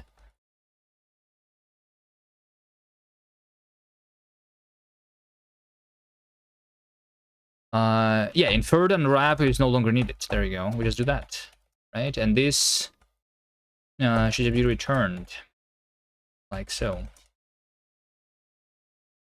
Okay, I think it's going to work right now. This was very complex. Substitution of the bindings is weird. I don't know if anyone understands why I need to do this. I kind of explained it though, right? Look at this. Expected std option int32 got std option int32. So I need to like figure out why these two are different. So it actually knows now that the type is not option t, it's option int32, right? But the inference tried to make them be the same, and it failed because the names are different. When I substitute the binding, it results in a different name. But it should only result in a different name if something was substituted though, right? So maybe I just need to fix the way names are. Maybe let's remove this then. So like this is checking that evaluation and like is following the type inference that was failing, but yeah, that was just showing that I have a bug. And the bug is obviously in the name substitution. So like only if I substitute the name, which has like a binding, and if something actually was substituted, only then it should be a new name. Otherwise I should keep the old name, right? So yeah, I should. So over here I substitute, and you see I create a new park. Park is like an arc, but it's basically has a quality based on pointer instead of based on the data. So this makes a new one, which is unequal now, right? So yeah, let's just say this. I have the substituted. We can just do this, extracted the variable, substituted, right? So if basically if self 0 is equal to substituted, then I just return self. It should be the same thing. Otherwise, I do want to create a new name. I think something like this is needed, right? So the method chain might not have the expected associated types. Collect the value type park cannot be built. Self 0 star, right? And line to vec name part, because name part should be having the equality there. Can I just have derive partial ac? I might be able to do that. Okay. And I think from the name parts, like these to be determined names, I'm not using them anymore, so I can get rid of them, I'm pretty sure.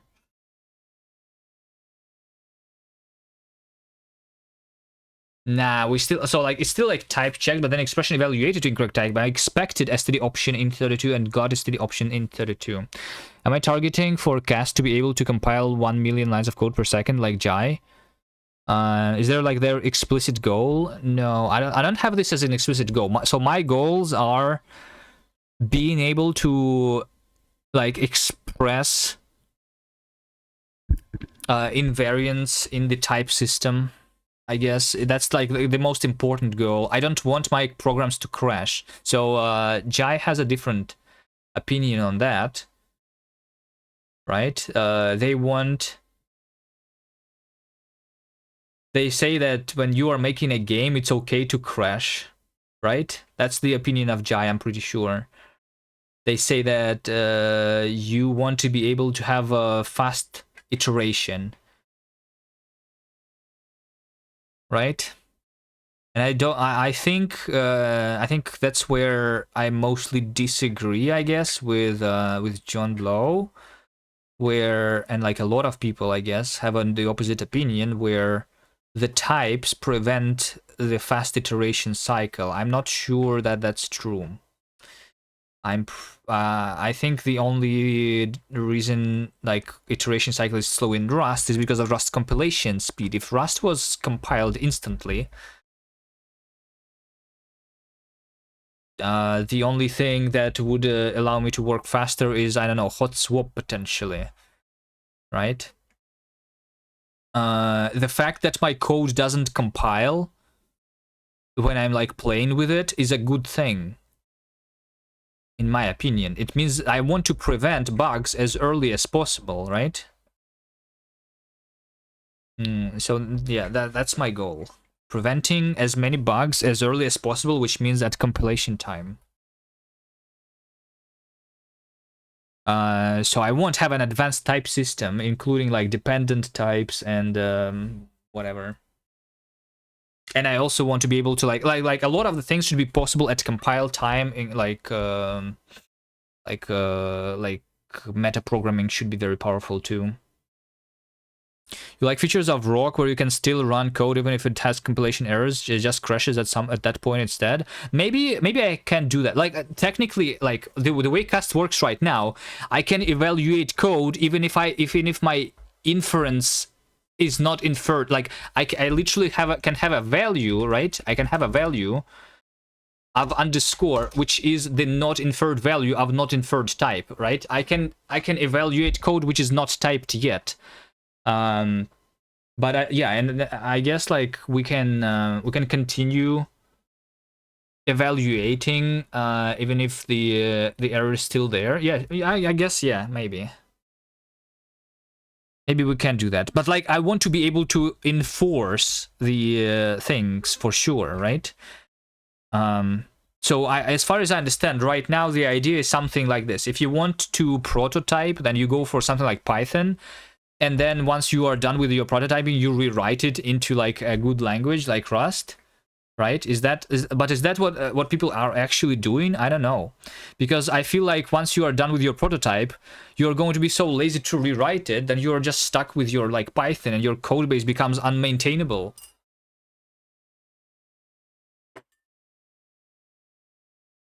So people just get stuck with Python, and they become less productive once you need to maintain the code base. So maybe they are kind of like when you write new code, it's fine, but when you need to maintain it, you'd really want the compiler to be checking you, right? And that you didn't do anything wrong. Otherwise, you get this like ideology where if it works, then you don't touch it, right? So you only write new code, and all the legacy codes just stays legacy code. You never touch it, right?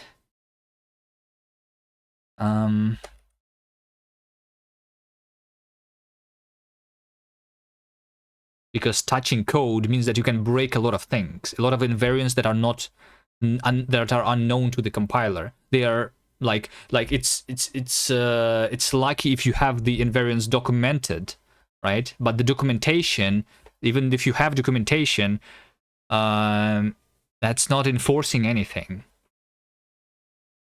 right? You still can break the rules defined in the documentation. You can always blame the programmer for it, but I don't know. I don't like I like being dumb programmer. I want someone else to check the code for me. I don't want to be thinking too much about whether I'm doing something wrong or not.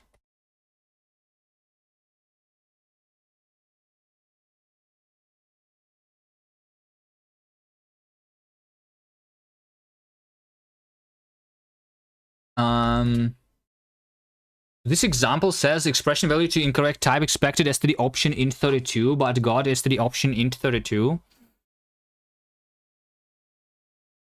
What exactly is the problem here?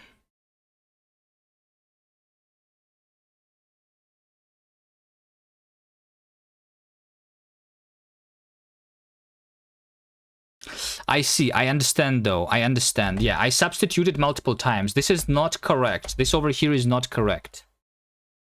This over here is not correct. I feel like this should be just a normal arc and not a park. Like, we should actually consider equality based on the value and not based on the pointer here. And then we just substitute. Like this.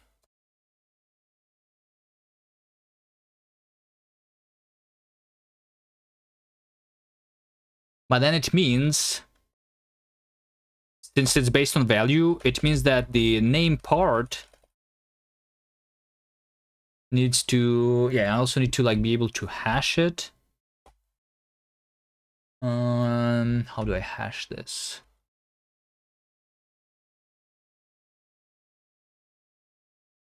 I just derive a hash, right? And I also need a partial OR and ORed.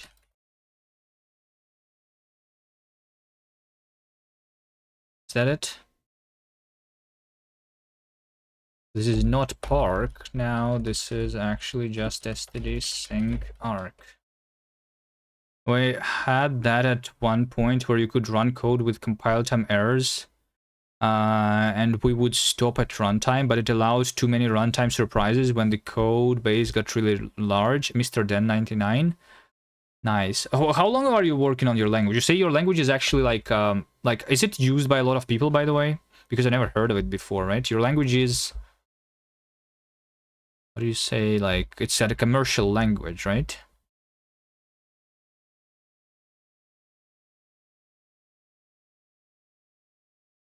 And you are working on it for more than 10 years, right? You said you're working on it more than John Blow. So you tried that and it doesn't really work. 20 years. The point is that it's for prototyping debugging. Yeah.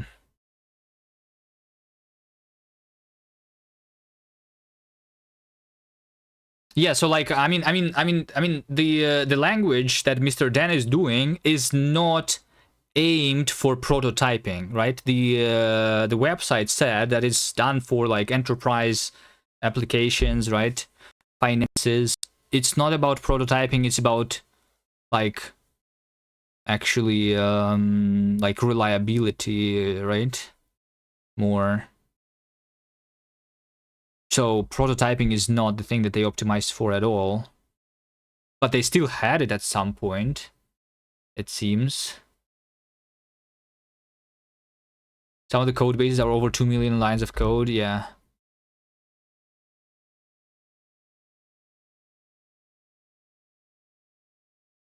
Yeah, so like the idea is that like you're not always working with 2 million lines of code, right? Or maybe like if you're even if you are working with 2 million lines of code, when you're writing new code, that new code you are prototyping, right? So maybe like all the code, like it shouldn't like be like very strict everywhere, like, but for the new code you want to be able to iterate fast, so that thing should be checked at runtime instead of compile time.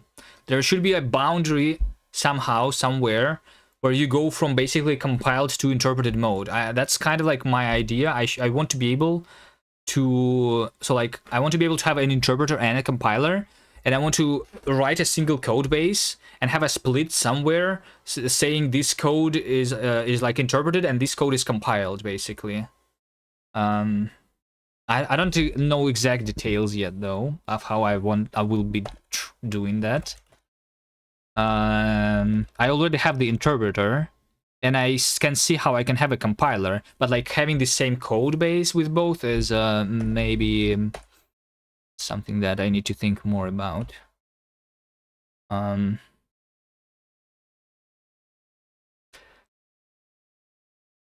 Parts.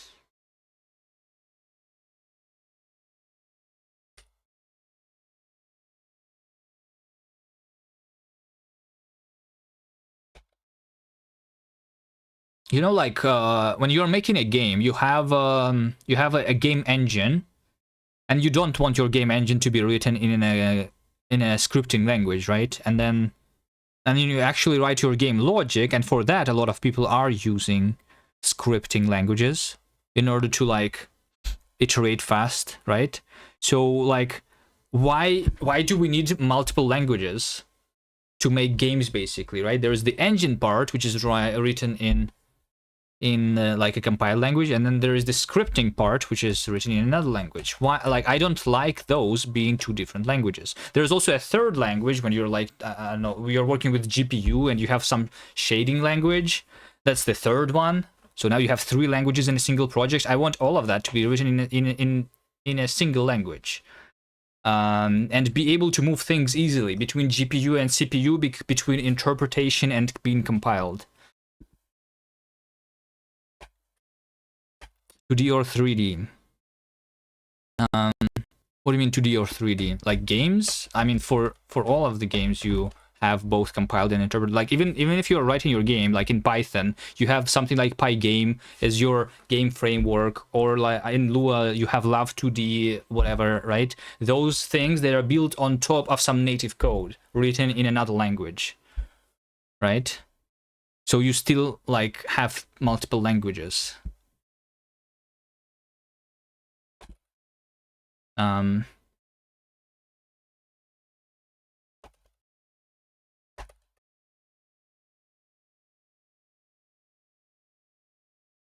Tradebound symbol ORD is not satisfied. Right. Okay, ORed. Partial ORed. That is John Blow's idea too. His build environment is a part of his language. Yeah. Yeah, I mean, in that sense, John Blow's Jai is similar, and I guess Zig is kind of similar, where the build environment is also like part of this, like the build system is part of the standard library in Zig. Kind of similar. So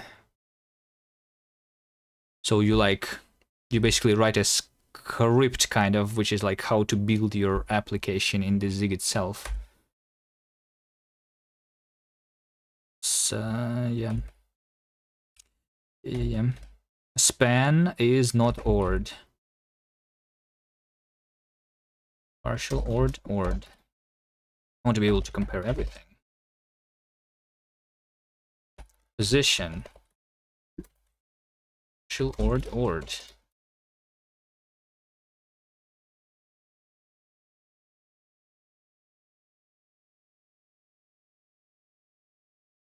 Value ORed is not satisfied. Wait, what? Why not? Because I just did not do that yet.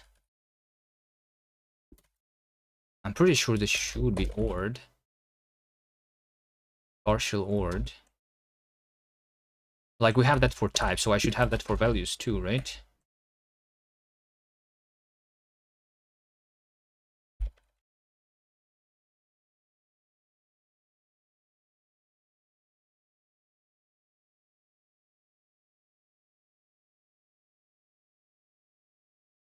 And then value shape should just implement the partial ORed and ORed.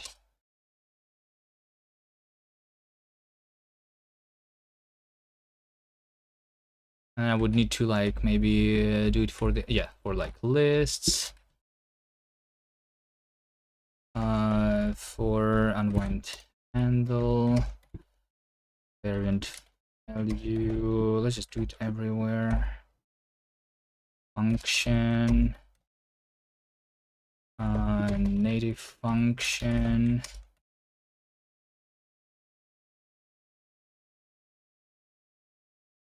Hash map value.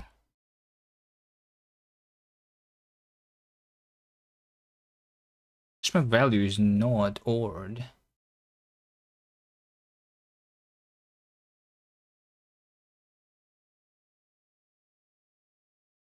I mean, I can't, like, sometimes I want, like, I should not have a hash map as a built-in. I should have just maps, which are ordered, maybe. Owned place is not ORed.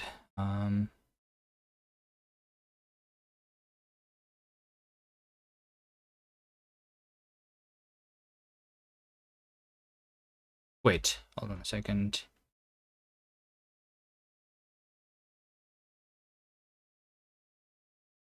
Equality, read, and pull ORed for owned place. Self zero read respect unwrap whatever CMP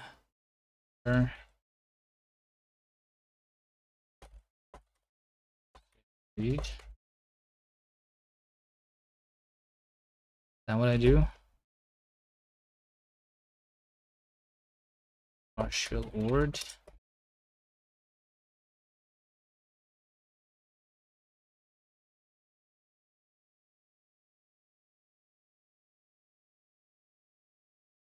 Partial CMP. And partial CMP.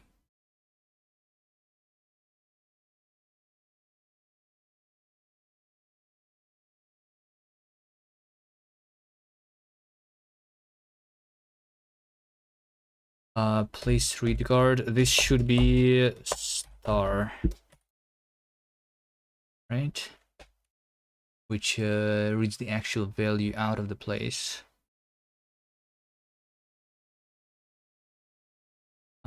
Same thing here.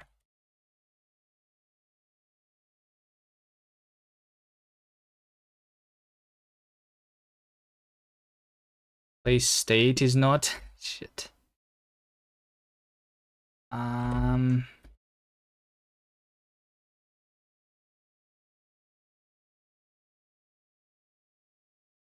is that all?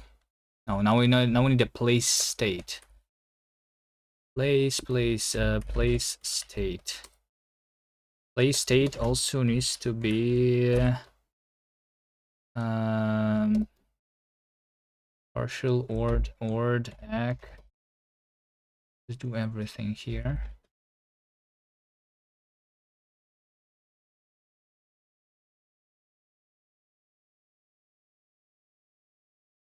Place state is not an iterator. What do you mean not an iterator? Required for place state iterator? No. Never mind. Trade bound tuple value. Partial ord. Tuple value type function. Partial ord. And place a reference. It'll also be partial ord. Okay.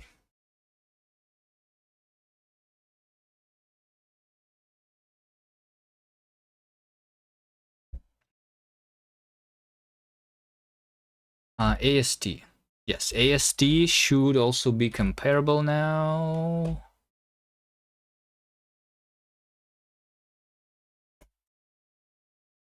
It's fine. Token. Let's have comparison of the tokens too.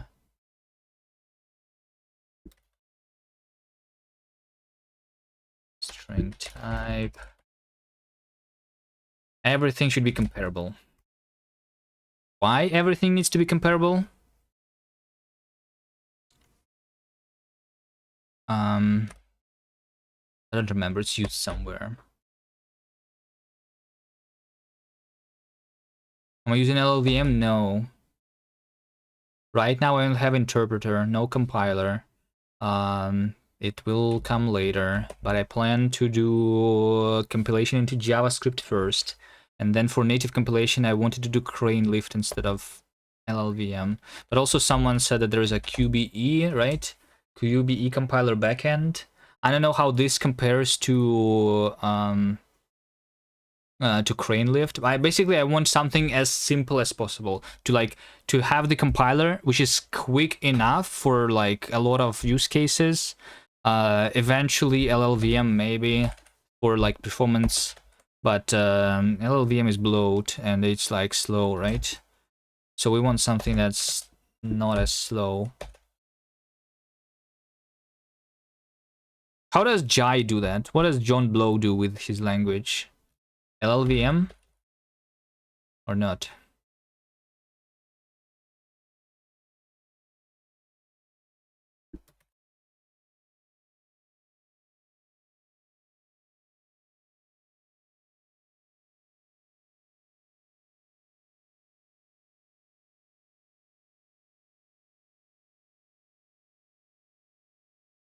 LLVM for Jai. All right. Will my language replace Rust one day? That's the goal. Yes. I'm not being super serious though. I don't know how far am I going to go with my language, but the idea is that yes, it's going to replace every language, not only Rust. Not only Rust. Every single language needs to be replaced into Cast. It's going to be the language.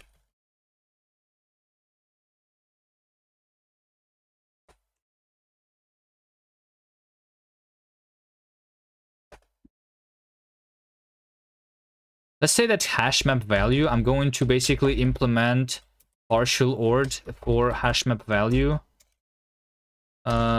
here, and I'm just going to say to do maybe not do. No, I don't know what to do here, but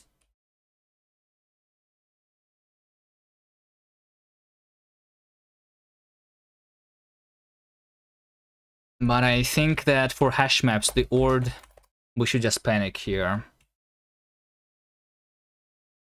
He also has options to generate x64 directly. Okay, yeah, so yeah, basically there's like the fast mode of compilation for iteration speed, right? And then there is the LLVM in order to have more performance after the final release build, right? And John also started with a VM so that he could focus on the compiler, which is basically what I'm doing right now, right? By VM, you are saying that it is an interpreted language, basically, right? Which is what I'm doing right now. I'm having, like, I guess we can call this a virtual machine, and then we have an interpreter which operates like on that virtual like machine, whatever. And then like I cannot really call it bytecode, but it's a very high level like thing that I'm interpreting, right? So this is basically my bytecode, you know, like I have the is, the match statement, the and, the or, the list, the call of a function, and everything, you know. He did what I am doing to start. Nice. Okay. Like it makes sense, and the reason we do that is because of compile time evaluation. I would assume too for Jai. We want to be able to run code on during the compilation, so doing this is like basically required anyway.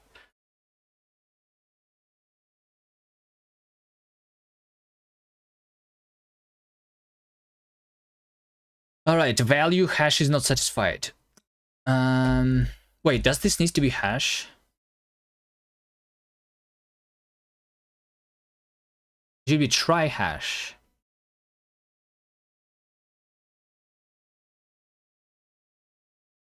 Let's see if I don't have the hash trait at all.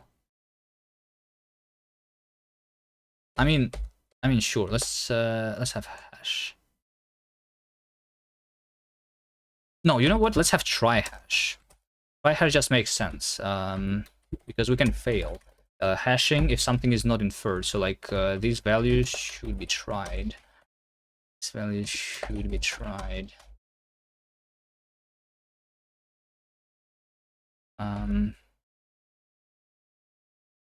Other ones just hash. Hash, and this should be try hash.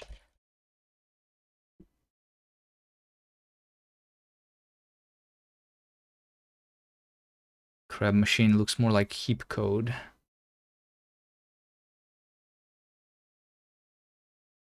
What's heap code?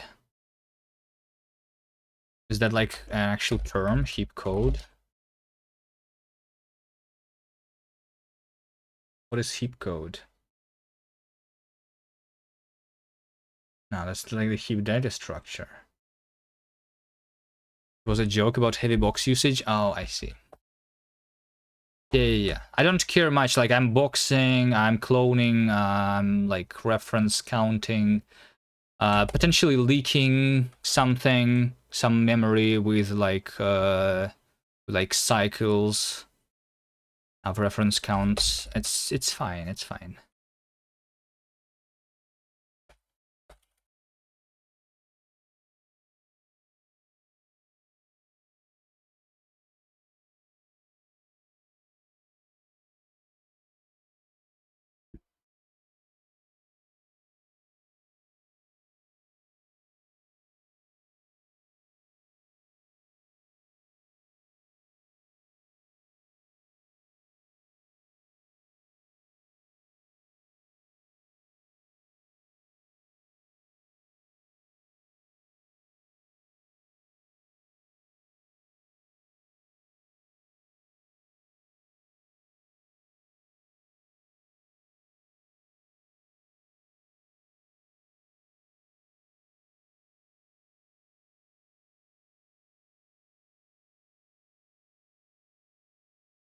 This try hash. Maybe I should have just like...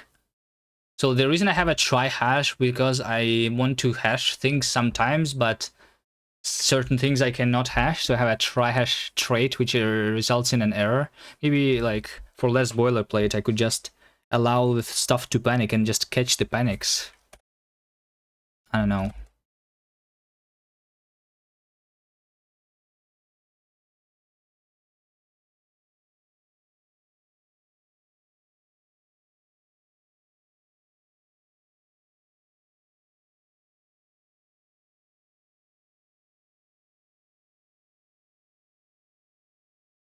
Okay, I think it's going to work now.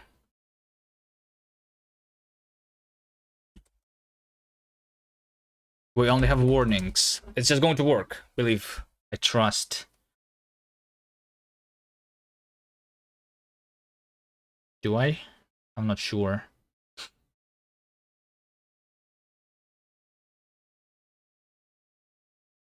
Sure.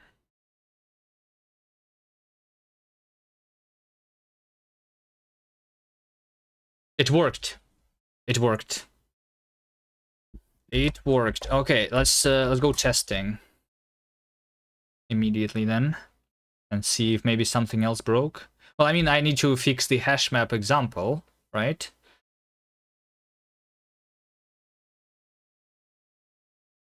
Yeah, so like we have a hash map example that's failing, and not all the examples are tested. And this thing I also will fix at some point. So, but it's basically the hash map, which just has a different output now, right? Let's remove that. So basically, examples test hash map expected output is over here. So the expected output of this code. So this code, and this is the expected output, right? So we were previously expecting, so this is saying the type over here, this line saying 2, and then the second one should return some world, which was returning this, but now this should instead be option of reference to string, right? And the none here should also say option string, which is none. I think that should work.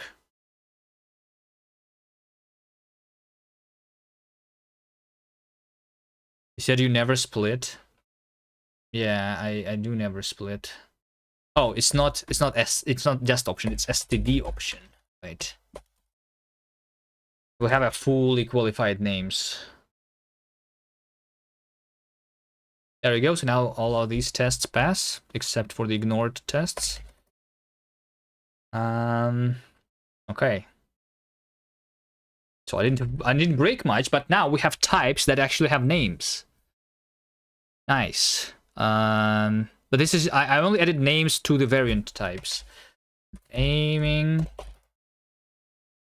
variant types. This was difficult, but okay. Now let's have this other example. Let's have this other example. So I want to have a name to a type, right? So let's say that I have a type, something like this, type foo, right? So like in Rust, you would just write something like this, struct foo, you know, field A and field B, right? Something like this. So in cast, I need to do const foo is a type where A is int 32 and B is int 64, whatever, right? And this is like a type. Not be confused with just a tuple. dbg foo, like I want to know what this is. Let's run examples f. This is going to, so this is just an anonymous tuple with two fields, A and B, right? But I should instead just call this foo, right? So I kind of want this to be a new type, I think, over a tuple. So a tuple without the new type is an anonymous tuple. This one would be a named tuple. How were the types before? How can a type not have a name? Well, easy. You can just like tuples. Tuples are anonymous, right? So they were always anonymous. They were assigned to variables, and this is what I'm doing here, right? So yeah, they were like, I have anonymous types, similar to like I only had anonymous functions before. Anonymous functions is easy to imagine, I guess, right? There is lambda calculus, which only has anonymous, only lambdas. That's understandable, so you can do the same for types.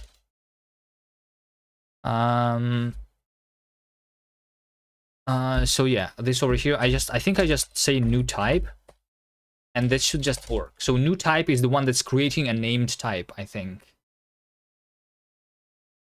And then I don't need to specify that it's a type.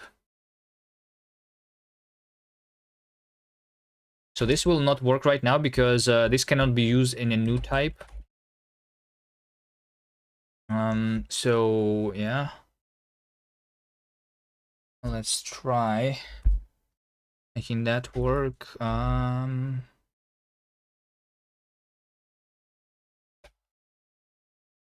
So I have a type, tuple type.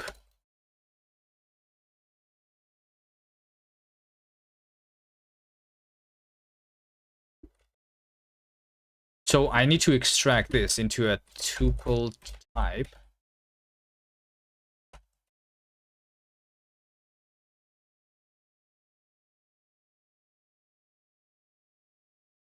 Similar to like variant types. We will have struct tuple type, where we have like actual fields. Like so.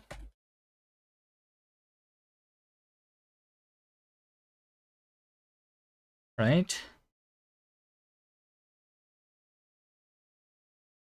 This should be tuple type.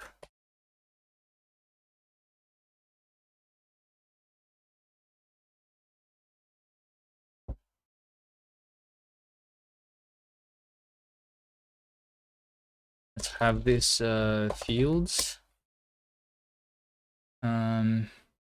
Field types.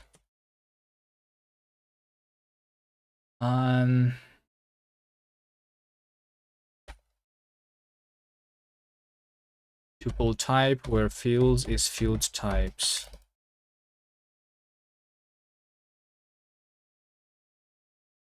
So we don't say tuple values, tuple fields value.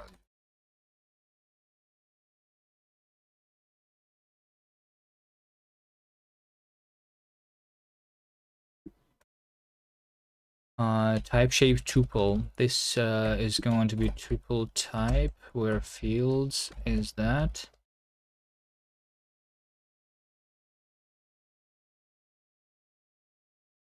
Okay. Type shape tuple type fields is.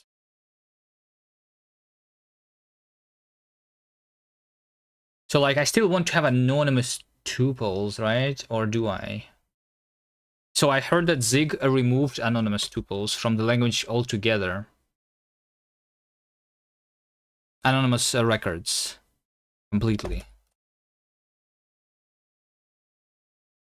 What's the reason? I feel like I want to have both named and unnamed structs, right? Tuples, structs.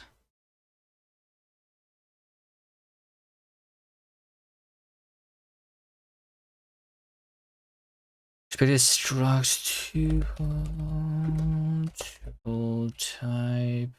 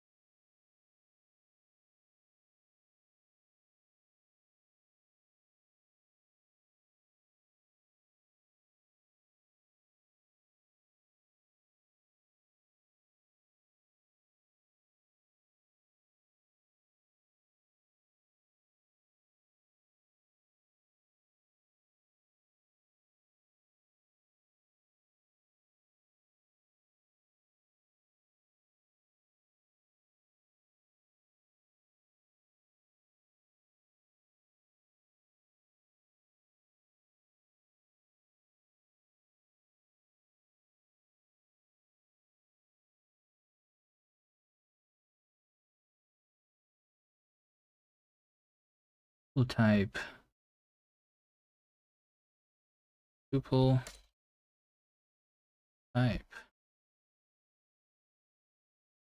So if I hold on. No. If I have a tuple, then the type of a tuple is a tuple type.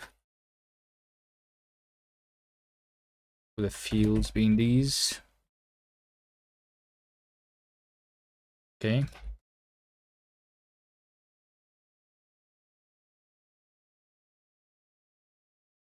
More here, tuple type. Fields is that.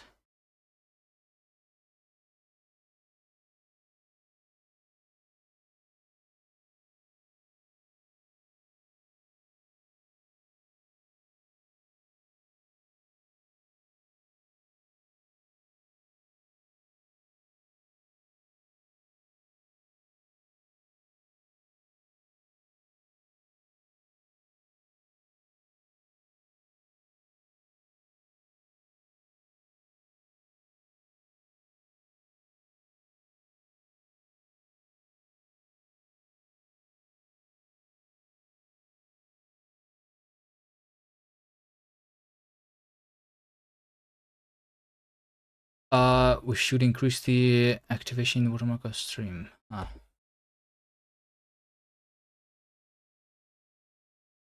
Initializing and assigning expression. The type of a tuple expression is a tuple type.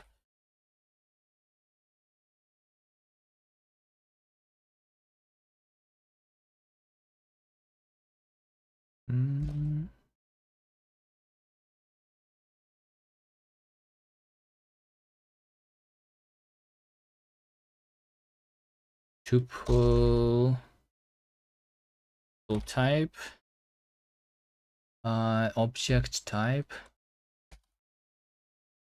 Still call this object type. This object type fields get, right?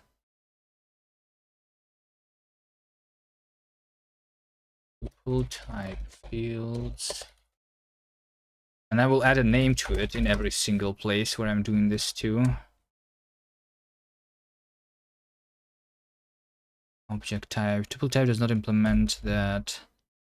We will make it implementable. Implement. Hold on. Display for type shape over here, right? If it's a tuple,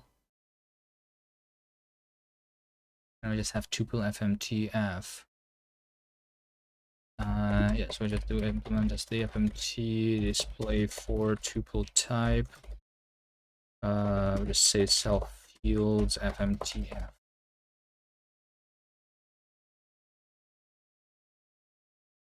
A, B, result, I just say inferable, make same, A, B, self tuple, like so, and then tuple types needs to also be inferable.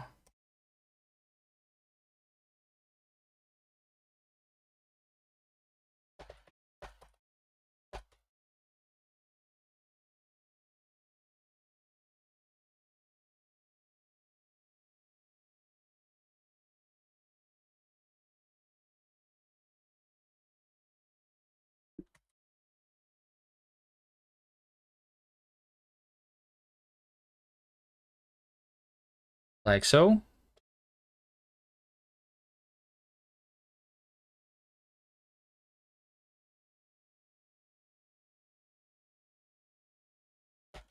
If I substitute the bindings, I say this tuple substitute bindings cast cache.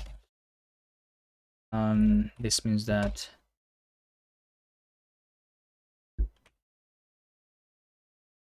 for tuple, I need to also implement substitute bindings.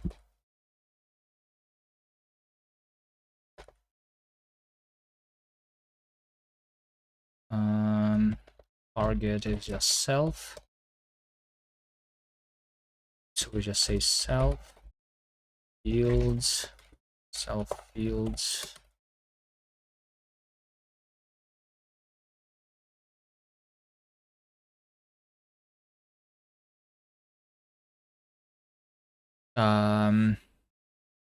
Initialize, originally inferred, head check. Inferred fields. But what is the tuple here? Well, this is the tuple expression, okay. Yeah.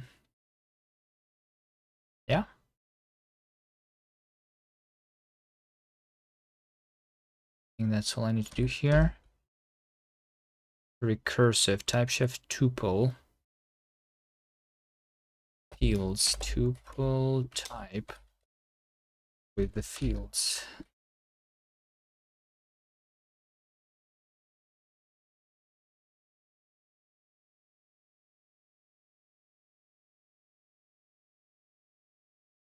Mismatch types. Pattern tuple. The type of a pattern tuple is a tuple type. Fields are those fields.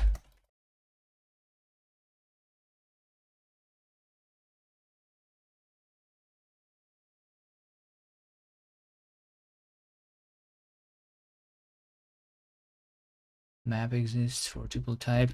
What is this? Infer value shape. So if I have a type tuple, then the value is also, we also know the shape of a value. It's a tuple. Why is this needs to be cloned?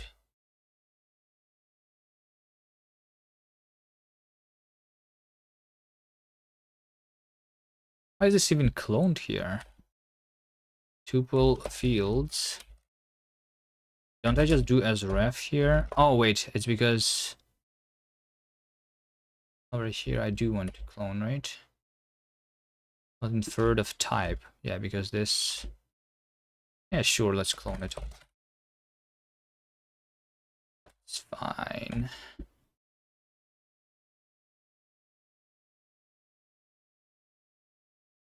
And over here, context type.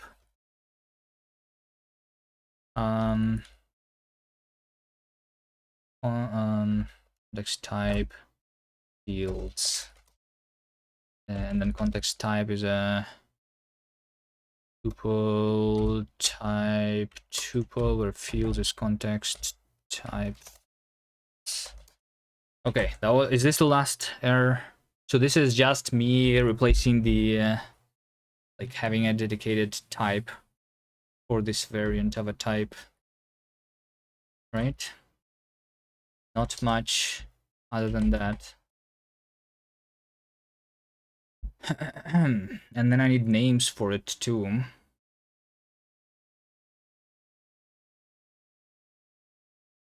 think I should just commit that, which is like, you know, extract type tuple, you know, because I want to like let me do other things that I needed to do. Like in my name, for example, I just noticed that I still have this TBD and I don't use it actually, so I need to delete it. And you know, like is known, this is all unneeded completely, right? It's we always know it. Unknown is unneeded. We just have new append. Is known is just always true. TBD, then I don't care much. If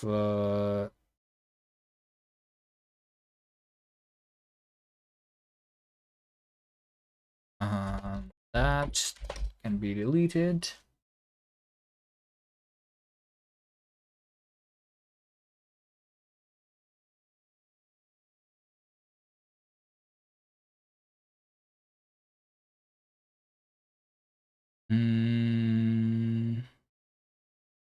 Wait, I still have name unknown.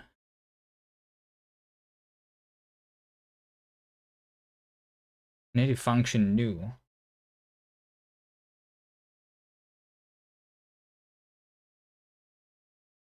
No. Name, if needed, is no longer there, right? I think this should just have a name and a native name. I feel like we just need that. Let me finish this. New unnamed tuple value.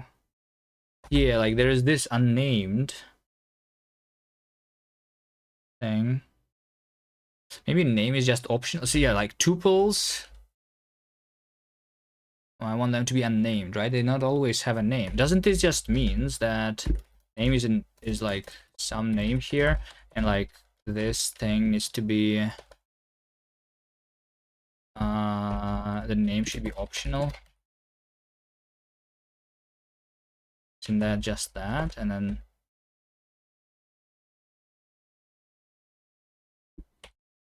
I have a new impl.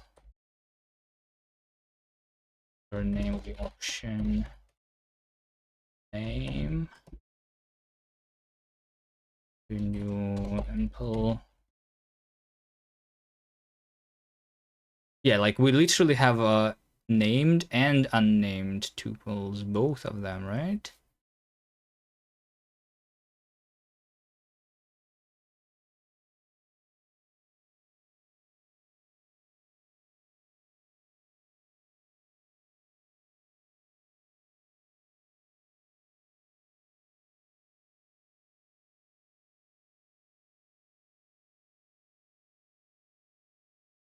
Get named.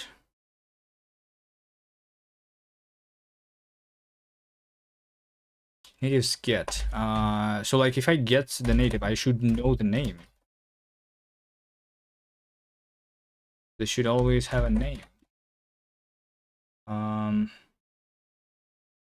Yeah, like it's always named.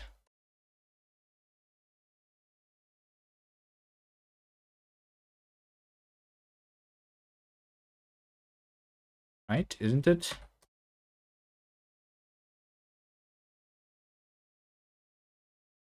Like just the name is basically my current name. That's what we want. Isn't it?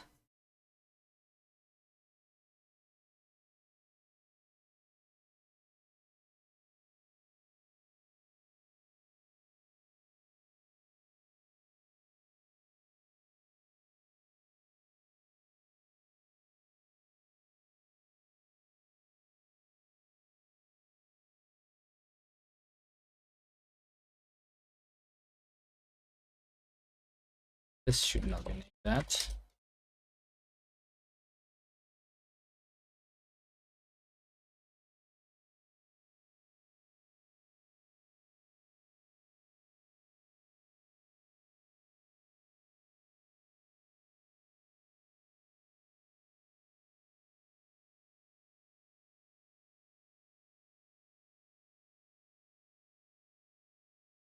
Natives get this thing.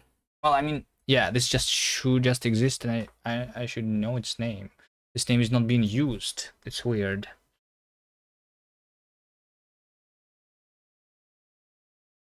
This over here is weird, but okay.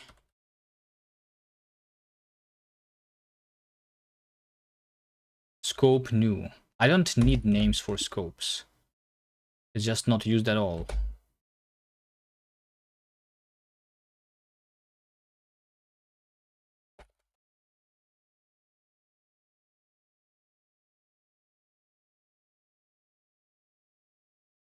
Native function new.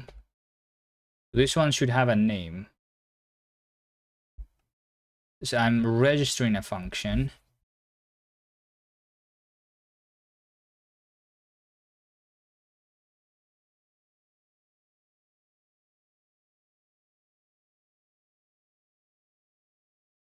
Name.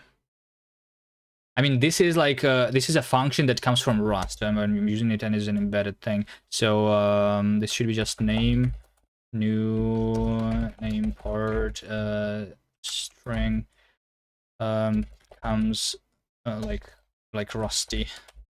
We just call it Rusty. So it's a Rusty closure which doesn't have a name. We don't know how to name it, right? It's just Rusty. Okay.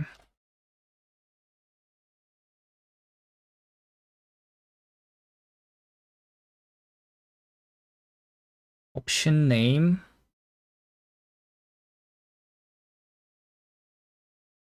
Yeah, so like over here, this is not a compiler scope name, but I'm making a recursive thing. The name should just be self.current name, right? I think so. And yeah, and this one should be named kind of, right? So it's this one is named, but maybe like current name is optional. Maybe like I don't know how to name the thing. We'll see. Native function new context add named. Is a native function. Read file.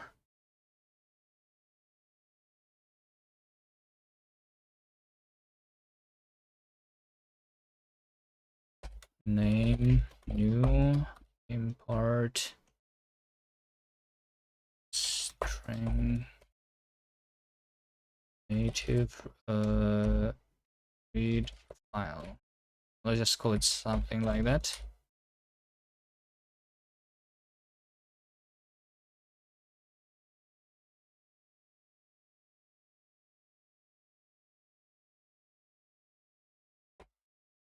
Yeah, like so for these native things. Name part string native default number type.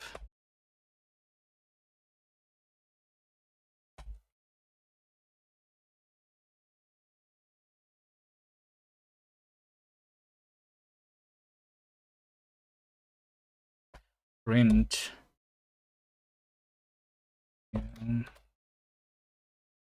string native print.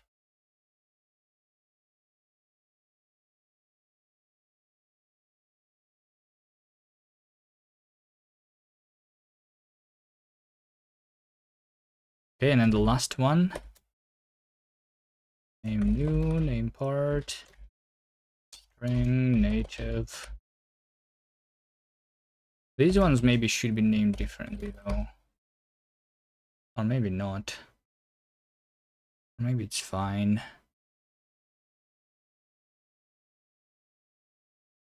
Or maybe like this should have the name as an argument here. I don't know.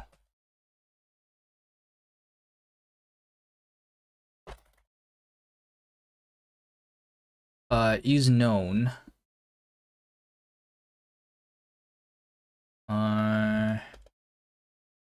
Int type name. If true.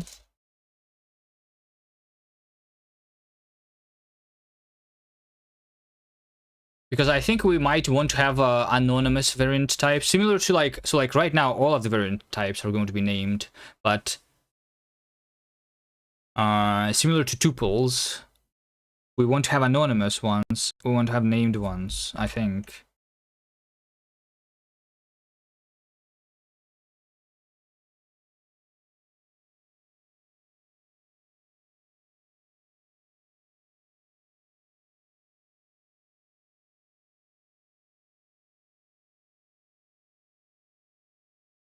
This not used, that current name append TBD.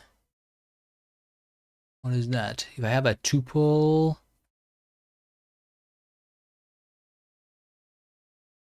this just current name clone, right? And that is my result of the tuple expression. I just keep the current name.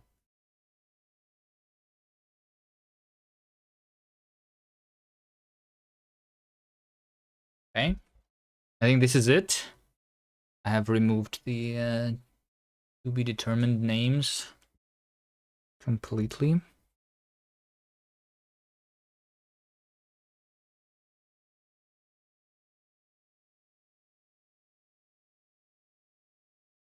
Mm.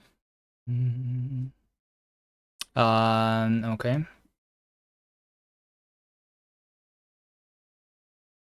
I'm gonna test that everything is still working as before.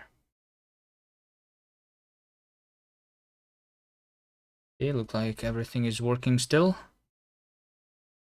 Remove name BBD. So we never late infer the names. We always know the names immediately. Yeah, that makes sense. All right, and now my tuple types. I already have names for tuple values, right? So now I just need to add the names for tuple types. So tuple type.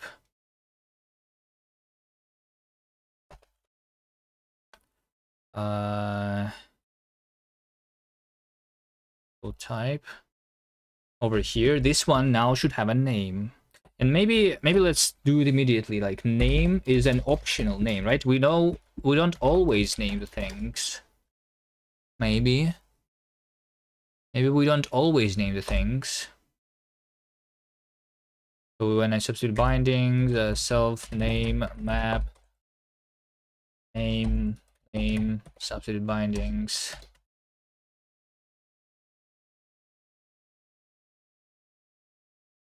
Okay.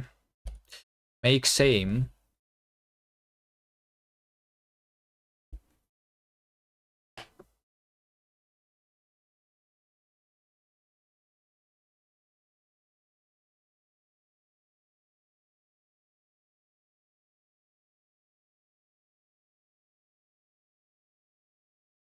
So if when I infer two tuple types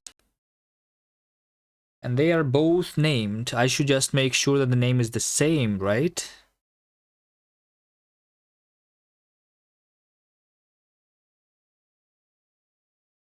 Because if the name is different, then it's not the same type. Different types have different names. Unless it's an anonymous tuple, in which case we do that. I mean, I always do this, right? But then I say that I immediately say that I say name is a name. I'm just going to say that if a name is not equal to b name, it's going to bail from this function, saying that different. I don't know, just like this is not that, right? A name and b name, they're not the same thing.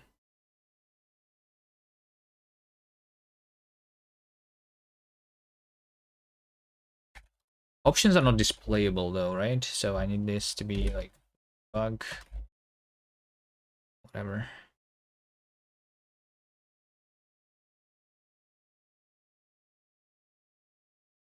Okay, now when I want to cast to type, a tuple is cast into a type.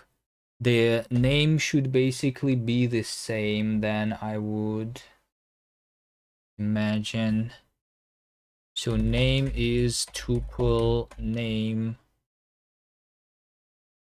And tuple name is already optional. Just clone it, right? Tuple type. Shape tuple is also optional, yes. Like literally the same thing. Use of moved values, because tuple into values. Tuple is a tuple value. Tuple into values.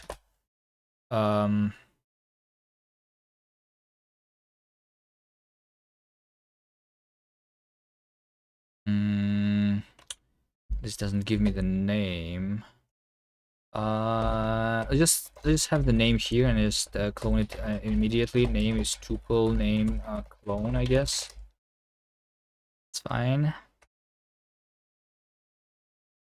Okay, then in all of these places, I think we can have name be none. So like this is a binary operator, and binary operator arguments is an anonymous tuple. I think that makes sense. For all of these are anonymous. Hashmap insert arguments are anonymous. I mean, I could make all of the arguments also like their own named types, but I don't know. We'll see. We'll see if I do the same as Zig. What's the reason Zig removed the named tuples, though? Did I look into that?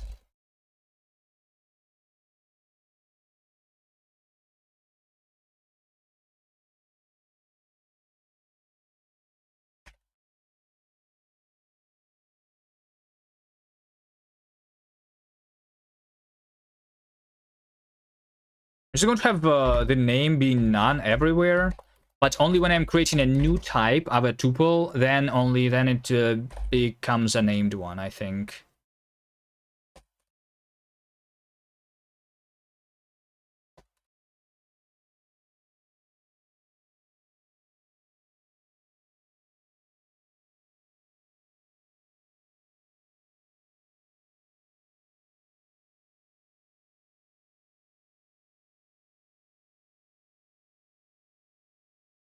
So the type of a value, for example, if a value is a tuple, ah shit.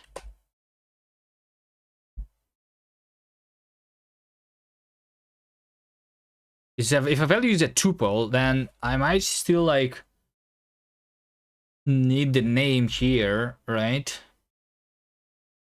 And maybe like even the type should be stored nearby. Like my list types, for example, they store the types of that, and like similarly to that, the tuple values should be aware of their own type. So the type is going to be the tuple type, right? I think that.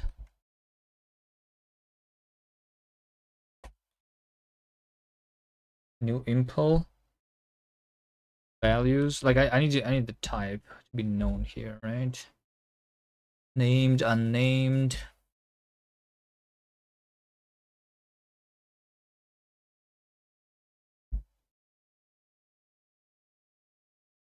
Maybe the type is optional or something.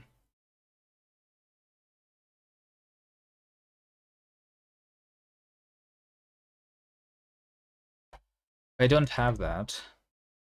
Then what is the type of a tuple value? How do I figure out to which type it belongs? Like I literally need to store it, right? I already do this, like I said, for lists. Also for variants, I store the variant, the type. Yeah. No, I need to do that. By the way, why is this a type and not a variant type? That's weird. Oh, because we can, because maybe it's not inferred. Makes sense. Makes sense. Okay.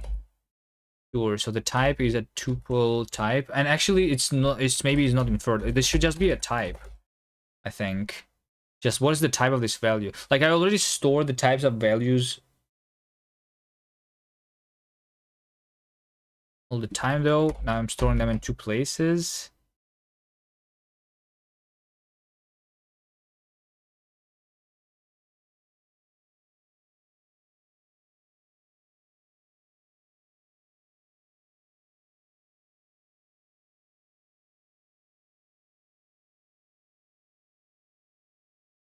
I will probably need to actually set this to something. Let's first say that. So basically, the type of a tuple is not this anonymous tuple type, but it's actually the type I have here, right? It's literally tuple type.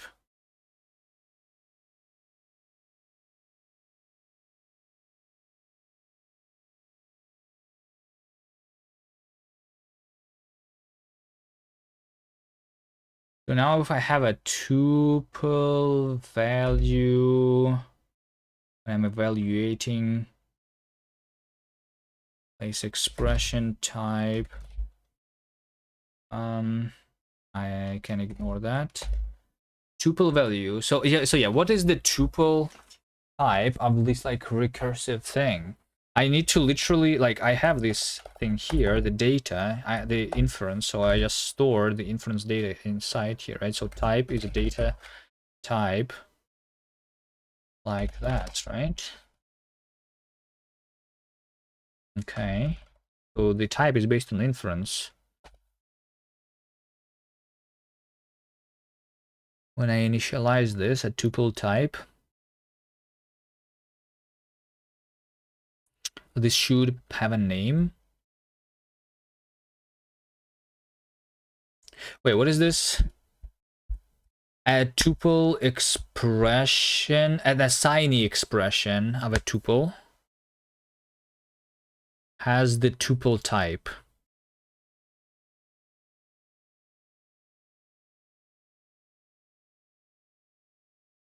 With name, but I don't want to know the name here. So like in this case, I actually want to have names to be inferable, I think. I want to, I know that it should be some sort of a tuple type. Maybe named, maybe unnamed, I don't know. So I should have names to be inferable. Is that so? So name, new, not inferred. Is that what I need to do? Or maybe this should be like inference. Maybe not inferred. Name, new, not inferred.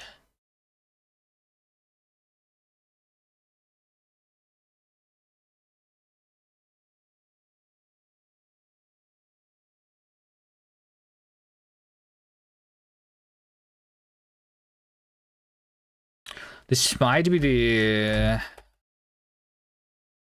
correct thing. So tuple type doesn't just have a name, right? It's inference, maybe not inferred, option name, I think.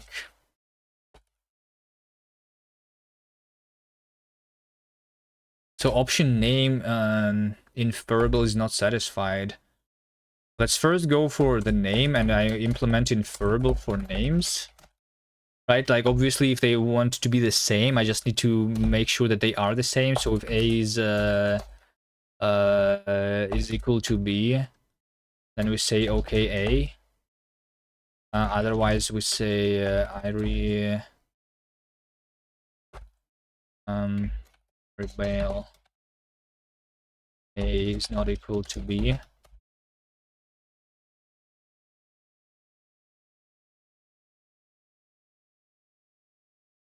So names are inferable like that. They are simple. They just must be equal, right? And then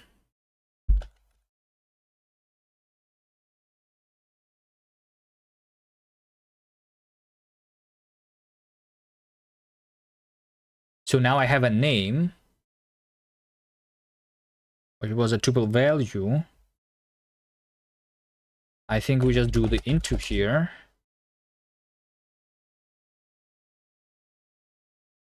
Like it is inferred basically at this point.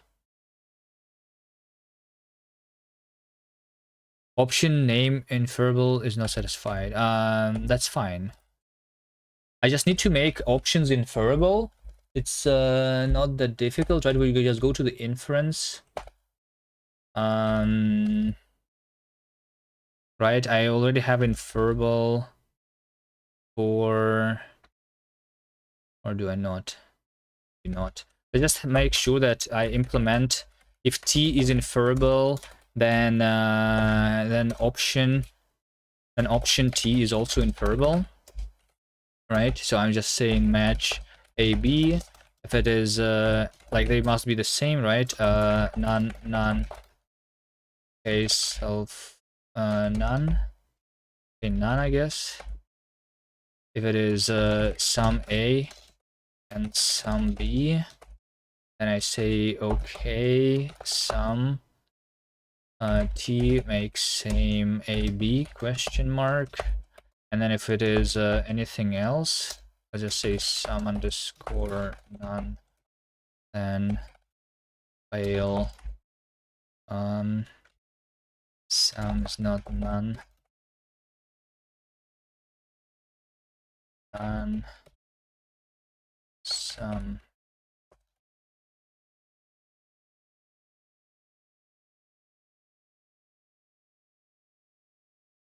Alright, not a very good error message, but good enough. So now this is just going to be none.into, I guess, right? non dot into non to into to into into into into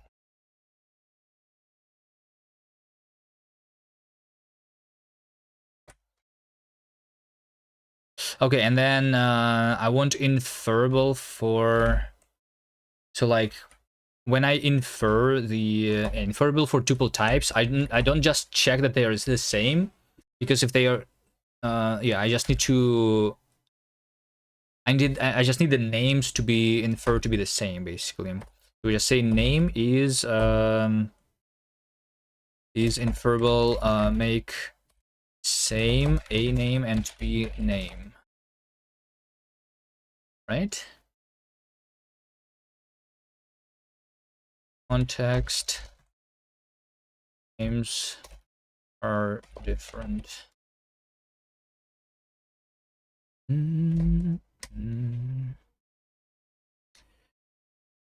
Maybe not inferred hash. Try hash now here.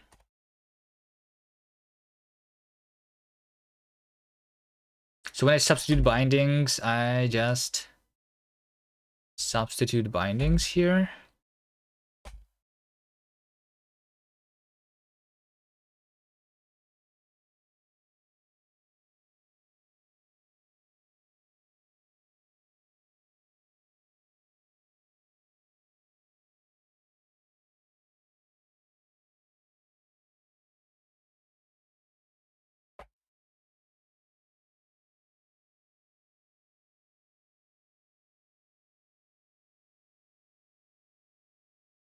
I just need substitute bindings to be implemented for options, right? Substitute bindings. Not satisfied. Do I have substitute bindings for maybe not inferred? Yes, I do. So like it's already inferable. I just need the options to be substitutable. We just say impulse substitute bindings for option T. If T can be substituted, right? We just say target is self. Target is not self. Target is option T target, right? So we just say match self. Or I guess we just do self map T. No, not exactly. Yeah, we just well, I mean, yeah, self map value substitute bindings like this. So there you go. Missing field name in initializer. So this is a tuple at span. So this is an expression tuple. If I know an expression which is a tuple, right? This is this is a tuple literal.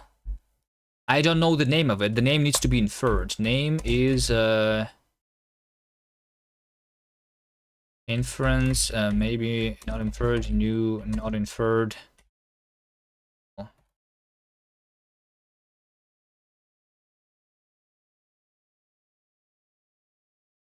Whatever. Good enough. Tuple type here. When we have a recursive one, it's I think it's kind of the same here. Name, friends, maybe not inferred, new, not inferred, recursive.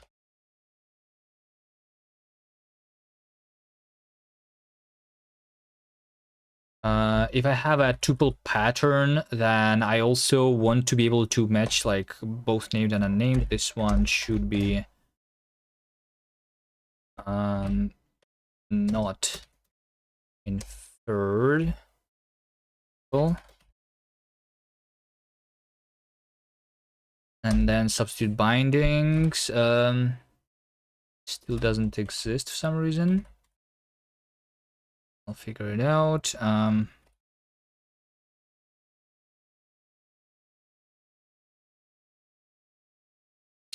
Context type. Yeah, so like context type, should this one be named? I think this one should be named.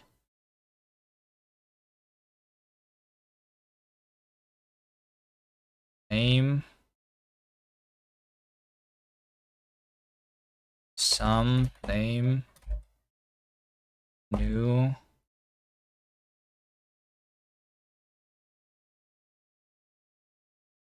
Import. String. Put.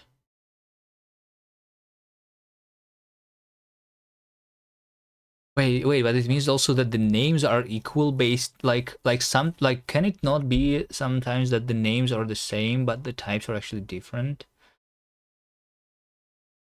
I mean, I guess it like, I mean, it should not be like that, but it can happen because of the way it is right now.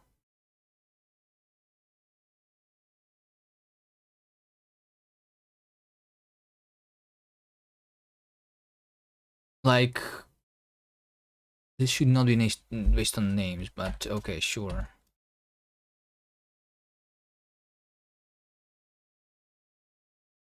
Let's for now though say name.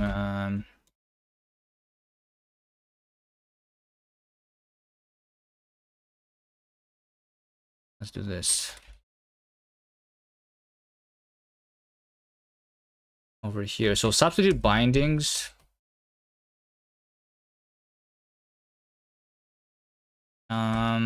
Over here is not there. Why?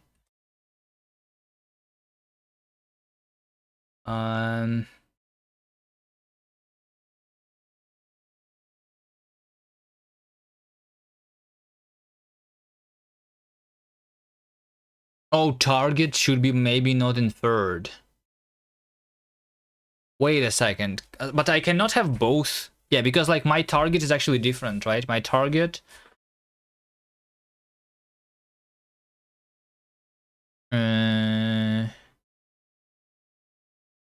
is actually inferred there. I think we can have this as an incorrect method though. Click function substitute bindings inferable.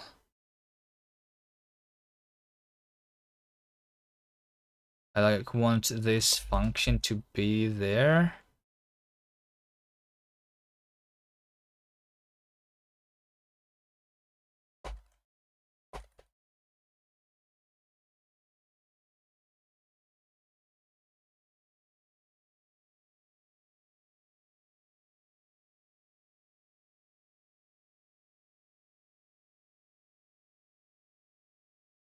Substitute binding is inferable, so I have t, which is inferable, which does this, where this is equal to t, I think.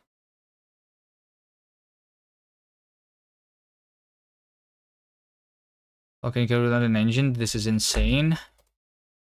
Rule. Slowly going insane here, but it's just going to work soon, and we're going to gain some sanity back. Hold on.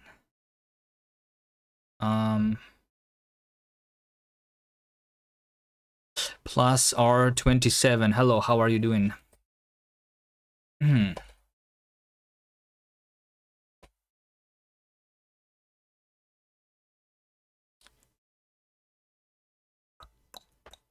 Name was not satisfied. Got a 3-day weekend, so spending time learning Odin. Nice. Are you trying to make games? Or like what? Why did you choose Odin?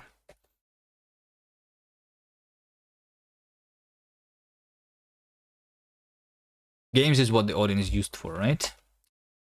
Maybe for now just general software. All right, nice.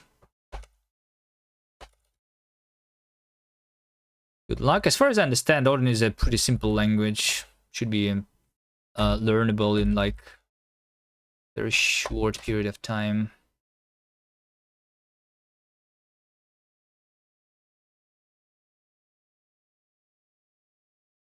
So instead of substituting the bindings here, I will just call the function substitute bindings in verbal self name kind of, and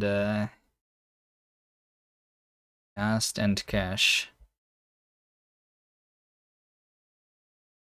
which is very similar to that one, but is different.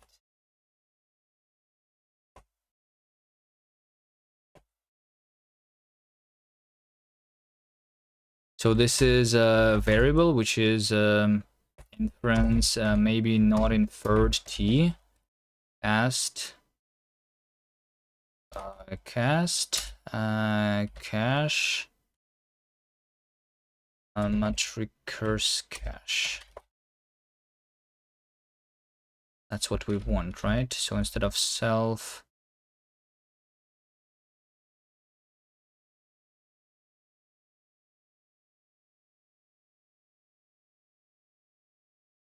var.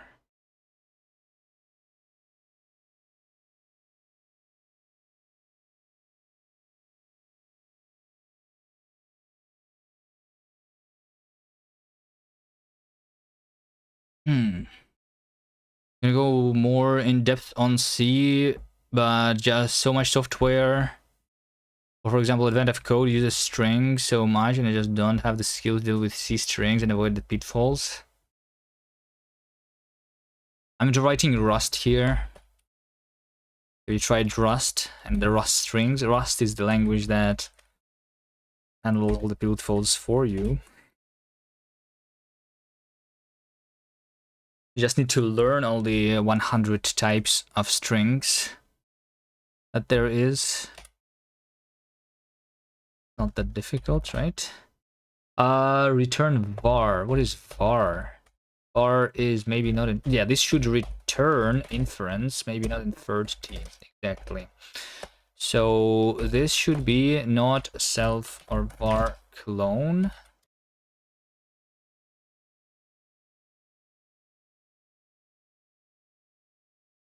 And then I do this.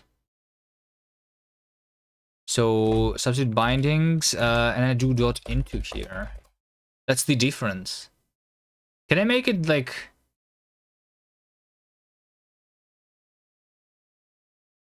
without this special function? I don't know. Let's have it to do merge into impl, or maybe not inferred impl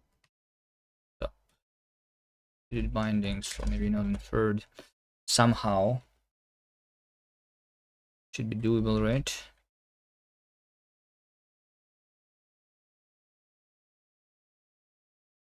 Mutability is different. This should be that. Borrow checker filtered me.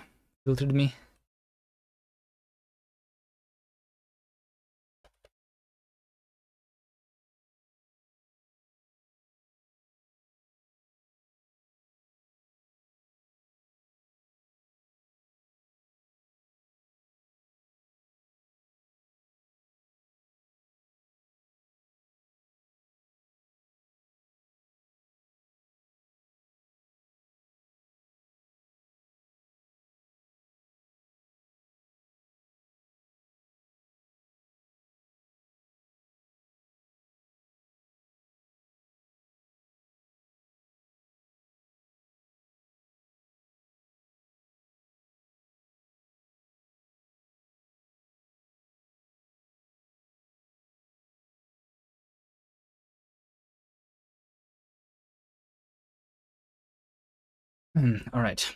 I'll need to end the stream soon, but let me just finish this thing. Expected 0 arguments, found 3. Are you stupid? Don't show me fake errors. This function takes 3 arguments. Okay. Let's go.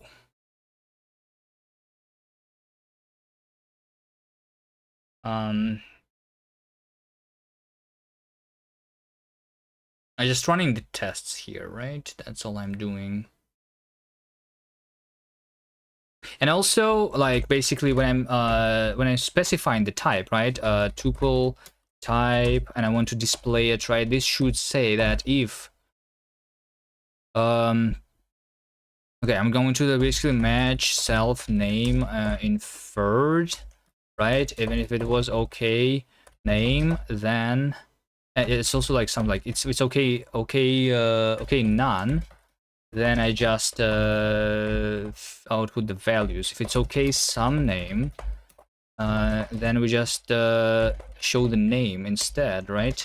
If it is an error, which means that it's not inferred, I kind of want to show both. So I want to write have underscore space and then self fields fmtf, if that makes sense. Did my test pass? No, they did not. Wait, hold on, they did not pass. Why?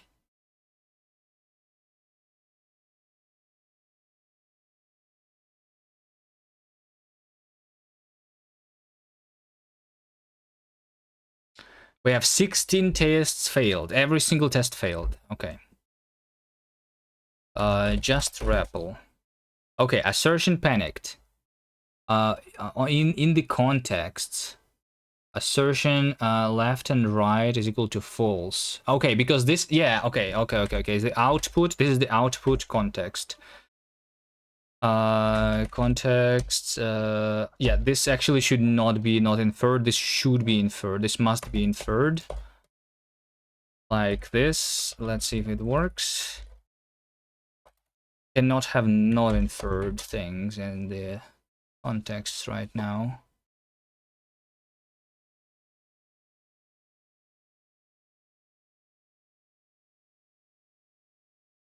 This will work.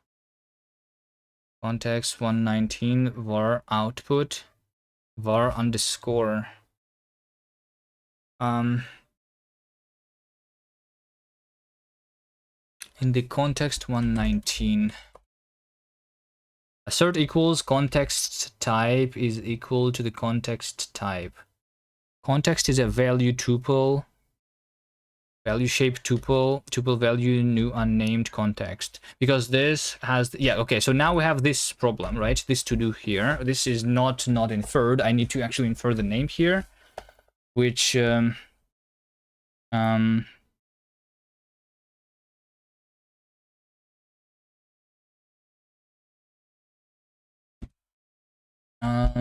which would be so I just need to have like the name here, right? Name option name. Like I need to know what's the type of this tuple, right? The tuples are now typed, not like untyped. So I just always set the type here. Is that it, right? Just type new unnamed tuple, but I should always know the type, right?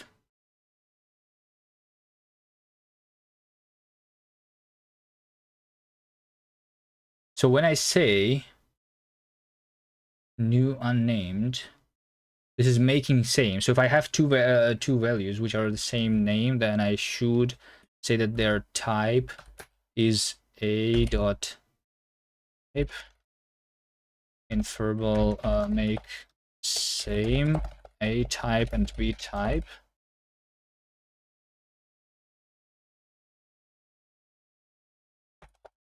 Which is an argument over here.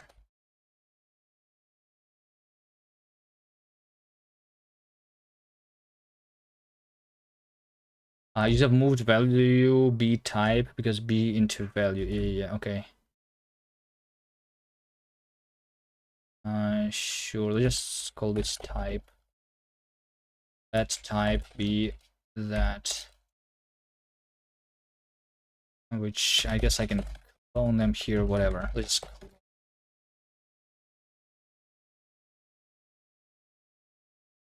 Tuple value new unnamed. So this is infer value shape of a type.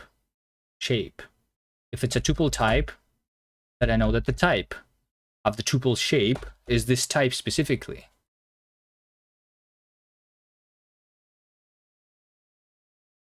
So the type of this is type shape tuple. I guess just like self clone into is the type.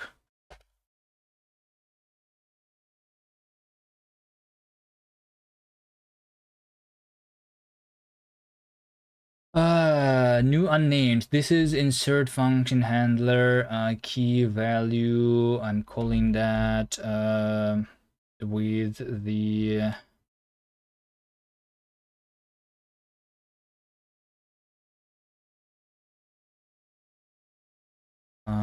type new not inferred. I'm not sure what I want here.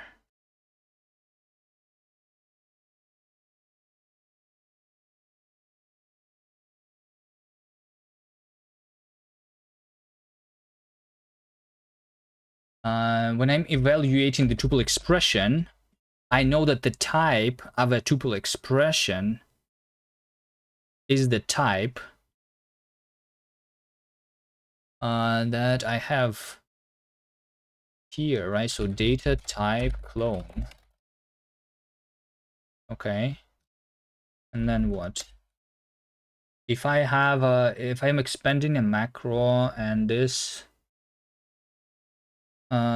is an argument to the macro. The argument to a macro is a tuple, which is like unnamed, new unnamed. Type is not inferred or something, right? Type new, I don't know, maybe not inferred. Macro argument is fine.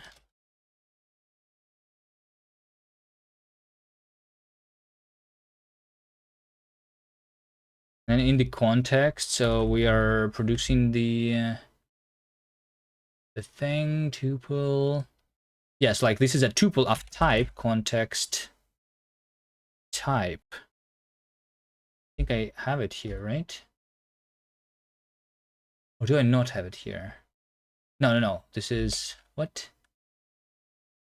This is a default file system, which is a value.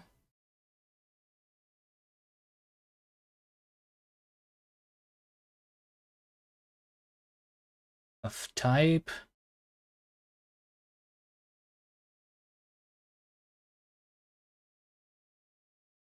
I don't know. Type new not inferred default fs. Let's have that. This default number type. Value type new not inferred default number type.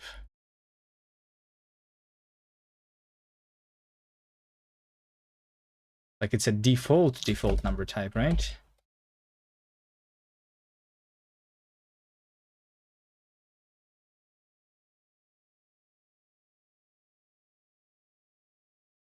In this case, I do have a type.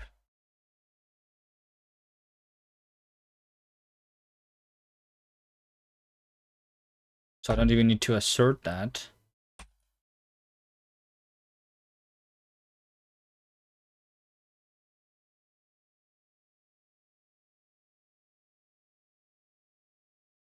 And then this default input, not inferred default. Not sure. Maybe like this is not going to work because these are contexts.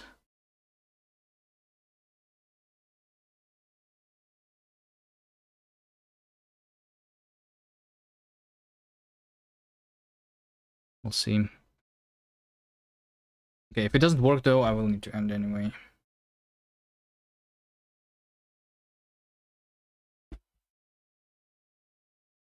It's been 6 hours. Type is not inferred, fail to hash in the context. These types, they need to be inferred.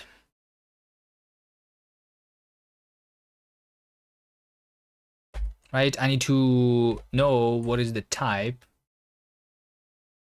Usually this thing.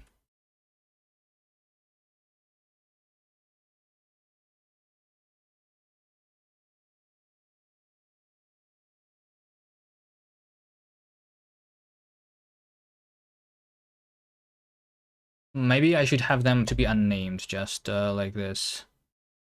How about I say type shape tuple type name is none and fields is context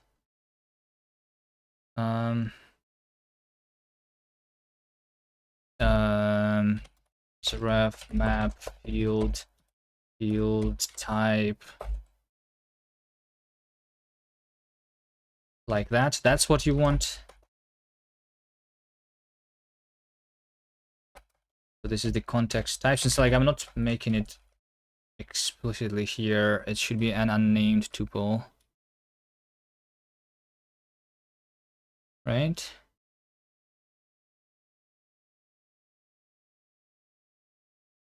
Rust moment.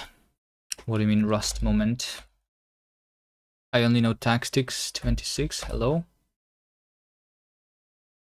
Type annotations are needed.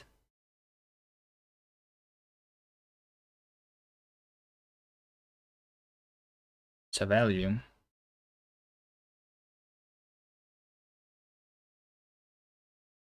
Not inferred. Like this over, like I need to just do the same thing. Like that. I'm doing not inferred like here. Do the same, I just make it unnamed.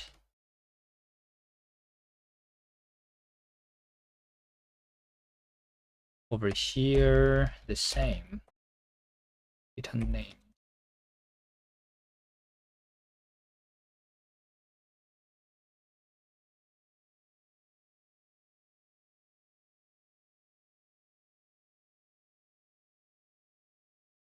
I think those were the only places. Let's see. Please work.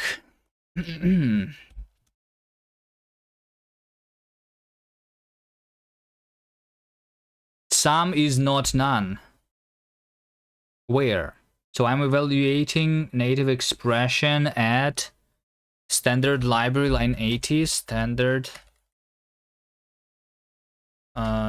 library line 80 is over here. So contains is a native function, contains this over here is a type, and it is like, wait, hold on, why is one of them named though? Let me see, interpreter. I think I know why. Maybe like, so in the interpreter, if I have an expression tuple, then the name of the expression should not be current name. It should not be. No. This should be none. This should be anonymous by default.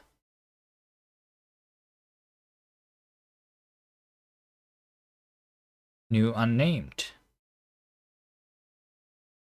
Like this. That's what it should be. But then we should have a new type. Okay, that I did not do. New type in the interpreter over here. Yeah, basically, if I have a value tuple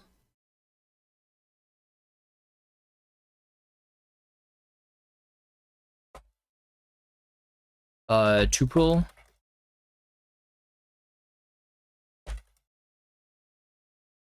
I should return a type shape tuple type. Here's the REPL. By the way, it works. It works. So now but now all of the things underscore underscore. This is just an like the unnamed tuple, right? I know that it is unnamed now. So in this case, I think yeah. So like and then if I have a new type, this is where the name actually becomes named, right? So it is some self current name own into, and then fields are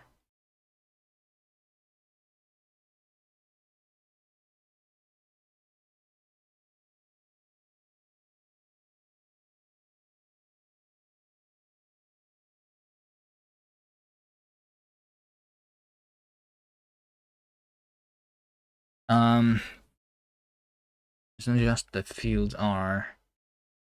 I need to like convert that into a type or something, but I mean it's fine. So fields is tuple fields tuple. What's a tuple? Tuple value dot field. Why do I not have the? Oh, it's an inner. Okay. So I need to do tuple into values here, right? Into values. App field a field self cast type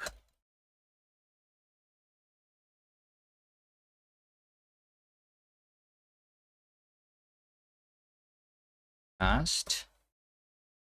Yeah, just cast. Oh, it's a cast map. To type is being used.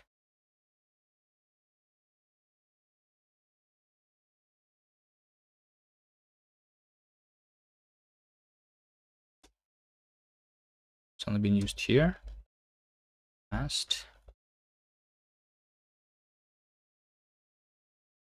Cache compiler cast. Okay. Self cache compiler cast map casts. Oh, I can wrap cast to type. Field. That's what I want.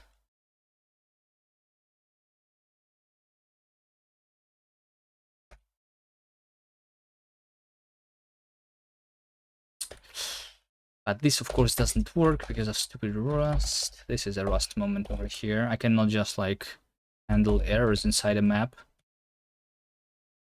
Not fields is tuple new or member value in tuple into values. We instead construct a new one.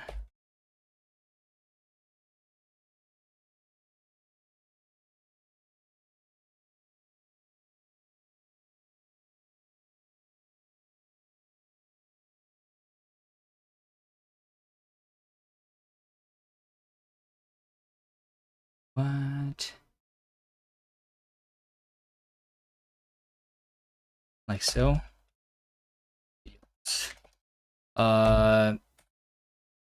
Fields add member, which is that. And then this is question mark because this can fail. Is this also async? No, this can just fail. Okay. New, this is empty. Okay.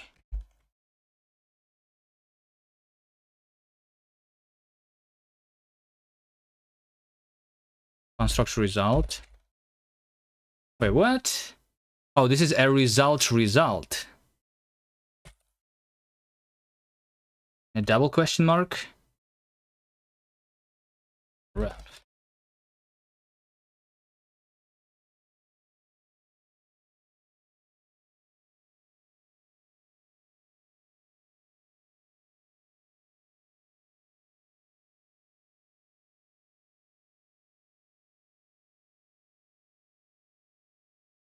Okay, is this going to work? I don't know.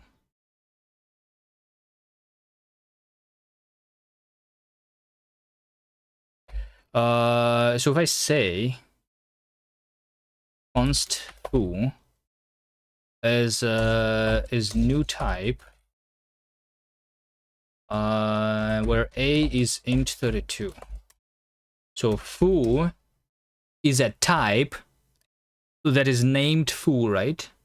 So can I say something like, now let x be of type foo, which is a is 1 to 3, right? Now x is the tuple struct named foo with fields a being 1 to 3, right?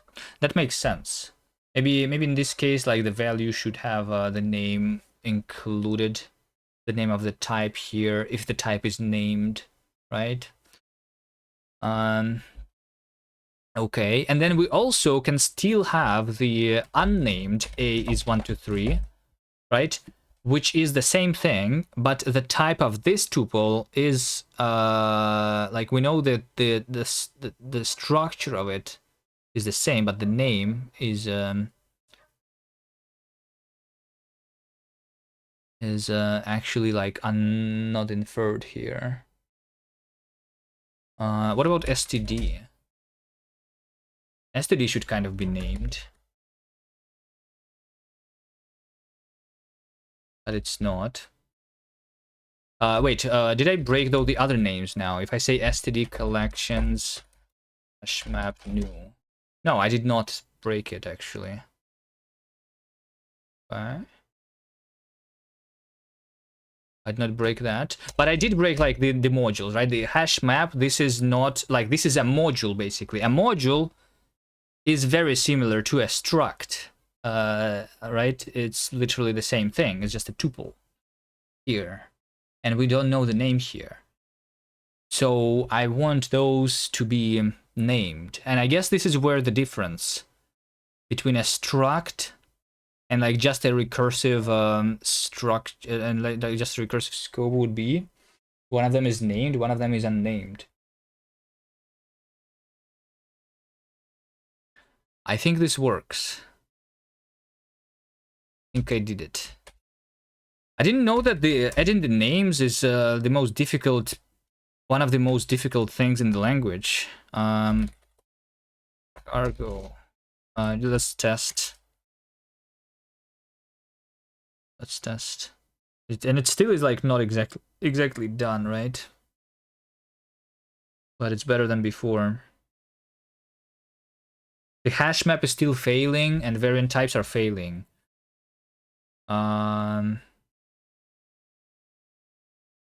Let's see. Oh, type is not inferred, failed to hash. In the context somewhere. Because handle is underscore. Yeah, okay. Handle. Handle.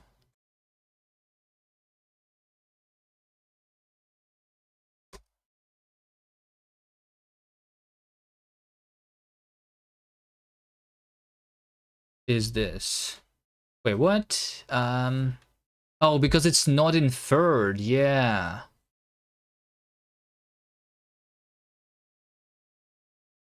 I think in the contexts and in the hashing of the contexts, I can fix this right now. Yeah, we like do the try hash, but try hash for maybe not inferred, basically.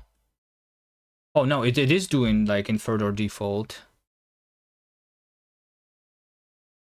Oh, it's because the unnamed stuff, right, should default to, like, tuples should default to unnamed names. Yeah. So once again, interpreter expression tuple, I am saying that the name of the tuple it is unnamed. No, unnamed sends none. But it's in the types, right? Wait, where? Handle string user with output stdlib 254 stdlib 254. It's a generator handler.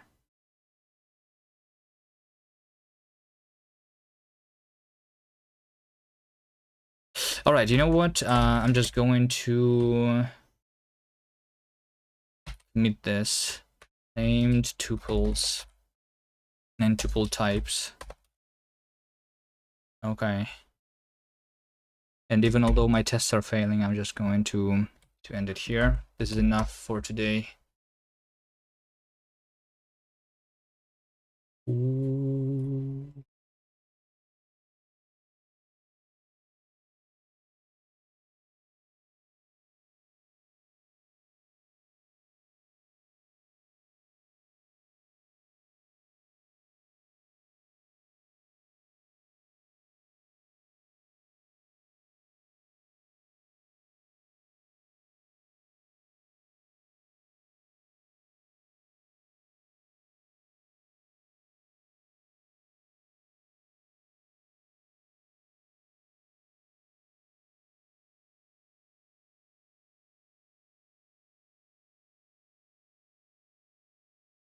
System language design. Hold on, is this person making a language? Yes.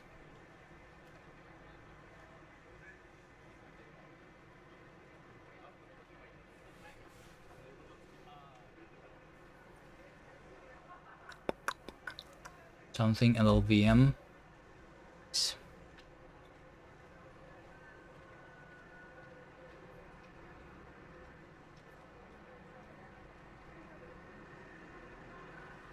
Do they talk? I mean, probably. Alright, see you guys next time. Thank you for watching. Bye.